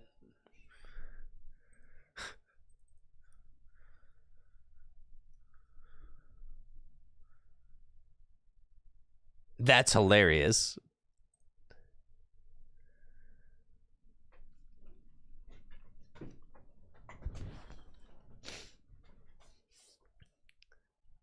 All right.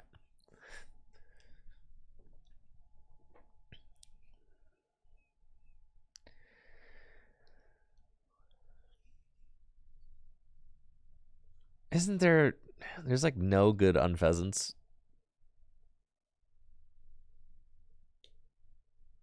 No.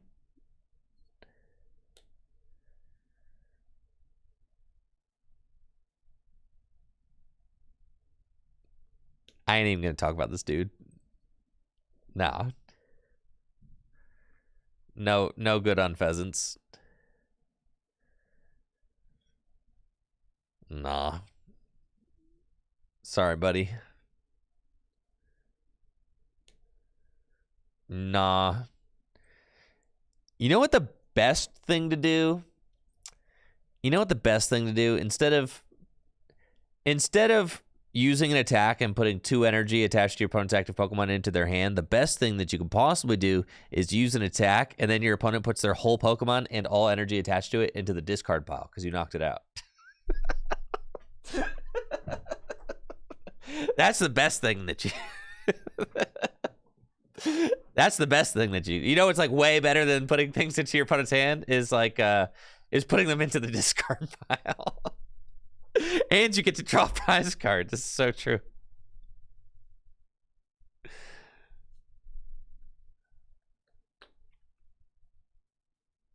Okay.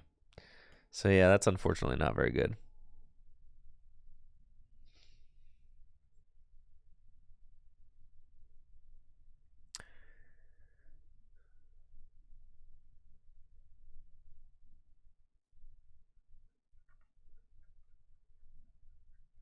Okay.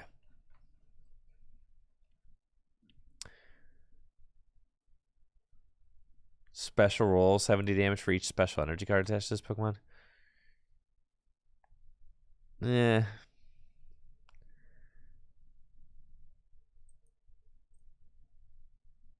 I guess.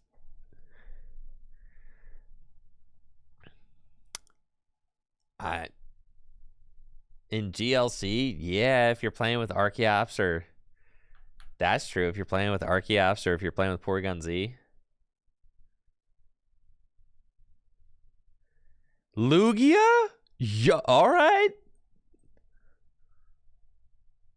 Lugia. All right, we're actually talking about Lugia, though. All right, with Lugia, though. All right, in standard? Bro?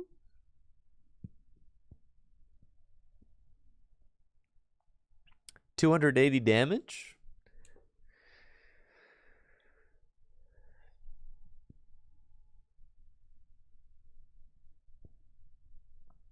No, doubles don't count as 2. Nah, that card stinks. Nah. I don't think so. All right, fine, I'll talk about it.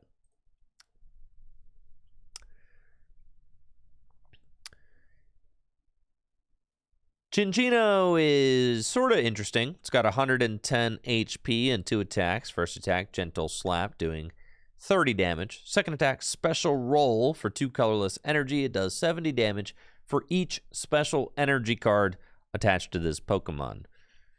Lugia V-Star could summon Archeops into play, and then you could use Archeops to pump special energy onto your Chinchino. With 4 special energy attached to Chinchino, you could do 280 damage. That's a lot to have going on. Most of the time, Lugia V-Star decks in standard format want to just be attacking with basics, because getting the Lugia V-Star up and rolling with the Archeops in the discard pile, it's already like a lot to do. Then to have to evolve stage 1 Pokemon on top of all of that is just kind of annoying. So I don't really see this card seeing any success in standard format, despite the fact that the attack does a decent amount of damage. 110 HP means that it's just going to get knocked out by Cramorant and every other single prize attacker on the menu. So Chinchino is just a little bit too squishy and a little bit too much to set up for Lugia V-Star decks. In Gym Leader Challenge, you could play this card alongside Archeops or Porygon Z, get some special energy on it, and then special roll for big numbers. I still don't know that it's necessarily worth playing in those decks, just because it is a Pokemon with a low amount of HP that you have to evolve into play in order to use. So for me, Chinchino gets a meme tier 2 out of 10 in standard and 4 out of 10 in Gym Leader Challenge.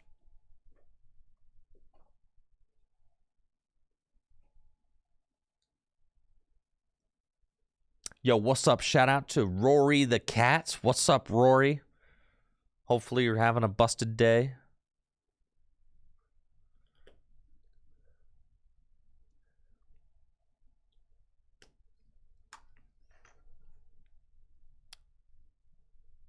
In GLC, you'd rather probably play Make Do? Yep, probably. Yep.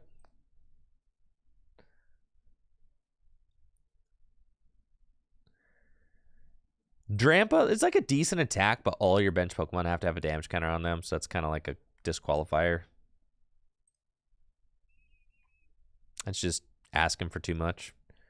We'll do all the A-specs one by one at the end.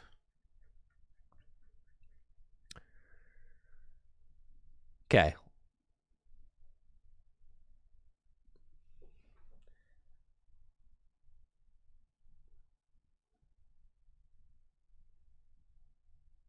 You guys ready to talk about the future Pokemon?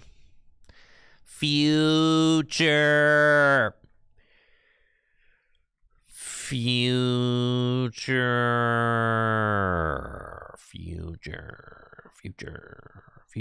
Okay.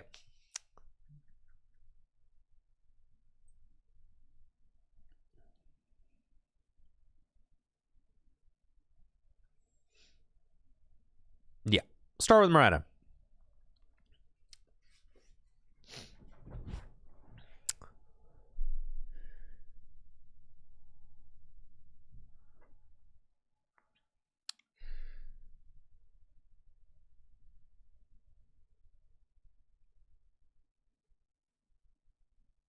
As much hating as I did on some of the ancient toolbox strategies coming out in Temporal Forces, I am very excited about the new future cards, as I think it's a promising new archetype. It seems like it has a lot of potential in our upcoming standard format.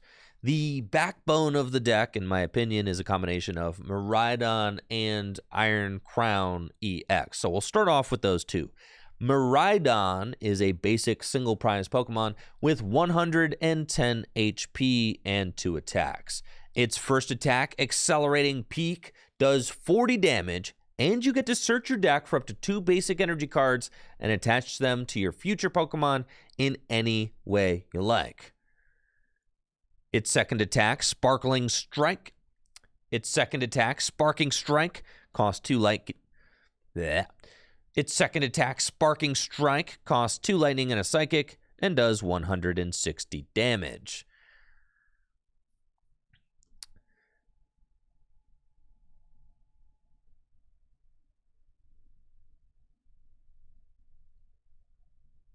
In order to talk, let's see, where's the psychic?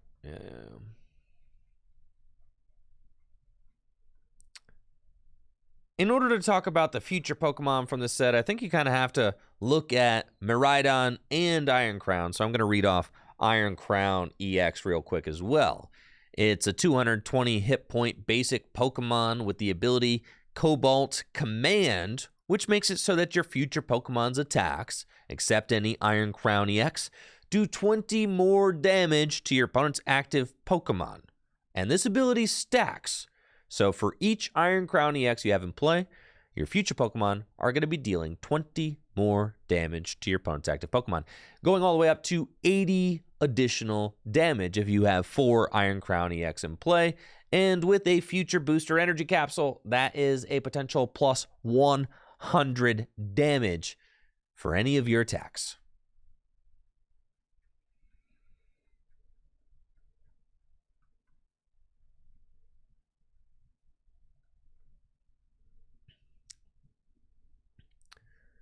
So with that context, Miraidon can start off the game using Accelerating Peak for up to 140 damage while searching your deck for 2 basic energy cards and attaching them to your future Pokemon in any way you like. Future Pokemon, let's see, what is that? What's that future searchy thing? What is that? What's the thing that searches out the 2 future guys? Techno Radar, thank you. Yeah. Cool.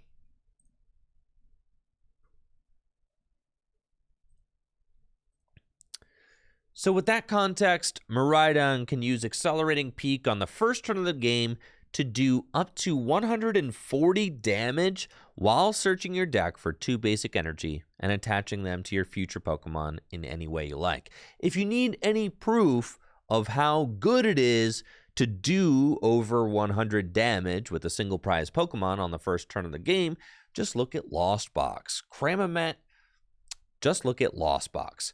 Cramorant's Spit Innocently attack has helped define standard format, as Lost Box decks can always take a turn 1 knockout going second. And I think that these new future decks are going to occupy a similarly aggressive space with a very easy to launch, low energy cost attack that is going to be used on the first turn of the game. Future Pokemon also have Techno Radar to flood the board with future Pokemon as early as turn 1, which is going to make it very easy to go get those Iron Crowns and Miraidons and any other Pokemon that you want in play. Future Pokemon also have the Future Booster Energy Capsule, which not only boosts their damage by 20, but gives them all free retreat. So getting your Miraidon into the active spot is as easy as it gets. And if this doesn't look powerful to you, then I don't know where your head is at, because this seems like a very synergy drive deck.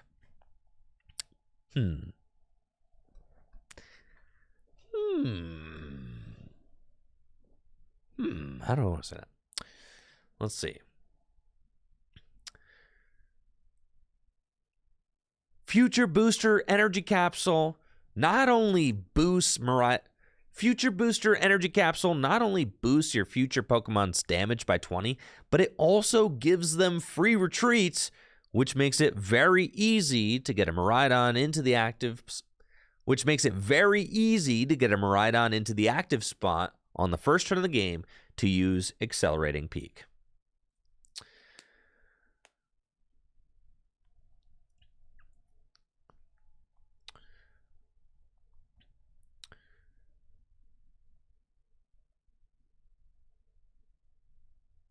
It seems conceivable to use Miraidon on... It seems pretty conceivable to use Miraidon on the first... It seems pretty conceivable to use Miraidon on the first couple of turns. Yeah. It seems pretty reasonable to use Miraidon on the first couple turns of the game to accelerate energy into play. And then if you want to, you can transition to its Sparkling Strike attack, which does base 160 damage with Iron Crown and Future Booster Energy Capsule. It can do up to 260 damage. Just ridiculous numbers for a single prize Pokemon to hit. I think that this future toolbox deck is the real deal in standard formats, and this Miraidon is the backbone of the archetype. I'm giving the Miraidon a standard 9 out of 10. I think so, right? 9? Did I say conceivable?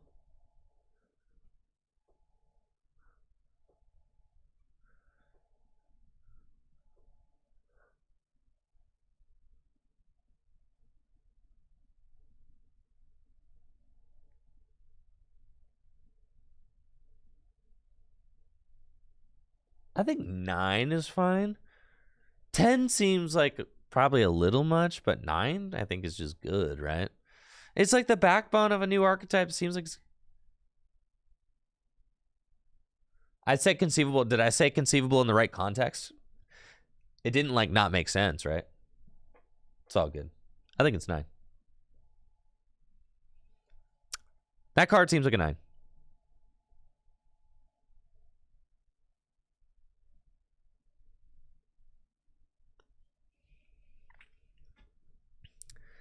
What's funny is you could also play this card in Gym Leader Challenge, Dragon Pokemon.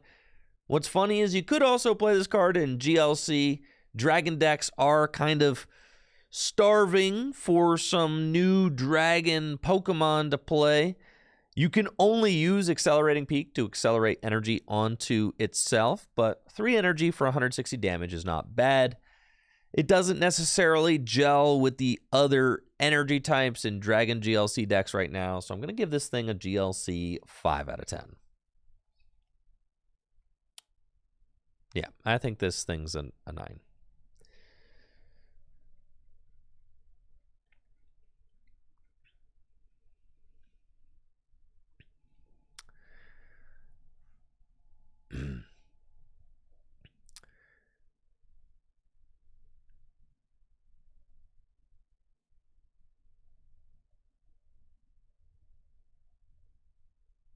Iron Crown EX is just a phenomenal damage buff. We've seen this kind of damage boosting ability before. The Plasma archetype from way back in the Black and White era is very reminiscent of this new Future Toolbox deck, and Deoxys had an ability that boosted your Plasma Pokemon's damage by 10, and that was a World Championship winning strategy. I mean, it was a top strategy in the Pokemon TCG, and now with Power Creep, we're getting a similar strategy back, except this time it is a damage boosting 20, except this time it is an ability that boosts your damage by 20. Iron Crown EX does have an attack, Twin Shottles, for Psychic and 2 colorless energy. Does 50 damage to 2 of your opponent's Pokemon. Kind of a mid attack. You're not going to be using it too much, I don't think, but you could if the situation called for it. Cobalion. The Future Toolbox deck isn't nearly as powerful without Cobalion. It's not Cobalion. The Future Toolbox deck isn't nearly as powerful without Iron. Bleh. The Future Toolbox deck isn't nearly as potent without Iron Crown EX. I'm giving this card a standard 9 out of 10.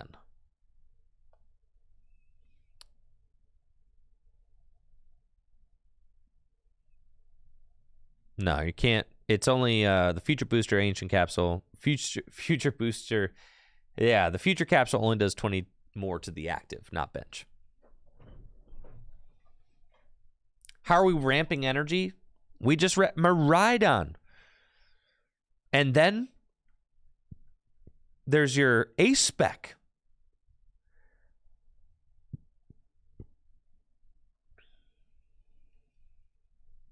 Miraidon.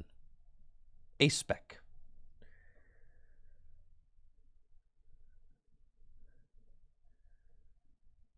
Doesn't Charizard just run this over? Iron Leaves. What? Iron Leaves, bruh.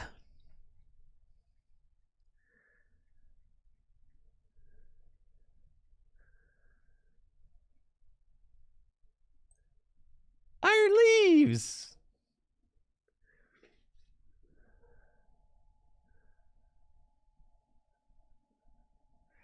Keep in mind, Charizard no longer has VIP Pass, okay? You know how, like, Charizard decks used to explosively set up with, like, Arven, VIP Pass, go get... Zard has Poffin, but guess what Poffin can't get? Poffin can't get the Rotom to just draw cards. Yeah, I know. It's different, all right? It's different. What I'm saying, how good is the Rotom? But you can't get Nest Ball and Poffin off of the same Arven.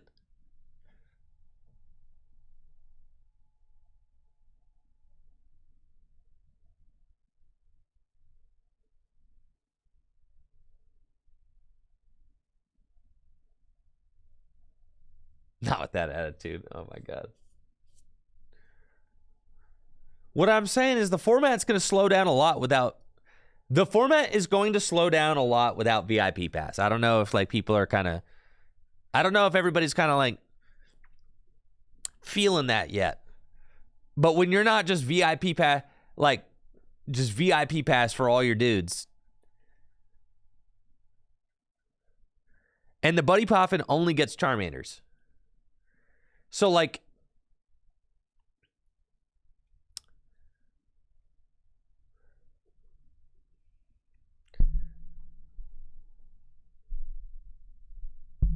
So you just have to, like, kind of have it. And I don't know. Also, Arvin gets so much worse now that you can't just get VIP pass for your V to use the you know what I mean? Like, previously, Arvin used to get the Pokemon V, and then you just would use the...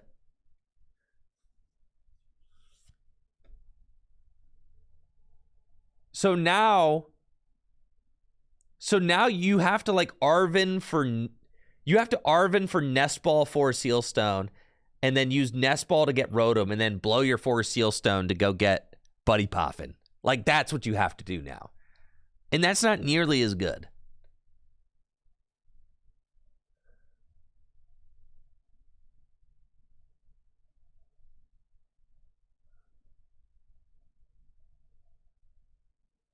Yeah, I think this deck's the real deal for sure.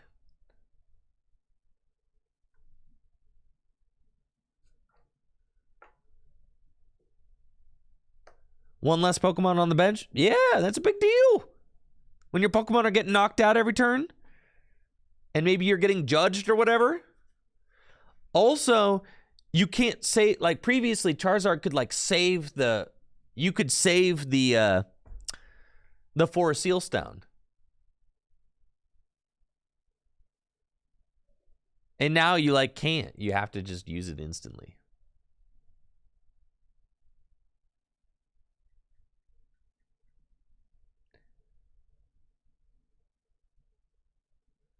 You guys will see. You'll all see. You'll see.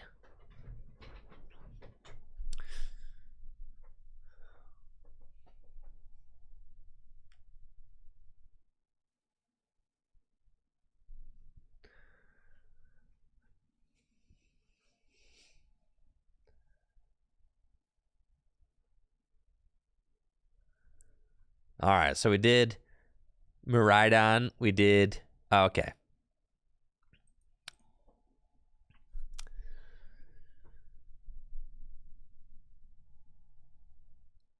The big hitter in the future box deck is Miraidon EX, a beautiful dragon type Miraidon with 220 HP and 2 attacks. Its first attack, Repulsion Bolt, costs a lightning and a psychic, does 60 damage, and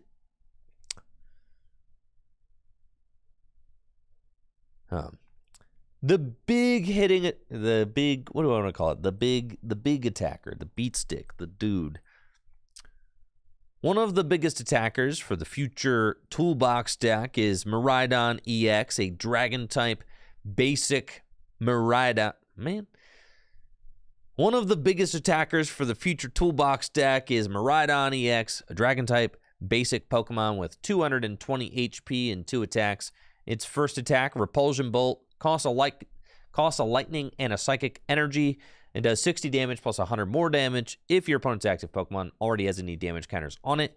And then its second attack, Cyber Drive, costs a lightning, a psychic, and a colorless, and it does 220 damage, with the drawback being during your next turn, this Pokemon cannot use Cyber Drive. 220 can ramp up to 320 if you have 4 Iron Crown and a Future Booster Energy Capsule attached to Miraidon EX. So just a great way to deal a lot of damage. If you need to knock out a Giratina V-Star or an Arceus V-Star, Miraidon EX is probably going to be the go-to Pokemon to do that, as it only needs 3 damage buffs, so like 2 Iron Crown and a Future Booster Energy Capsule, to deal 280 damage for just 3 energy.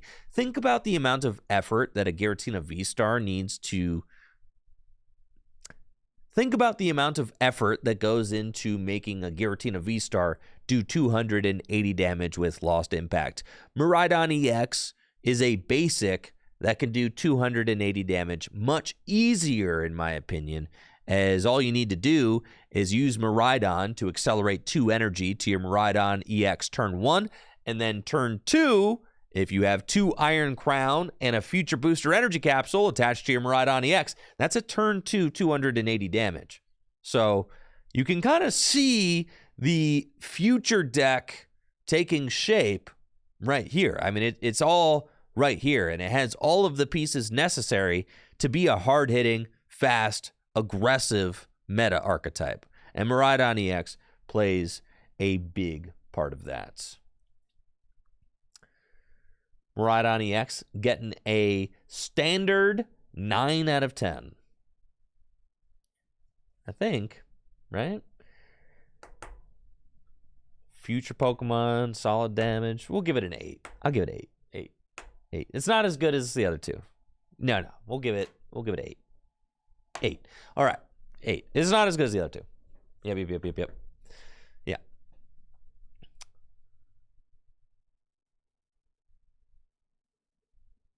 Miraidon EX is really good, but it could be outclassed by other future Pokemon that get released.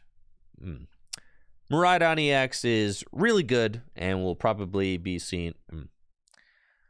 Miraidon EX is really good and kind of the standard damage output for the future toolbox deck. I'll give it an 8 out of 10. Okay. Something like that. Then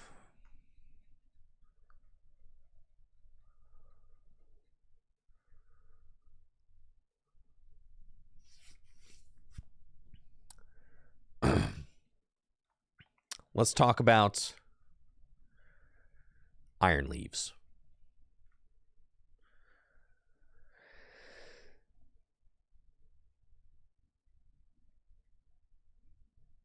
Where are you at, Leaves?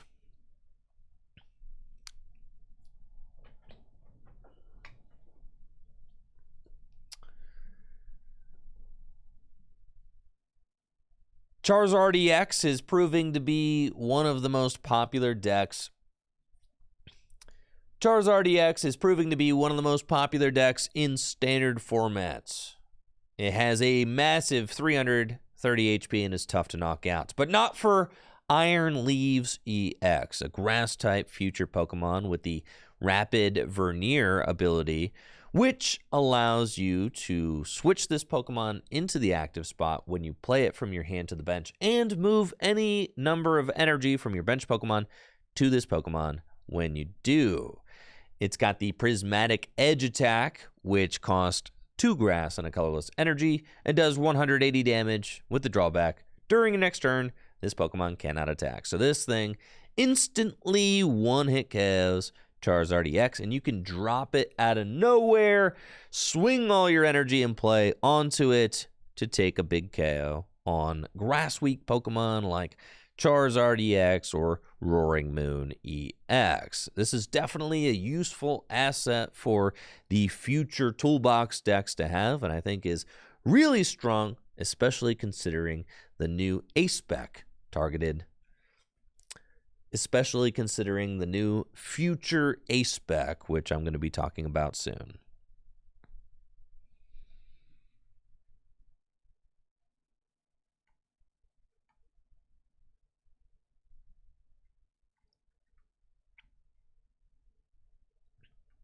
I didn't give it a rating.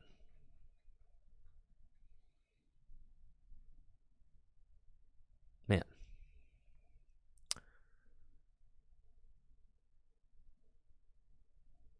Iron Leaves EX gets a 7 out of 10 from me. Great for knocking out grass-weak Pokemon, but if there aren't any grass-weak Pokemon that you need to knock out, then there's really no reason to play it.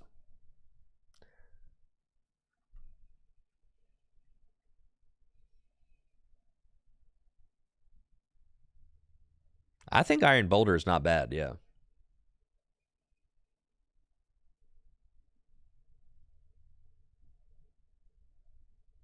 The best live concert I've ever been to? Modest Mouse. It's my favorite band. I got to see them a few years ago. It was like pre-COVID. A handful of years ago. Got to see them in a small venue. It was really cool.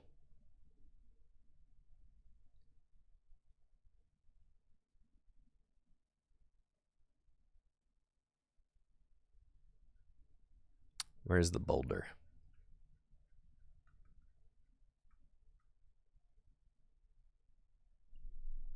Iron Treads. Oh, yeah, it's Iron Treads. And then we'll talk about Boulder.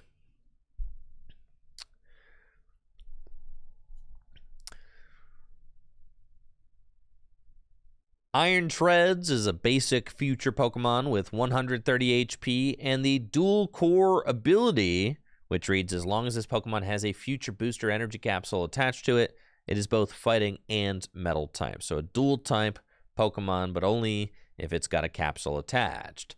Its passing wheel attack costs a metal and a colorless energy, does 60 damage, and moves an energy from this Pokemon to one of your benched Pokemon. 60 damage is super underwhelming, but keep in mind, it can go all the way up to 160 damage if you've got a future booster energy capsule and 4 Iron Crown in play. And passing energy back to your bench Pokemon is really good. 130 HP is also solid, as it doesn't get one-hit KO'd by Cramorant or Sableye. So I think this card is very good and could see play in future toolbox decks just to help pass energy around and conserve energy on your board. And it also can hit for fighting weakness. It can one-hit KO Iron Hands EX if you've got just a handful of Iron Crown. It can one-hit KO Iron Hands EX if you've got a few damage buffs online. How many do you need? 3. It can one-hit KO Iron Hands EX if you've got... It can one-hit KO Iron Hands EX if you've got a pair of Iron Crown in play and a future booster energy capsule attached to Iron Treads. I don't really see this card as being more than a 1 or 2 of in future toolbox decks, but I think it is a solid part of the strategy as a whole.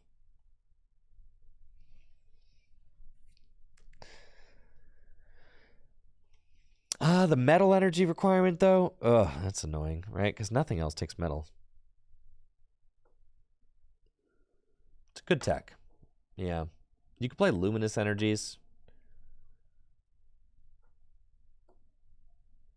Yeah. The 4 luminous energy probably makes sense. Yeah.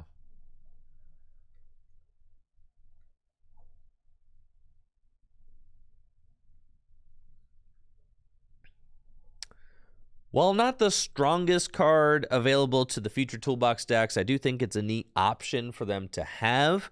We are getting to the point where it feels like the future toolbox decks are going to need to play a whole bunch of different types of energy, so maybe those decks will just play 4 luminous energy in addition to a bunch of different basic energies also.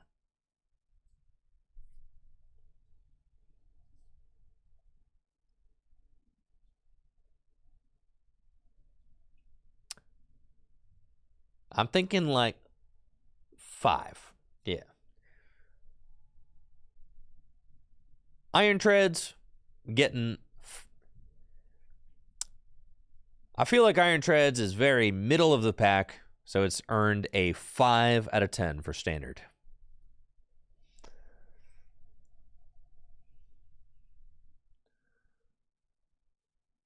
GLC is not a GLC card. No. I don't think. No. No. It's not a GLC card. I also think... I think this... Oh, we'll talk about Iron Boulder. Let's...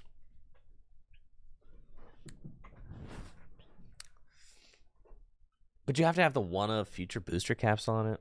No.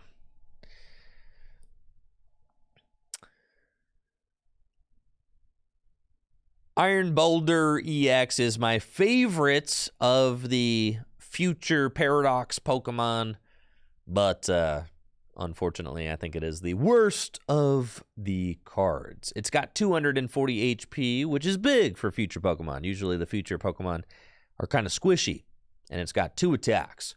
Its first attack, Repulsor Axe, costs a fighting and a colorless, does 60 damage, and during your opponent's next turn, if this Pokemon is damaged by an attack, even if it's knocked out, you place 8 damage counters on the attacking Pokemon. And then Power Stomp costs 2 fighting and a colorless and does 200 damage. You have to discard 2 energy from this Pokemon. If you need to hit for fighting weakness, I mean, I guess Iron Boulder EX does fulfill that role. I could definitely see playing 1 Iron Boulder in your deck, because I think that Iron Boulder is probably a more reliable way to hit that fighting weakness than the Iron Treads with the Future Booster Energy Capsule attached. And if you have 3 damage buffs, you can Repulsor Axe, right? And 1-hit KO and Iron Hands EX. And then, place 8 damage counters on the attacking Pokemon if they want to swing into this Iron Boulder EX again. Also, knocking out things like Charmander or other basics with Repulsor Axe is really good, because placing 8 damage counters on a big attacking Pokemon can make it easier for you to return KO that Pokemon the following turn. So I do really like Repulsor Axe as an attack. I think it's kind of solid, actually. And with Escape Rope leaving standard format, pushing around Repulsor Axe is going to be more difficult than it was previously.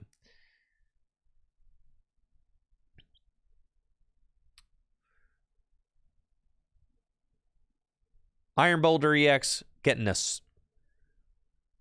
Iron Boulder EX has earned a standard 6 out of 10 in my book.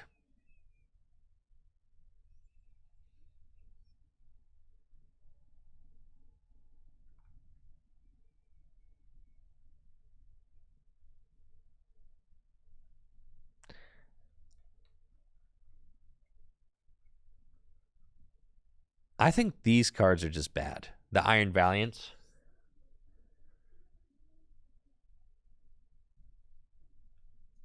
No. I think these are both so bad.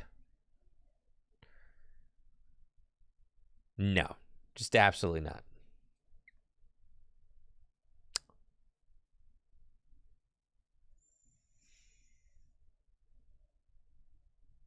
The first, no. Nope.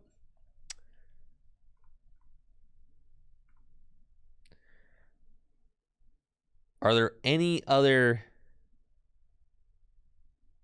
200 damage in a single part? Here's my beef. Here's my beef. You want to hear my beef? Here's my beef. The energy isn't like super easy to put into play for the future deck. Like, yeah, you can put it into play, but it's not like that easy. You don't want to be putting your energy on a guy that's only got 130 HP. Like, you'd rather it stick around.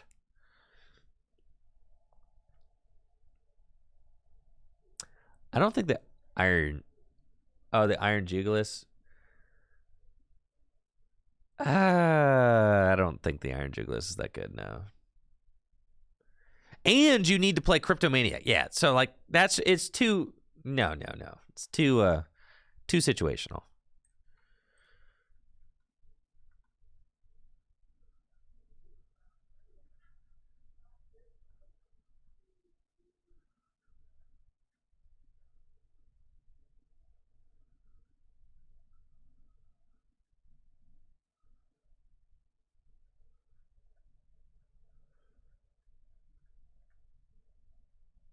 Okay, are there any other future Pokemon that we need to talk about?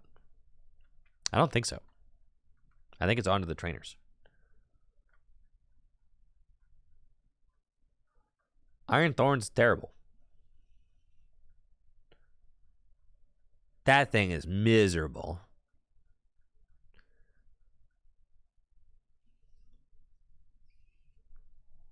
Okay, I guess.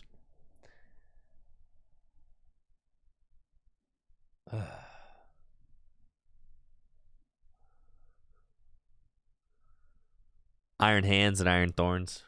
All right, fine.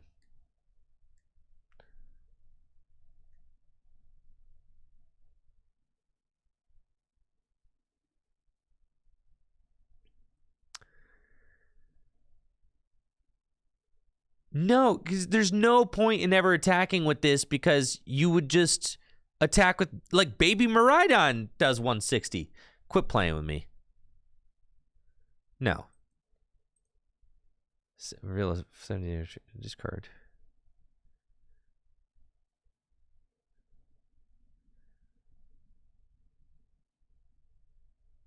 No. No, these guys ain't worth talking about. They're not worth talking about.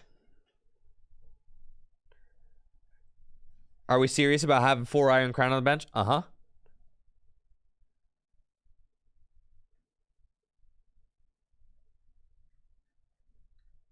No, I haven't gotten to 10 yet because I haven't gotten to Buddy Poffin yet. All right. Trainers.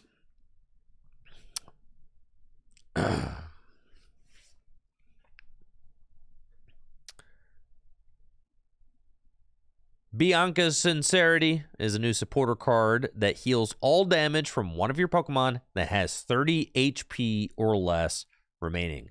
This is not a very good card. Professor Turo Scenario is just the premier healing card right now. Cheryl was the premier healing card before that.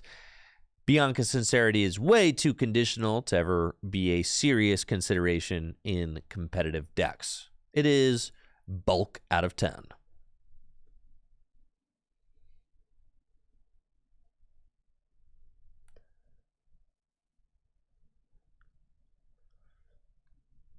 Buddy Poffin, Buddy Poffin, Buddy Poffin. A new item card from Temporal Forces that allows you to search your deck for up to 2 basic Pokemon with 70 hit points or less and put them onto your bench.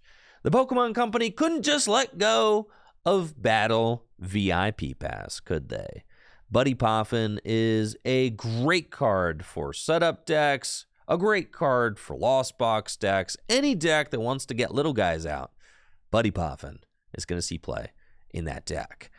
And it's not quite as toxic as Battle VIP Pass was, since you can play it on turn 2. Holy moly. You mean if I miss it on turn 1 and then I draw into Buddy Poffins later, I can play them? That's crazy. This card is going to see a ton of play in Standard and Gym Leader Challenge deck. This is the new standard for searching your Pokemon out in any sort of deck that plays Pokemon with 70 hit points or less. It is limited in that it can't do things like search out Radiant Greninja in your Gardevoir EX deck to start drawing cards. It can't search out Rotom V to use Instant Charge and start drawing cards in your Charizard EX deck. So players are going to have to learn how to adapt their strategies to accommodate for Buddy Poffin. But that is something that every single player in Standard format will be doing, because this card is just that good. It is, in my opinion, the best card in the set, earning a perfect Standard 10 out of 10 and Gym Leader Challenge 10 out of 10. Yeah, that card's nuts.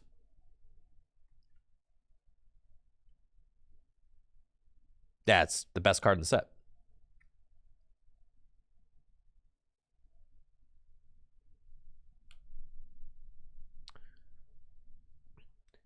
Cryptomaniac's Deciphering is a new future supporter that allows you to search your deck for 2 cards, shuffle your deck, and put those cards on top of it in any order. This card has existed before in the form of Mallow and Oracle? What is it?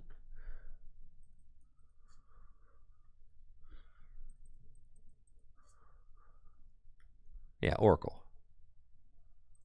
Yeah. Cryptomaniac's Deciphering is a new future supporter card that allows you to search your deck for 2 cards, shuffle your deck, and put those cards on top of your deck in any order. This card has existed before in the form... This effect has existed in the game before. Originally Oracle, and then later on Mallow. And the card has... And the effect has seen varying degrees of success. It's really good in slower formats where there's the ability to draw cards off the top of your deck, as you can stack your deck and then draw those cards immediately. I could see Cryptomaniac's Deciphering seeing play alongside Curlia, maybe in Gardevoir EX decks or something like that, since you can stack your deck and then draw into the exact cards that you need.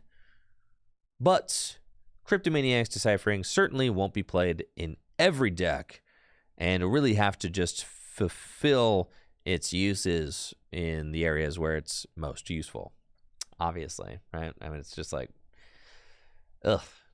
It's just not great. Maniac with Focus Out, it's like fine.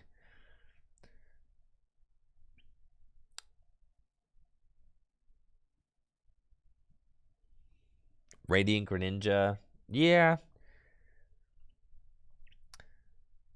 I think Cryptomaniac's Deciphering is best in decks that you can draw cards off the top of the deck, right? Why? Cryptomaniac's Deciphering is best in decks that allow you to draw cards off the top of the deck, either with Curlia's Refinement ability, or maybe in decks that play Bibarel, or in decks that run Radiant Greninja. It's not going to be in every deck, but it could be played as maybe a 1 or 2 of in some decks to help with consistency. Overall, I think Cryptomaniac's Deciphering is a middling 5 out of 10.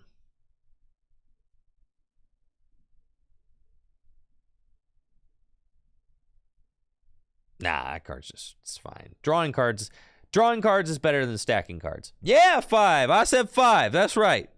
Drawing cards better than stacking cards. Always. Yeah. An 8? Y'all didn't even play during Mallow, dude.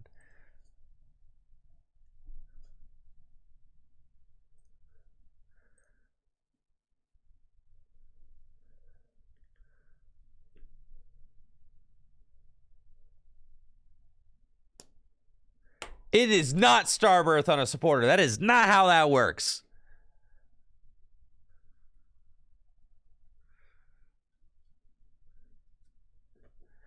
All right. Here's the thing. Is that draw supporters allow you to like set up your deck. But this card is only good once the deck is set up.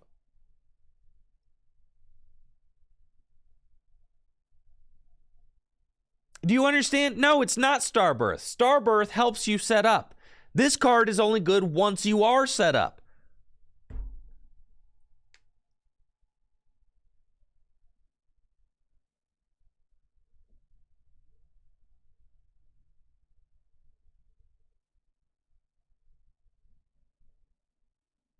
And the whole point of draw supporters is they're supposed to help you set up.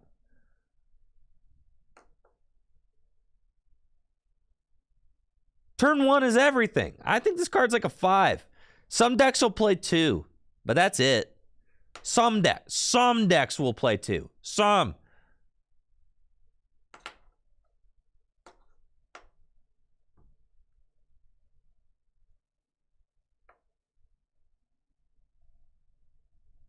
Crypto's kind of bad, yeah. I don't even think the Guardia will play it. All right, I take that back. Guardia will play a couple.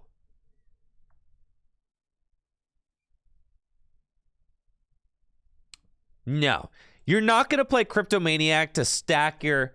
You're not going to play Cryptomaniac to stack your generators or your Metangs. You're never going to do that.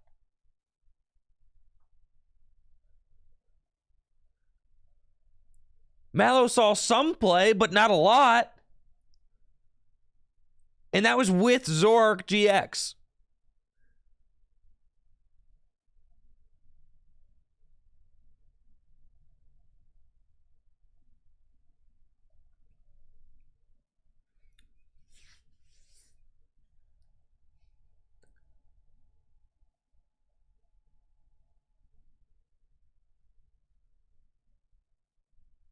In Golden Go? Yeah, but it doesn't help you set up. It doesn't actually help you set up. You can only play it once you are set up.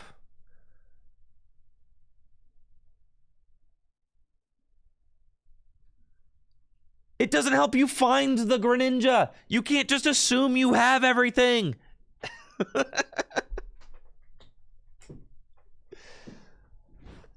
If Golden Go's a 5 and this is best in Golden Go, isn't it also a 5? That's what I'm saying!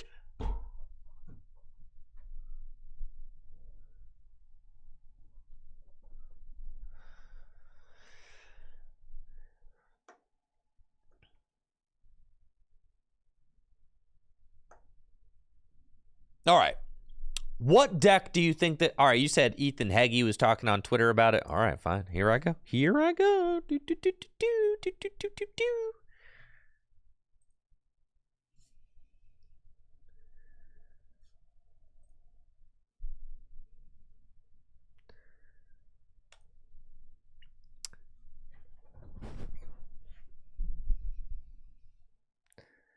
One of my favorite cards I'm excited for in the new set is Codebreaker Solution. Mallow was mainly utilized by Zoroark GX decks during his time of Standard. However, this reprint has the potential to have huge impact on the metagame and variety of decks, and why. To start, let's identify the best supporting options to draw into the cards you put on top of your deck with Codebreaker Solution. The first and most important of which is Radiant Greninja. Okay.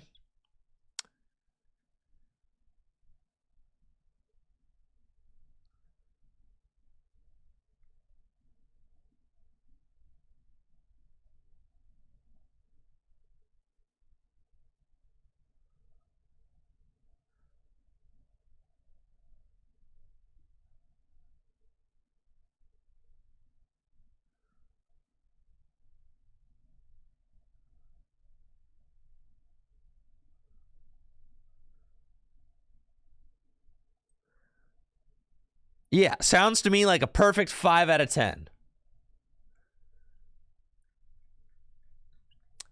Sounds to me like a flawless 5 out of 10. Mid.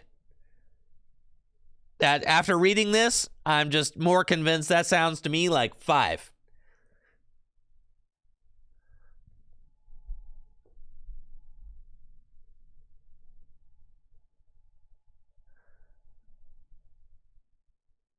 No. Meta defining? No.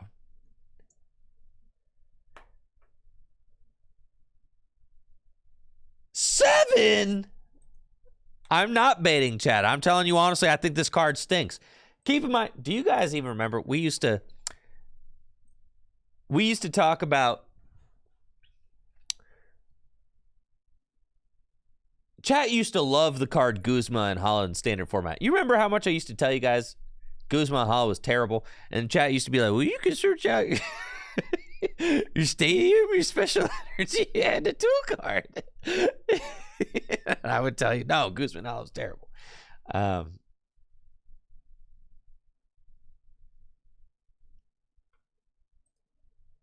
No, I was correct about that.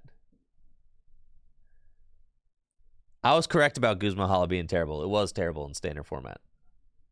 And the decks that used it were bad too.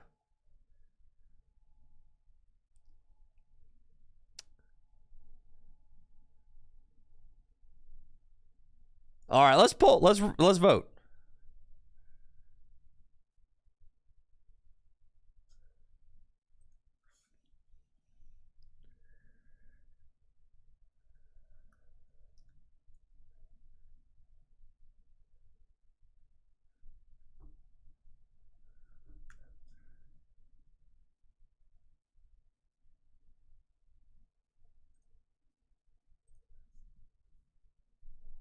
You ain't getting above a 7. Absolutely not.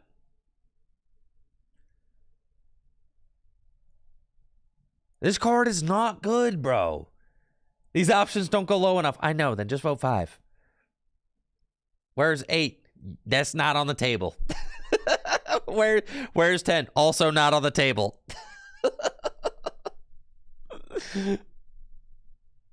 Yes, blunter bargains, because I tried to give it a 5, and everybody got all riled up.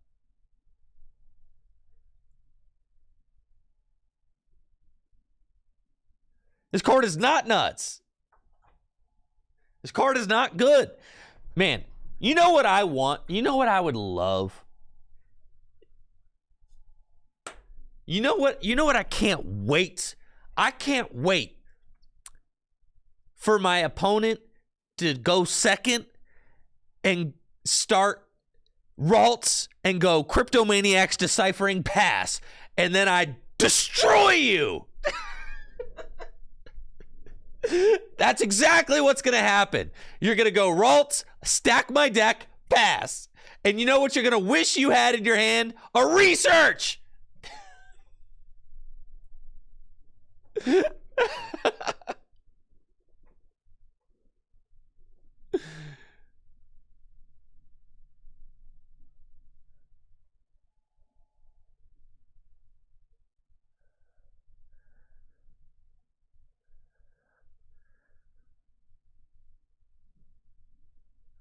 Don't play it. That's what I'm saying. You're going to put this card in your deck. If you play more than 2 of in this deck, it's just going to be terrible. So I think decks will only play 2 of this card maximum.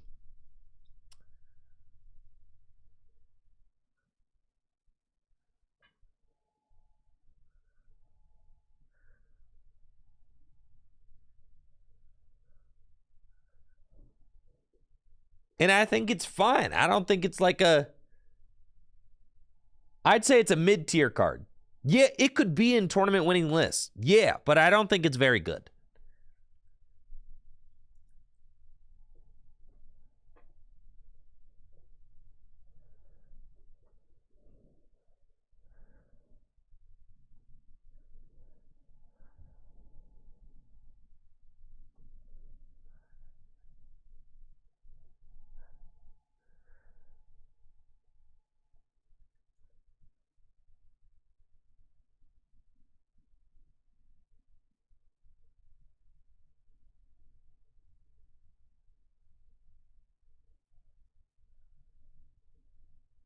All right, the 5's won.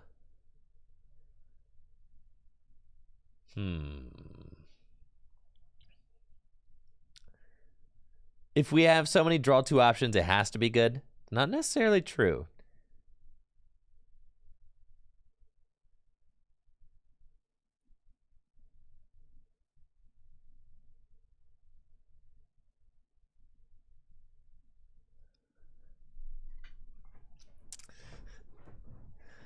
The 5s are just haters? Yeah. That's me. I'm a hater.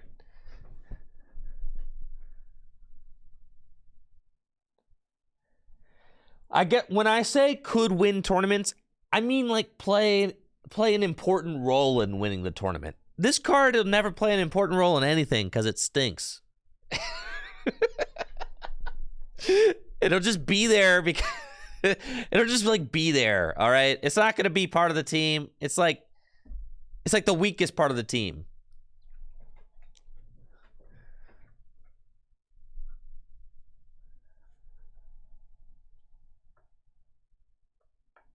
It's the water boy. Yeah, it's like the water boy.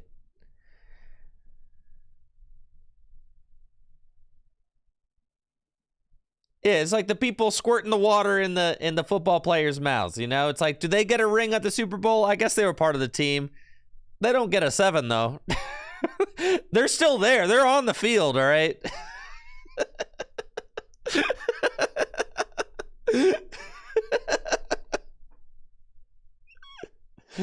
And they're out there on the field, I guess, but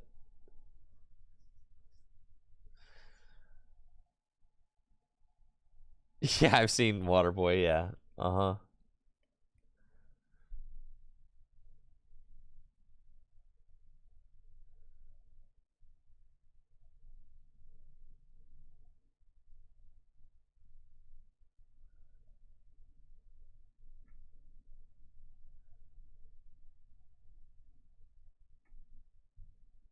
No, I ain't scared of the Chiefs. The Ravens are going to destroy the Chiefs.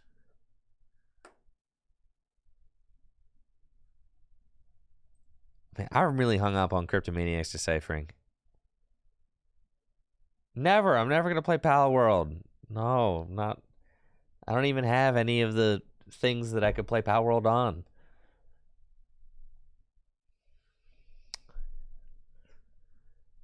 You're such a big Bieberell fan, but hate the best supporter that goes with it. No, this isn't the best supporter that goes with Bieberell. The best supporter that goes with Bieberell is Iono.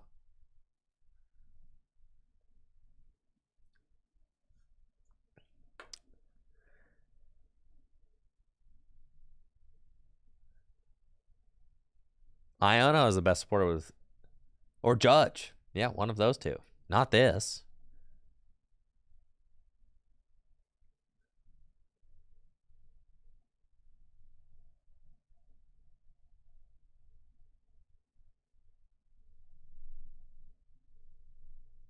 Also, getting 2 cards is like... Sometimes you just need to get like... What if I need like 7 cards? Getting 2 cards is weak, bro. What if I want like 3? You know?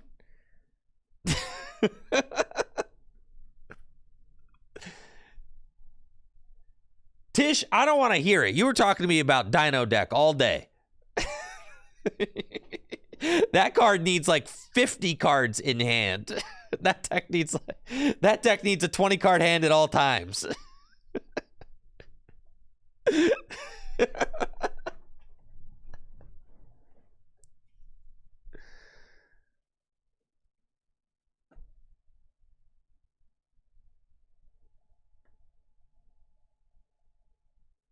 All right, the difference between this card and Peony.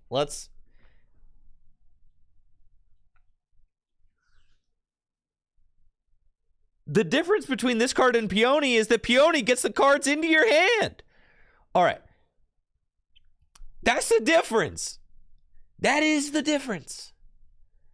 Peony puts them into your hand. And you get to play them instantly. But you need to discard your hand. Whatever. Then you draw more with your board support.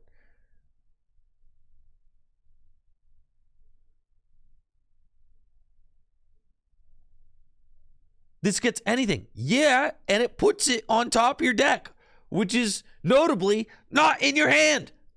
All right. What if you're like, dang, I just need an energy in order to win the game. But then you've got stupid Cryptomaniacs Deciphering in your hand. But you can't, but you want to, but all you have is Radiant Greninja.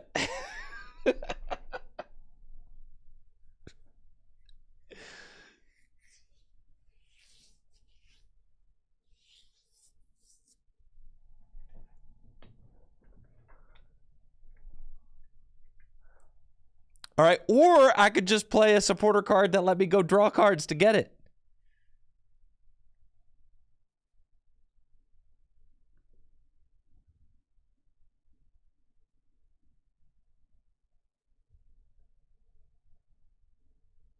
Oh my god, I do not want to give this card a 7.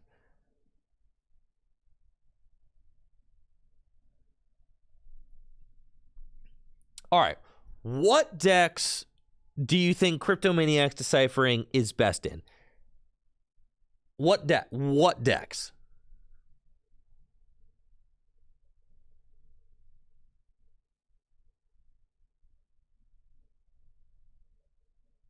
Golden Go, we already said Golden Go is a 5.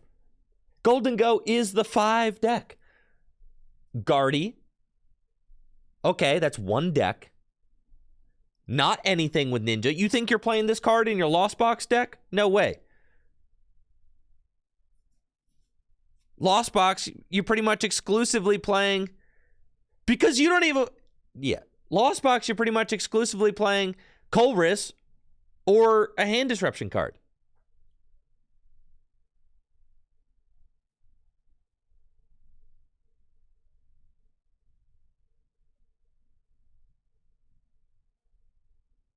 Chen Pao? But Chen Pao only plays like 4 Irida. Do you guys...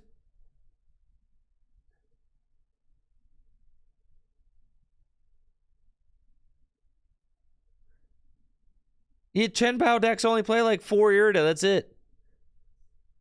I'm saying at best, this card sneaks in as a one of into some decks.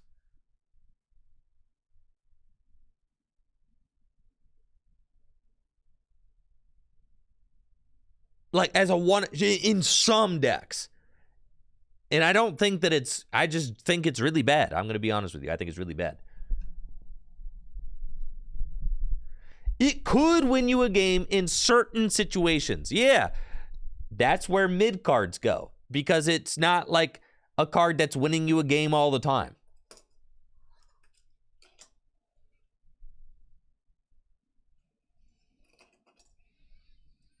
Oh no, I'm having a great time discussing this. It's actually, I'm kind of loving it. Listen, I'm at the end of the list, so like, you know, it's not going to take too. Actually, it is going to take a little bit longer. All right, maybe I should get hustling. All right.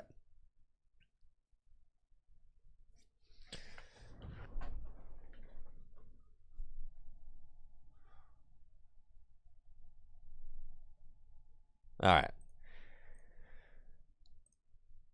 Cryptomaniac's Deciphering is a new future supporter card that allows you to search your deck for 2 cards, shuffle your deck, and put those cards on top of your deck in any order.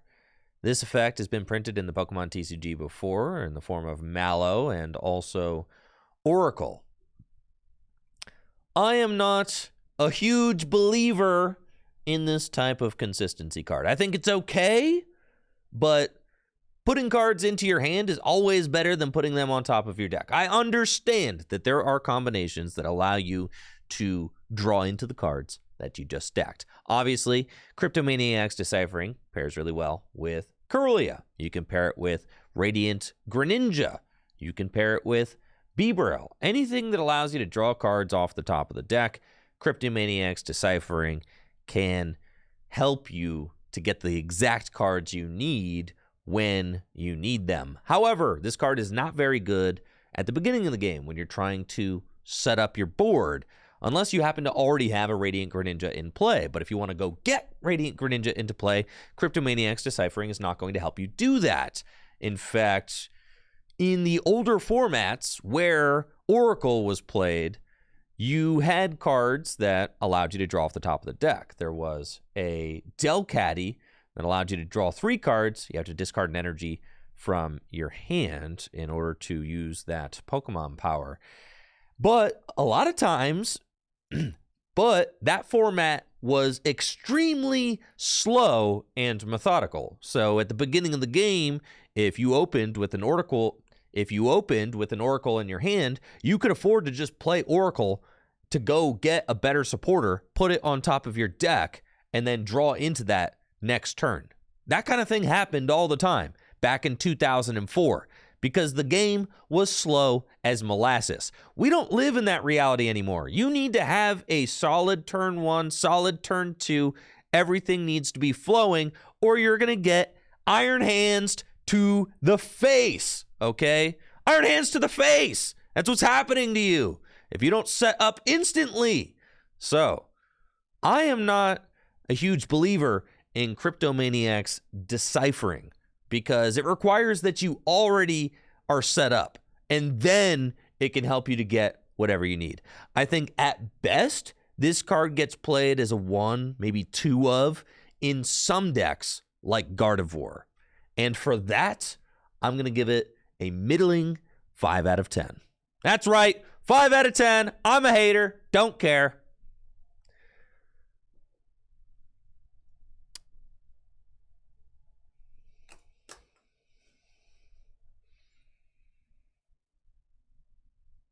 Up next, we got Dangerous Jungle, a new stadium card that is essentially a reprint of Verbank City Gym. Verbank City Gym was played a whole bunch during its time in the black and white era of the Pokemon TCG alongside Hypnotoxic Laser. This Dangerous Jungle stadium card reads, during Pokemon Checkup, put 2 more damage counters on each poisoned Pokemon, except any darkness Pokemon. You could play Dangerous Jungle with Brute Bonnet and Ancient Booster Energy Capsule to deal an additional 3 damage to your opponent's Pokemon between turns. And then with Radiant Hisuian Sneasler, that's an additional 5 damage, which is pretty crazy. You know, maybe the ancient Dino decks that we've been talking about during this review, maybe they'll play Dangerous Jungle as their stadium, and maybe they'll play Brute Bonnet and Ancient Booster Energy Capsules and do extra damage that way. That would be pretty cool. I do really like this stadium, and I really like the ability to do more incremental damage throughout the game. Boosting your damage output has always been good in the Pokemon TCG, so I expect this card to see a healthy amount of play.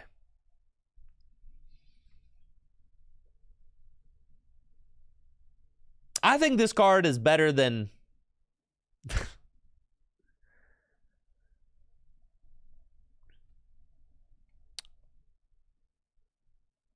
This card definitely has potential, but I'm not exactly sure where it fits quite yet. So I'm going to give it a 5 out of 10. Give it 5 out of 10. 5. I can't give Crypto a 5 and then give this thing a 6. People's heads are going to explode.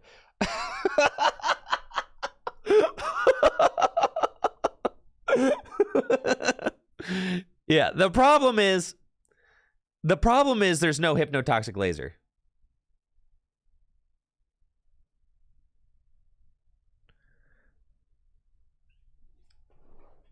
Yeah. The reason it's not more is because you have to play Brute Bonnet, you have to play the ancient, you know what I mean? It's like a 5. Yeah.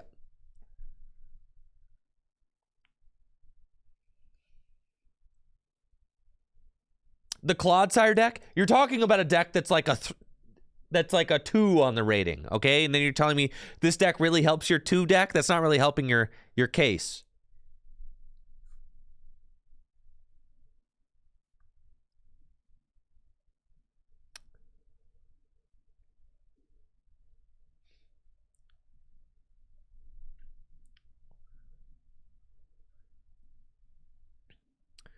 Emergency board, new skateboard card just dropped. That's pretty exciting, except this card is not nearly as good as the last skateboard-themed card that was released. A skateboard. Emergency board makes it so the retreat cost of the Pokemon that this card is attached to is 1 colorless less. But if that Pokemon has 30 HP or less remaining, it has no retreat cost instead.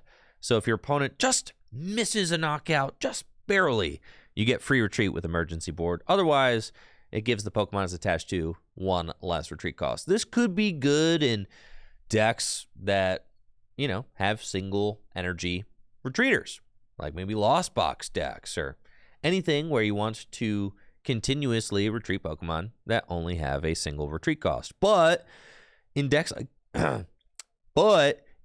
that, you already have Beach Court, which you could be running. So the uses for emergency board, I think, are kind of narrow. I don't love this card. It seems okay, but it could definitely see play in decks that want to retreat often with single retreat cost Pokemon. This thing gets a 5 out of 10.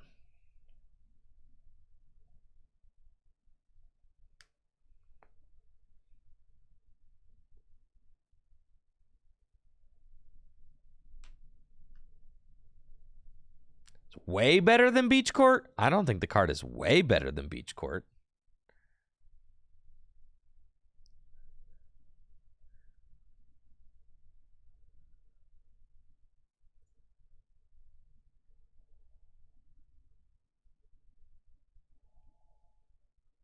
Yeah, board was a 5, yeah. Aries, a new supporter card that makes it so your opponent reveals their hand. Choose up to 2 item cards you find there and discard them. Holy moly, this thing is going straight into control decks. Snorlax stall. Wow. And absolutely nowhere else. I think this card is perfect for Snorlax stall. But that is about it. Really, any control deck might want to play Airy, but most decks will never consider playing this card. It is very good at doing exactly what it does, though. It can discard those switch cards out of your opponent's. It can discard those switch cards out of your opponent's hand so that they cannot escape Snorlax's block ability. Previously, decks like Giratina V-Star could just hoard a bunch of switch cards in their hand and then play them to escape Snorlax's block ability. But with Airy, you can hunt down those switch cards, discard them, and make your opponents suffer. Hooray!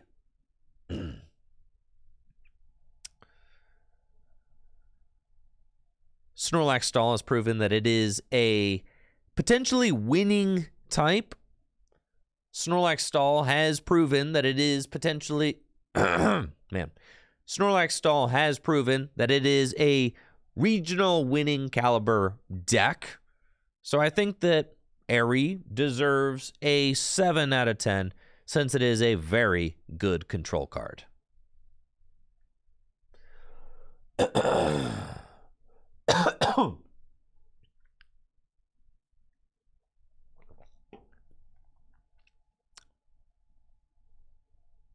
Yeah, that card's really good in control decks.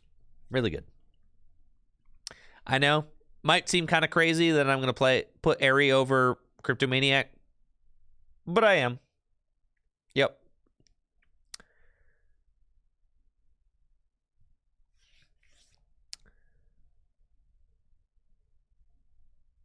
Explorer's Guidance, new ancient supporter that is effectively a Explorer's Guidance is a new ancient supporter that is effectively a reprint of Hapu with the ancient tag.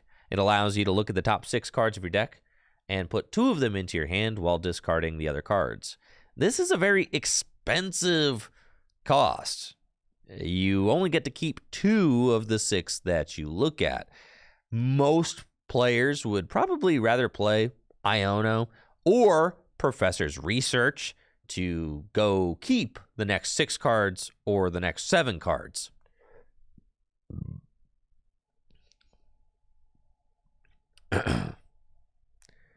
Most players would probably rather play Iono or Professor's Research so that they get to keep the next 6 cards or the next 7 cards.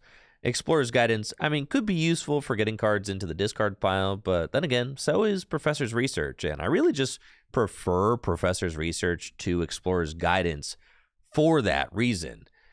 Explorer's Guidance does have the ancient tag, though, so it will always be useful if there is other ancient support to go alongside Explorer's Guidance. All in all, I don't think the supporter is that good, and I suspect that it'll probably only see play in ancient decks, as Culber's Experiment is kind of just the better dig card and will be legal for much of the same time that Explorer's Guidance is. So this thing gets a standard 4. 4, baby. It's a 4. Card sucks. It stinks. Full Metal Lab. New stadium card that makes it so that all metal Pokemon, both yours and your opponent's, take 30 less damage from attacks from the opponent's Pokemon. This card, and all cards like it, have pretty much always been bad in standard format. Yeah, making it so that your opponent deals less damage with the stadium card is kind of gimmicky. It's not a proactive stadium. It doesn't do anything when you put it into play. You're kind of just hoping that your opponent doesn't counter it before they announce their attack. These kinds of things don't usually end up seeing success because it gets caught in the crossfire of other powerful stadium cards. People will play stadium counters, like Lost Vacuum and other good stadium cards because they're trying to counter other more powerful stadium cards. And then, we'll just happily bump your Full Metal Lab out of play as a result. These kinds of defensive stadiums have never really been good in the Pokemon TCG. It's more of a reactive strategy than a proactive one. It doesn't do anything when you put it into play. You just have to hope that your opponent doesn't counter it and that they have to swing into your Pokemon for less damage, which all in all is going to make it so that the cards that you're putting into your deck aren't as useful or proactive as they could possibly be, because you're depending on your opponent not countering them before they get to have any effect on the field of play. So I really don't prefer to play cards like Full Metal Lab. I don't really play them in any of my Gym Leader Challenge decks either. I think this card is a 2 in both Standard and GLC. Yep, I think it stinks. Stunk.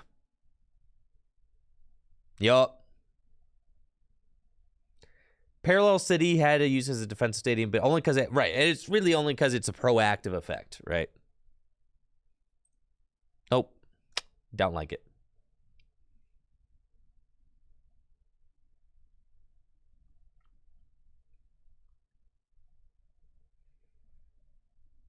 I mean, what are we gonna put, like, the kind of strategies hasn't been good, and it just hasn't really been good before. Up next, we've got the Lawnmower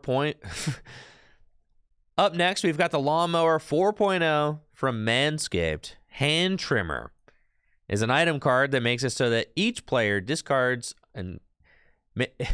it's an item card that reads, each player discards cards until they have 5 cards in their hand. This is a very good control card.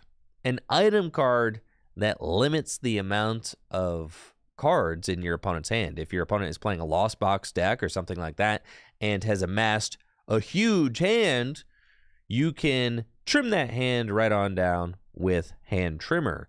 Hand Trimmer combined with Airy is a very potent combination, because if you're playing a Snorlax control deck and you use Hand Trimmer to bring your opponent's hand down to 5, then you can use Airy and pluck the remaining switch cards from your opponent's hand. So you could easily bring them from like a 15-card hand down to like a 3-card hand instantly, which is extremely powerful.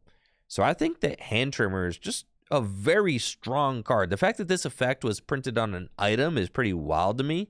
It is somewhat balanced because both you and your opponent have to discard cards until they only have 5 remaining in their hands. But overall, this thing could absolutely destroy an unprepared opponent's resources if played at the right time. So I think Hand Trimmer is a solid 7 out of 10. Very strong effect. Type of effect that we haven't seen printed in the Pokemon TCG in a while, and the type of effect that is very good for control decks. Not really useful outside of control decks, but very good for control decks.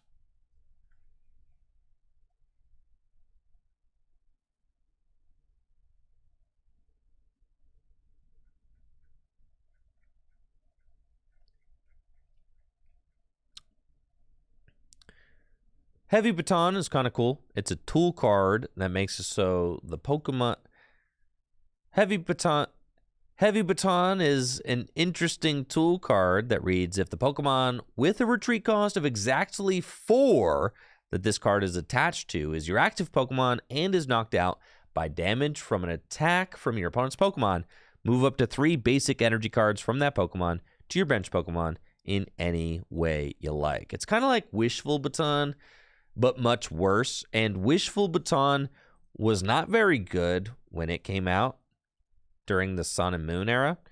So I don't expect Heavy Baton to see a lot of play, but it could be useful in very narrow situations. Kind of like how Experience Share is starting to see a little bit of play in Miraidon EX decks right now. There is the possibility for Heavy Baton to eventually see play in some decks, but not many. And as soon as a strategy like Heavy Baton starts to catch on in standard format, tool removal will just increase in popularity, completely negating that energy passing effect from taking place.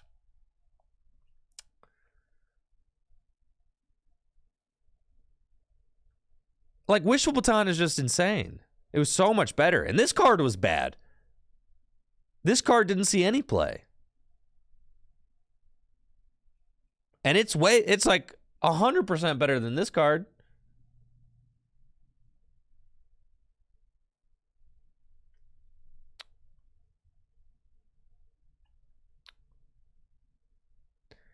Blacephalon used it. Yeah, I guess.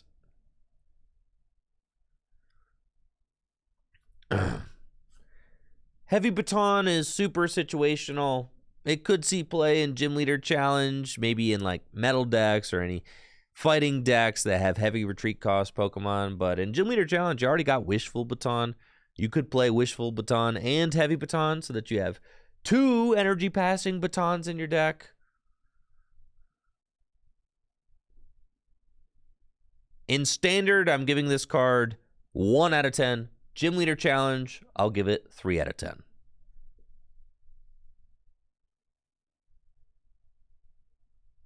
I still don't think the card's good. Even if it is to any Pokemon you want. Yeah. I'll give it a 3 in GLC, a 1 in Standard.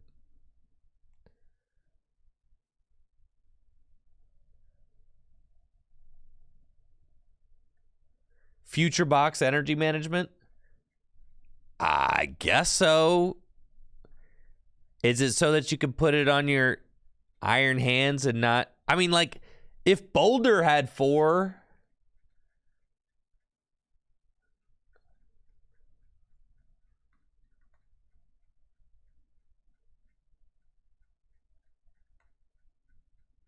Okay. I guess the most useful application for Heavy Baton and Standard is to play it with Iron Hands EX.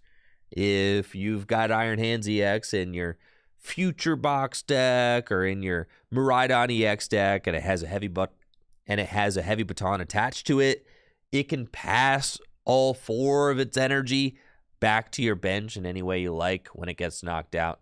If you do get the Heavy Baton to stick on your Iron Hands EX, I mean, that is huge for the game, saving 4 energy.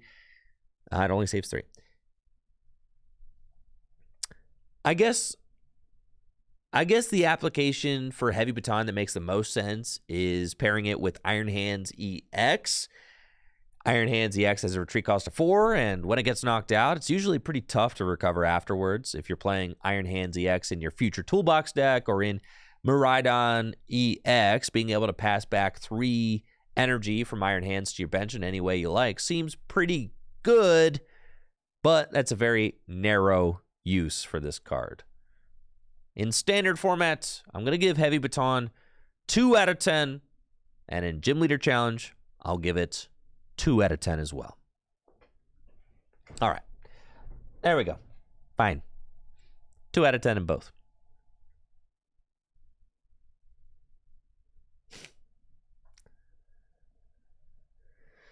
Does Dialga have a retreat cost of 4?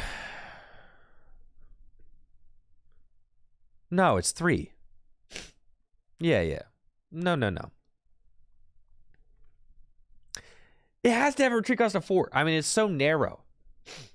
It's so narrow. That's why it's so bad. It's so bad because it's so narrow. Morty's Conviction, new supporter card that reads, you can only use this card if you discard another card from your hand. You get to draw a card for each of your opponent's benched Pokemon. Now, this is actually an interesting supporter card. It can be a draw 6 if your opponent has a full bench. If your opponent only has 4 bench Pokemon, draw 4 is... No, it can't be a draw 6. Bench Pokemon could be draw 5. It's much worse than I thought then. Zinnia's part 2. Zinnia's was kind of better.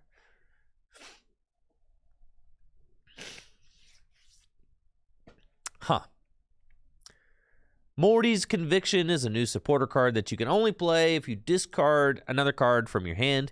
You get to draw a card for each of your opponent's benched Pokemon. So if your opponent has a full bench, you can draw 5 cards. It's kind of like Zinnia's Resolve Part 2. Zinnia's Resolve did see some play as it allows you to dig deeper into your deck and discard cards. And sometimes discarding cards from your hands can be good, especially if you're trying to play energy from your discard pile or something like that. So Morty's Conviction could certainly see play. I don't think it's a groundbreaking supporter, but I see it pretty much in the same vein as Zinnia's Resolve. A supporter card that might see some play in some decks and even could be featured in some tournament winning decks. But I don't think it'll be a key component of that winning strategy. So for me, Morty's Conviction gets 5 out of 10. Yeah, I think it's 5. 5.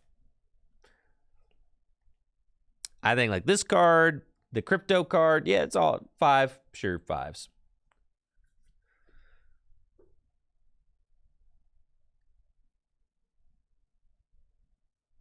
It's fine.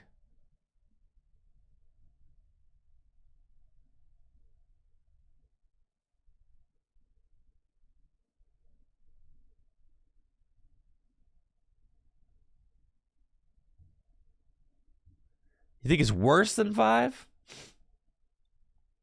I'll give it a 4. I don't care. I'll give it a 4 so you can get your Cryptomaniac over at a 5. That's fine.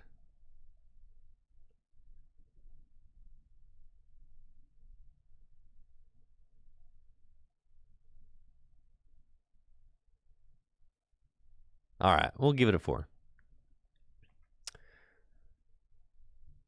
Morty's Conviction draws less cards than Zinnia's Resolve, Erica's Hospitality, and Steven's Advice because it doesn't account for the active. And for that, I'm giving it a 4 out of 10. Boom. There we go. Order Box. New item card that allows you to search your deck for up to 2 item cards. Wow! And then you put them into your hand. Except your turn ends. This card would be really good if your opponent never played any hand disruption cards, and if it, yeah, I don't know. What do you guys think? It's bulk, right? Order bulk. Yeah, that's bad. It's just bad, right? Are there any decks that want to use this kind of thing? They've been... All right. Order Box is a new item card that allows you to search your deck for up to 2 item cards. Wowee! And put them into your hand. Except your turn ends instantly. Don't pass go. Don't collect 200. Nothing. The Pokemon Company has been printing a whole bunch of item cards that do powerful things and then end your turn. And none of them have been good. And I don't think that Order Box will be good. And I don't think that Order Box will be good either. So it gets a solid bulk out of 10.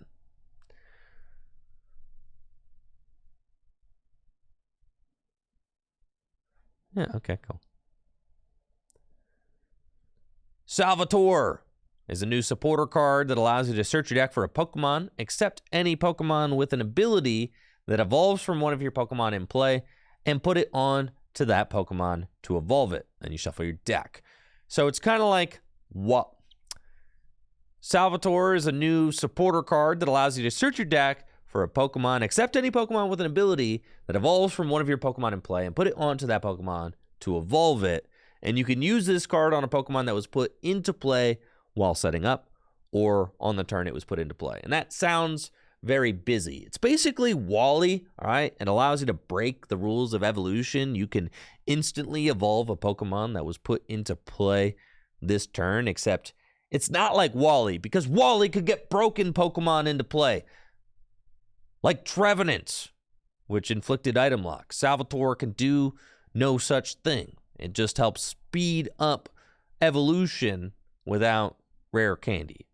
And I don't really think it's very good because I don't think it's very good because the best part about speeding up evolution is if you're putting a broken Pokemon with an ability into play. And using a supporter card to put a Pokemon into play that doesn't have an ability just seems pretty bad. So I'm giving this thing a fraud tier 3 out of 10.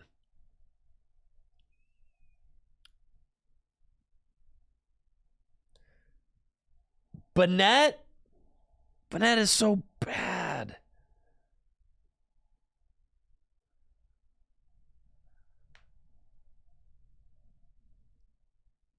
This card's not broken. It is bad. Mist Energy is a new special energy that provides a colorless energy while attached to a Pokemon, and it prevents all effects of attacks from your opponent's Pokemon done to the Pokemon this card is attached to. That's pretty good. So if you want to make it... That's pretty good. So if you want to make it so that your Charizard EX can't be devolved, Mist Energy can stop that. If you want to make it so that whatever Pokemon you have can't be pinged by Sableye's Lost Mine attack, Mist Energy can stop that as well. I think this is a very useful card, and we'll see play for narrow use cases. Yeah. Oh, good against Tina. That's what I really want to talk about. All right. Mist Energy is a new special energy card that provides 1 colorless energy so long as it's attached to a Pokemon, and it prevents all effects of attacks from your opponent's Pokemon done to the Pokemon that this card is attached to. This is very strong at preventing one-hit KO effects from Giratina V-Star and Roaring Moon EX. It also prevents Devolution TM from devolving your Pokemon. It prevents Sableye's Lost Mine damage counters being placed on your Pokemon. Mist Energy seems like it could have a lot of impact in standard formats, but you have to be playing a deck where it would make sense to try and prevent any of those things in the form of a special energy. So it is a powerful effect. How much play it will see is largely based on, wherever the metagame is at any specific points.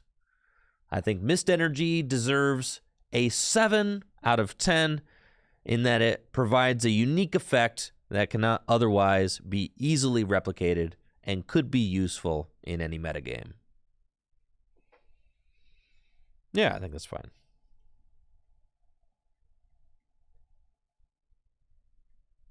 Good card, good card.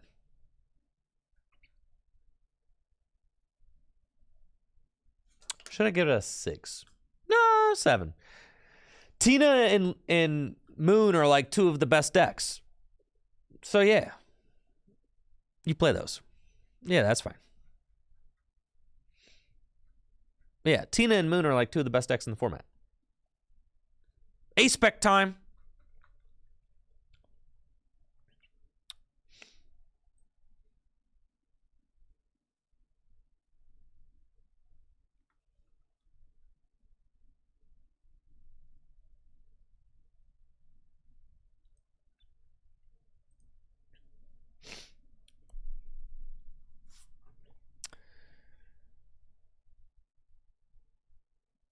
And last but not least, we've got the new A-Spec cards. Shiny new pink cards that you can only play. Last but not least, we've got the powerful new A-Spec cards with their shiny new pink paint job. Man, how do I want to say this? Last but not least, we've got A-Specs. How many of them do we have? Let's see. 1, 2, 3, 4, 5, 6, 7. 7? Is it 7? 7. 1, 2, 3, 4, 5, 6. Looks like 7. All right. Is it 9? It's not 9. 7.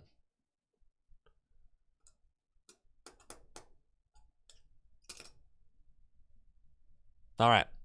Last but not least, we've got the powerful new A-Spec cards, complete with their new pink look. First one we're going to take a look at is the Awakening Drum. For those of you that don't know, A-Specs are cards that are so powerful, you can only play 1 in your deck. Not 1 of each A-Spec, only 1 total. So you have to select carefully which A-Spec best suits your strategy. Awakening Drum is an item card that allows you to draw a card for each of your ancient Pokemon in play. This A-Spec is clearly intended for the Dino Box or Ancient Toolbox deck and could be good at just helping you to dig through your deck. Imagine playing Professor's Research and then imagine playing Professor's Research for 7 and then using Awakening Drum to draw 6 more cards. It's just a very explosive card and can give you a potentially massive hand to work with when you find it. Will Awakening Drum be stronger than a card like Prime Catcher? Not entirely sure. Compared to the future A-Spec, I think Awakening Drum is relatively weak, but this card will probably end up seeing play in Ancient Toolbox decks, just giving you that mid-game, late-game explosive draw that can make for some really wild plays.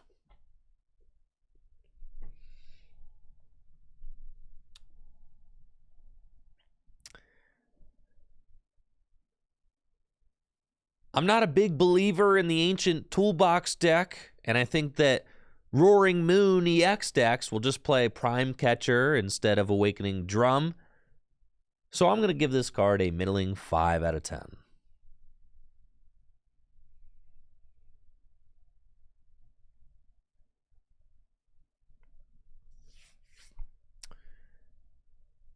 Hero's Cape is a tool A-Spec that gives the Pokemon it's attached to plus 100 HP. This seems like it'll be the premier stall deck A-Spec card in that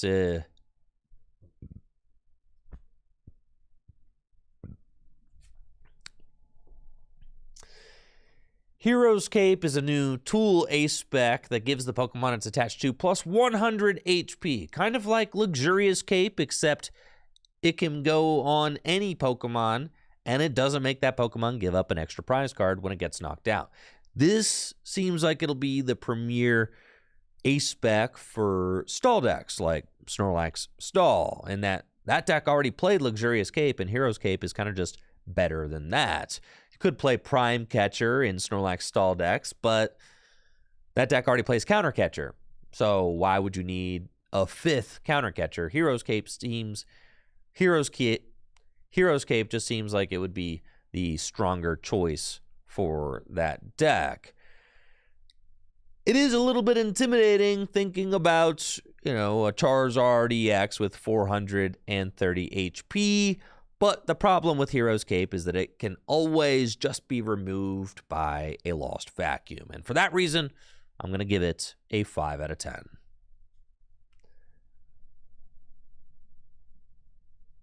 I think it's just 5 out of 10. I mean, it's just like, I'd give it a 6 maybe.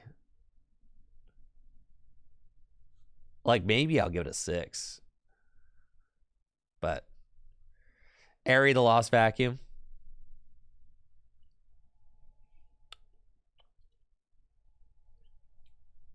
All right. Hero's Cape could be played in Gardevoir EX decks to give your Screamtail more HP so that it can, do a bunch of damage to your opponent's bench Pokemon. Could be played with Drifblim to allow it. Could be played with Drifblim to allow it to do a lot more damage to your opponent's active Pokemon while not giving up an additional prize card in return. And it is quite good in control decks. It is quite good in control decks. You can even use Airy to remove your opponent's Lost Vacuums from their hand so that your Hero's Cape won't easily be removed. Hero's Cape could definitely see some play in competitive settings, so I'm going to give it a 6 out of 10. I'll give it 6. I'll give it 6.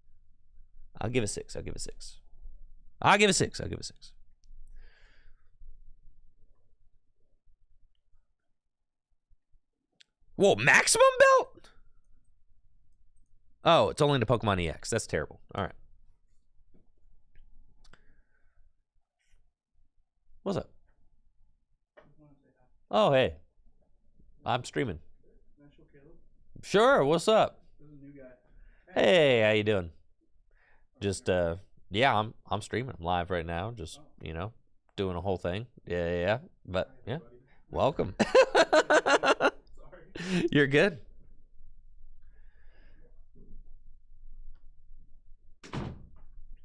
All right. Master Ball. Master Ball was printed the first time around back in the black and white era, and it wasn't played back then. And guess what? Master Ball is still bad now. It's an item card ace spec that allows you to search your deck for any Pokemon and put it into your hand. Then shuffle your deck. It's just like Ultra Ball, except you don't have to discard 2 cards from your hand in order to play it. And since it is just like Ultra Ball, you could just play Ultra Ball instead and save your ace spec spot for something more useful.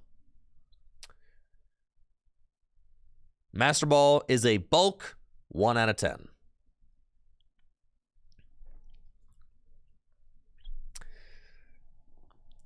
This card actually seems pretty good. Maximum Belt is another tool card ace spec that makes it so the attacks used by the Pokemon that this card is attached to do 50 more damage to your opponent's active Pokemon EX. And as Pokemon V and Pokemon V-Star start to get removed from standard format by rotation, Maximum Belt will only get stronger as the game gets more dominated by exclusively Pokemon EX. Maximum Belt fixes a ton of math. Think about playing Maximum Belt in your Charizard EX deck, and instead of dealing 180 damage while your opponent hasn't taken any prize cards, you could deal 230 damage to Pokemon EX, which is super relevant since it will allow you to knock out pretty much all basic Pokemon EX, except for, that Raging Bolt guy who isn't very good anyway, so you don't have to worry about Raging Bolt. Maximum Belt can also help you to hit that one-hit KO number at the end of the game with Charizard EX. If you're trying to one-hit KO an opposing Charizard EX and your opponent has only taken 4 prize cards, you can still hit 350 damage with Maximum Belt to fix that math. So I really like this card in Charizard EX, and I think it could fix math for sure, allowing you the option to knock out basic Pokemon EXs while also giving you the option to deal big damage to opposing Charizard EXs at the end of the game. It just seems like a great fit for this archetype, which is already playing Arven.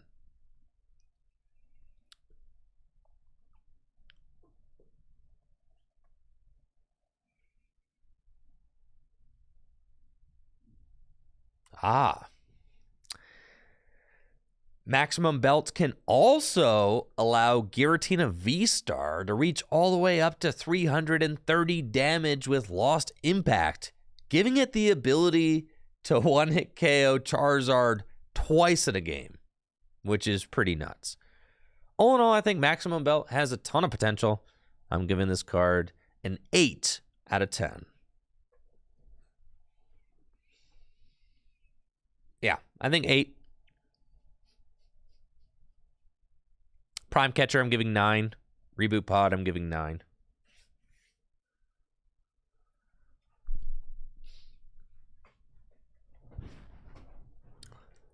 What's a cram KO Squawkabilly EX? I guess so.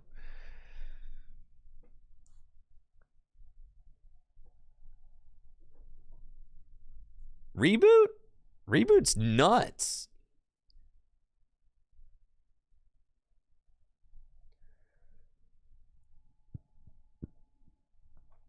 Prime Catcher, it's just boss.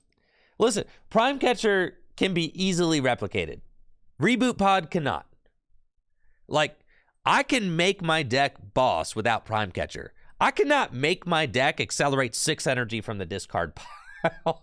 Like, that's ridiculous. You realize it's ridiculous, right?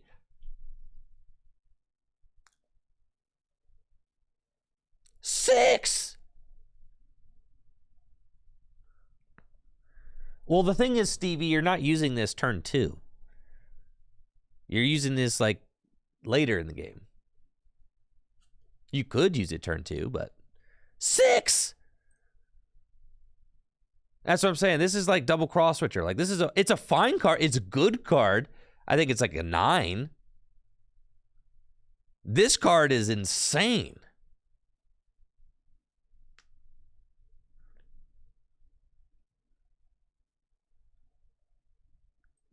I want to give them both 9s. I think that's fair. I still think that they will print a better A-Spec than Prime Catcher. Dude, Prime Catcher wouldn't have even... Compared to Dowsing Machine, I think Dowsing Machine and Computer Search are both better than Prime Catcher.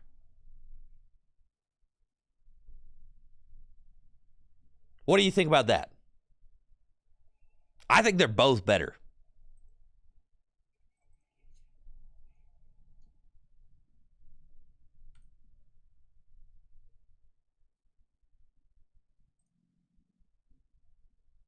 They are both better.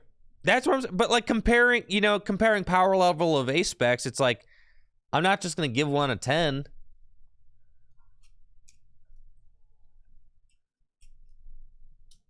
I don't think Prime Catcher is going to be a must play in every deck. Absolutely not. I think Reboot Pod is nuts for these future decks. 6 energy from the deck is insane. Or 6 energy from the discard pile is nuts. This is absolutely insane.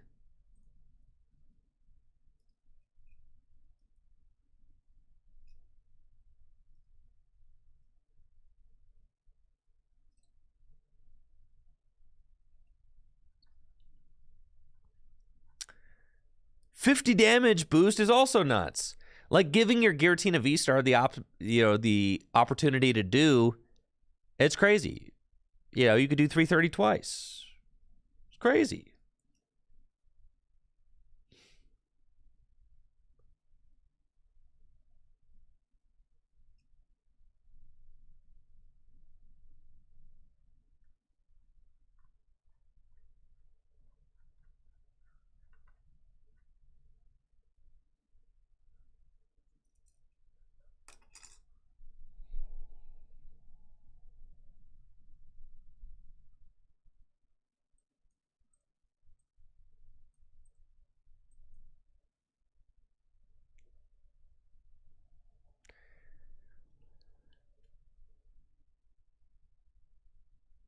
I think, Prime Catcher is like, it's obviously a good card. We're just talking about whether it's a 9 or a 10. It's mostly semantics at this point, right? I think they'll print a stronger A-Spec than Prime Catcher. I do. And I think there's an argument to be made that Reboot Pod is stronger than Prime Catcher. But they're different, right? Like, Reboot Pod is only narrowed to one single deck. But Prime Catcher could be used blanket in, like, any deck.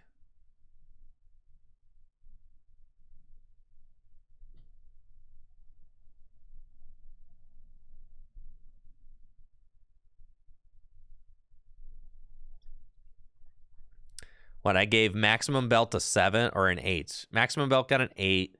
Hero's Cape, was that like a 7? Or 6? Something like that.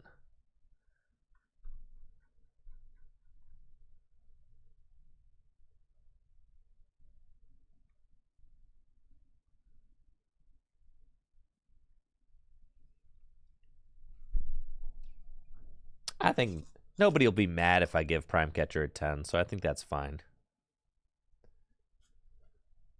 Yeah, I think I like that reasoning, J-Strike. Yeah. All right. Just because it's the default, right?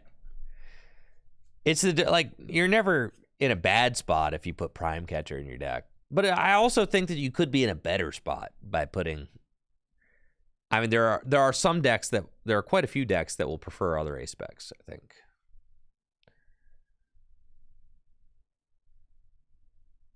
I can use Catcher and Chen-Pao for more deck space. So true.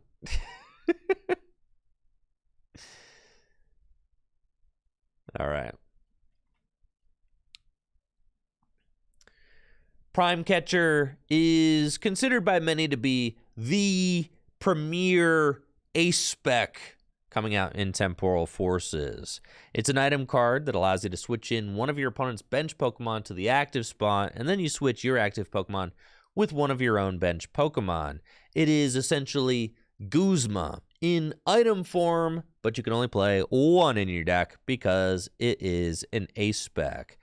This is a very strong card, a gusting card and a switching card all in one. You can search it out with Irida. You can search it out with Arven.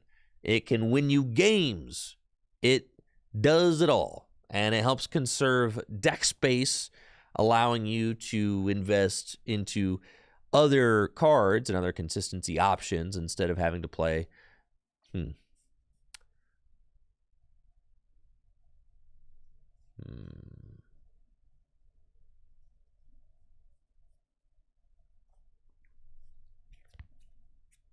No, cross switchers. I was going to say instead of having to play cross switchers, but cross switchers rotated. So it's not worth saying.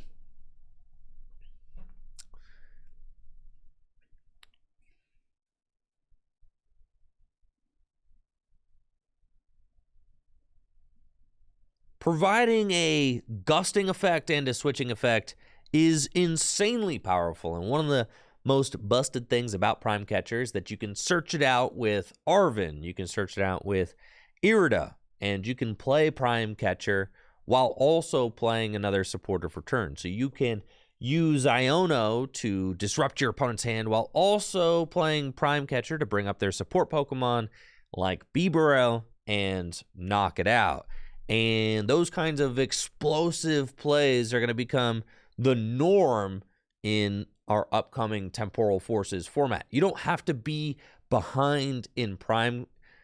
You don't have to be behind in prize cards or flip aheads on Pokemon Catcher in order to bring up one of your opponent's bench Pokemon into the active spot while playing another supporter for turn. And Prime Catcher is pretty much going to change that whole gusting dynamic in standard formats. Decks are already playing a few bosses orders a piece, and Prime Catcher is going to make it so maybe decks start to trim out bosses orders. Maybe instead of playing 3 bosses orders, decks are only playing 2 bosses orders and a Prime Catcher, and then they don't necessarily have to play Switch anymore because they have Prime Catcher.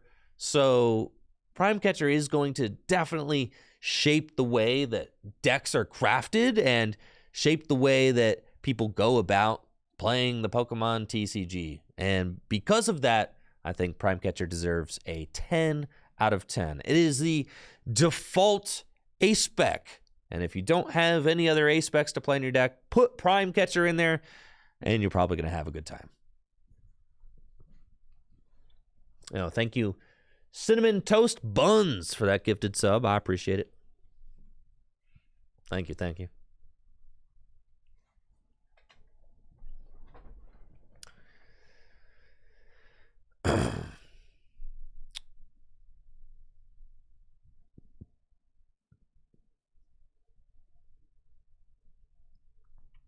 Reboot Pod is an absolutely unhinged, powerful ace-spec card for the future Toolbox deck.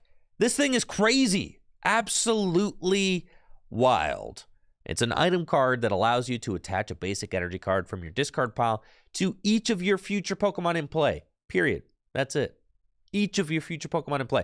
If you have 6 future Pokemon in play, that means that you can accelerate 6 energy from the discard pile to your future Pokemon. That's insane. Absolutely wild. And then we already saw Iron Leaves can take a lot of that energy that you accelerated into play and bring it all to itself so that it can attack. So I really like Reboot Pod in combination with Iron Leaves, since you can move that energy around. But Reboot Pod is also exactly what this deck needed in order to keep up momentum in the mid to late game, since you can use Miraidon to accelerate energy into play in the early game, and instead of having instead of having to go back and accelerate with Miraidon again, you can actually just play Reboot Pod to get 6 more energy into play. You do have to have energy in the discard pile in order to accelerate them, but your Pokemon will be getting knocked out in the early game, which will get energy into the discard pile. You've also got Techno Radar, which requires that you discard a card from your hand before searching out 2 future Pokemon, and that can help you get energy in the discard pile as well. All in all, I think Reboot Pod is such a powerful card. Its effect cannot easily be replicated in the Pokemon TCG. This is like playing 6 Dark Patch all at once, and 1 to the active, which you're not even allowed to do. So it is a wild card. To have this effect on an item is something that we've never seen before in the Pokemon TCG. Just a mass board energy accelerator. Absolutely wild. And I think this card is going to be a staple in all future Toolbox decks. I'm giving it a 9 out of 10.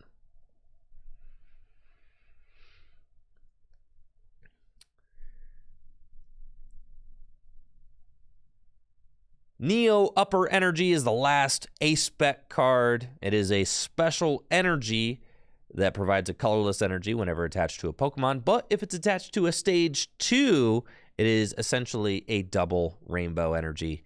I think this card is pretty weak, underwhelming. I mean, we look at the other insane A-Specs that we've seen so far, and a double rainbow effect just isn't quite cutting it, especially since it needs to be attached to a Stage 2 Pokemon. Most other Stage 2 Pokemon have other ways to accelerate energy into play. I mean, just think about Charizard can accelerate energy into play itself. Doesn't need a card like this.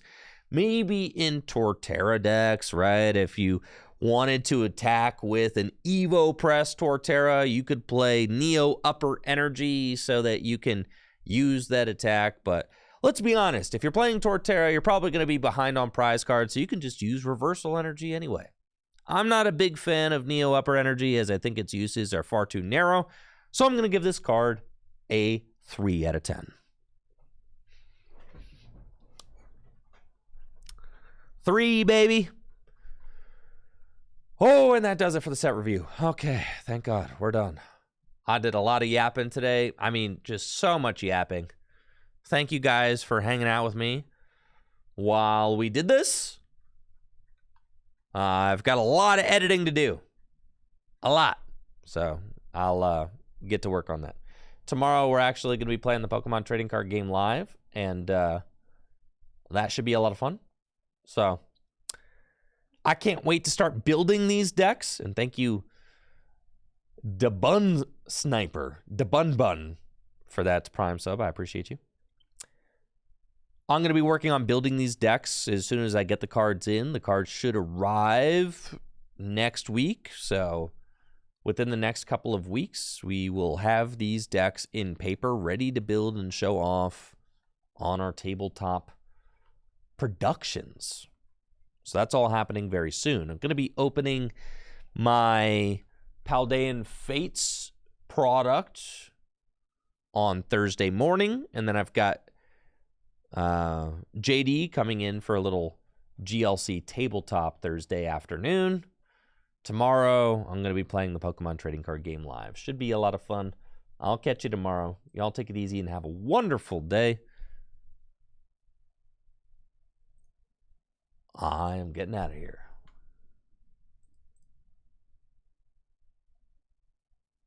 See you.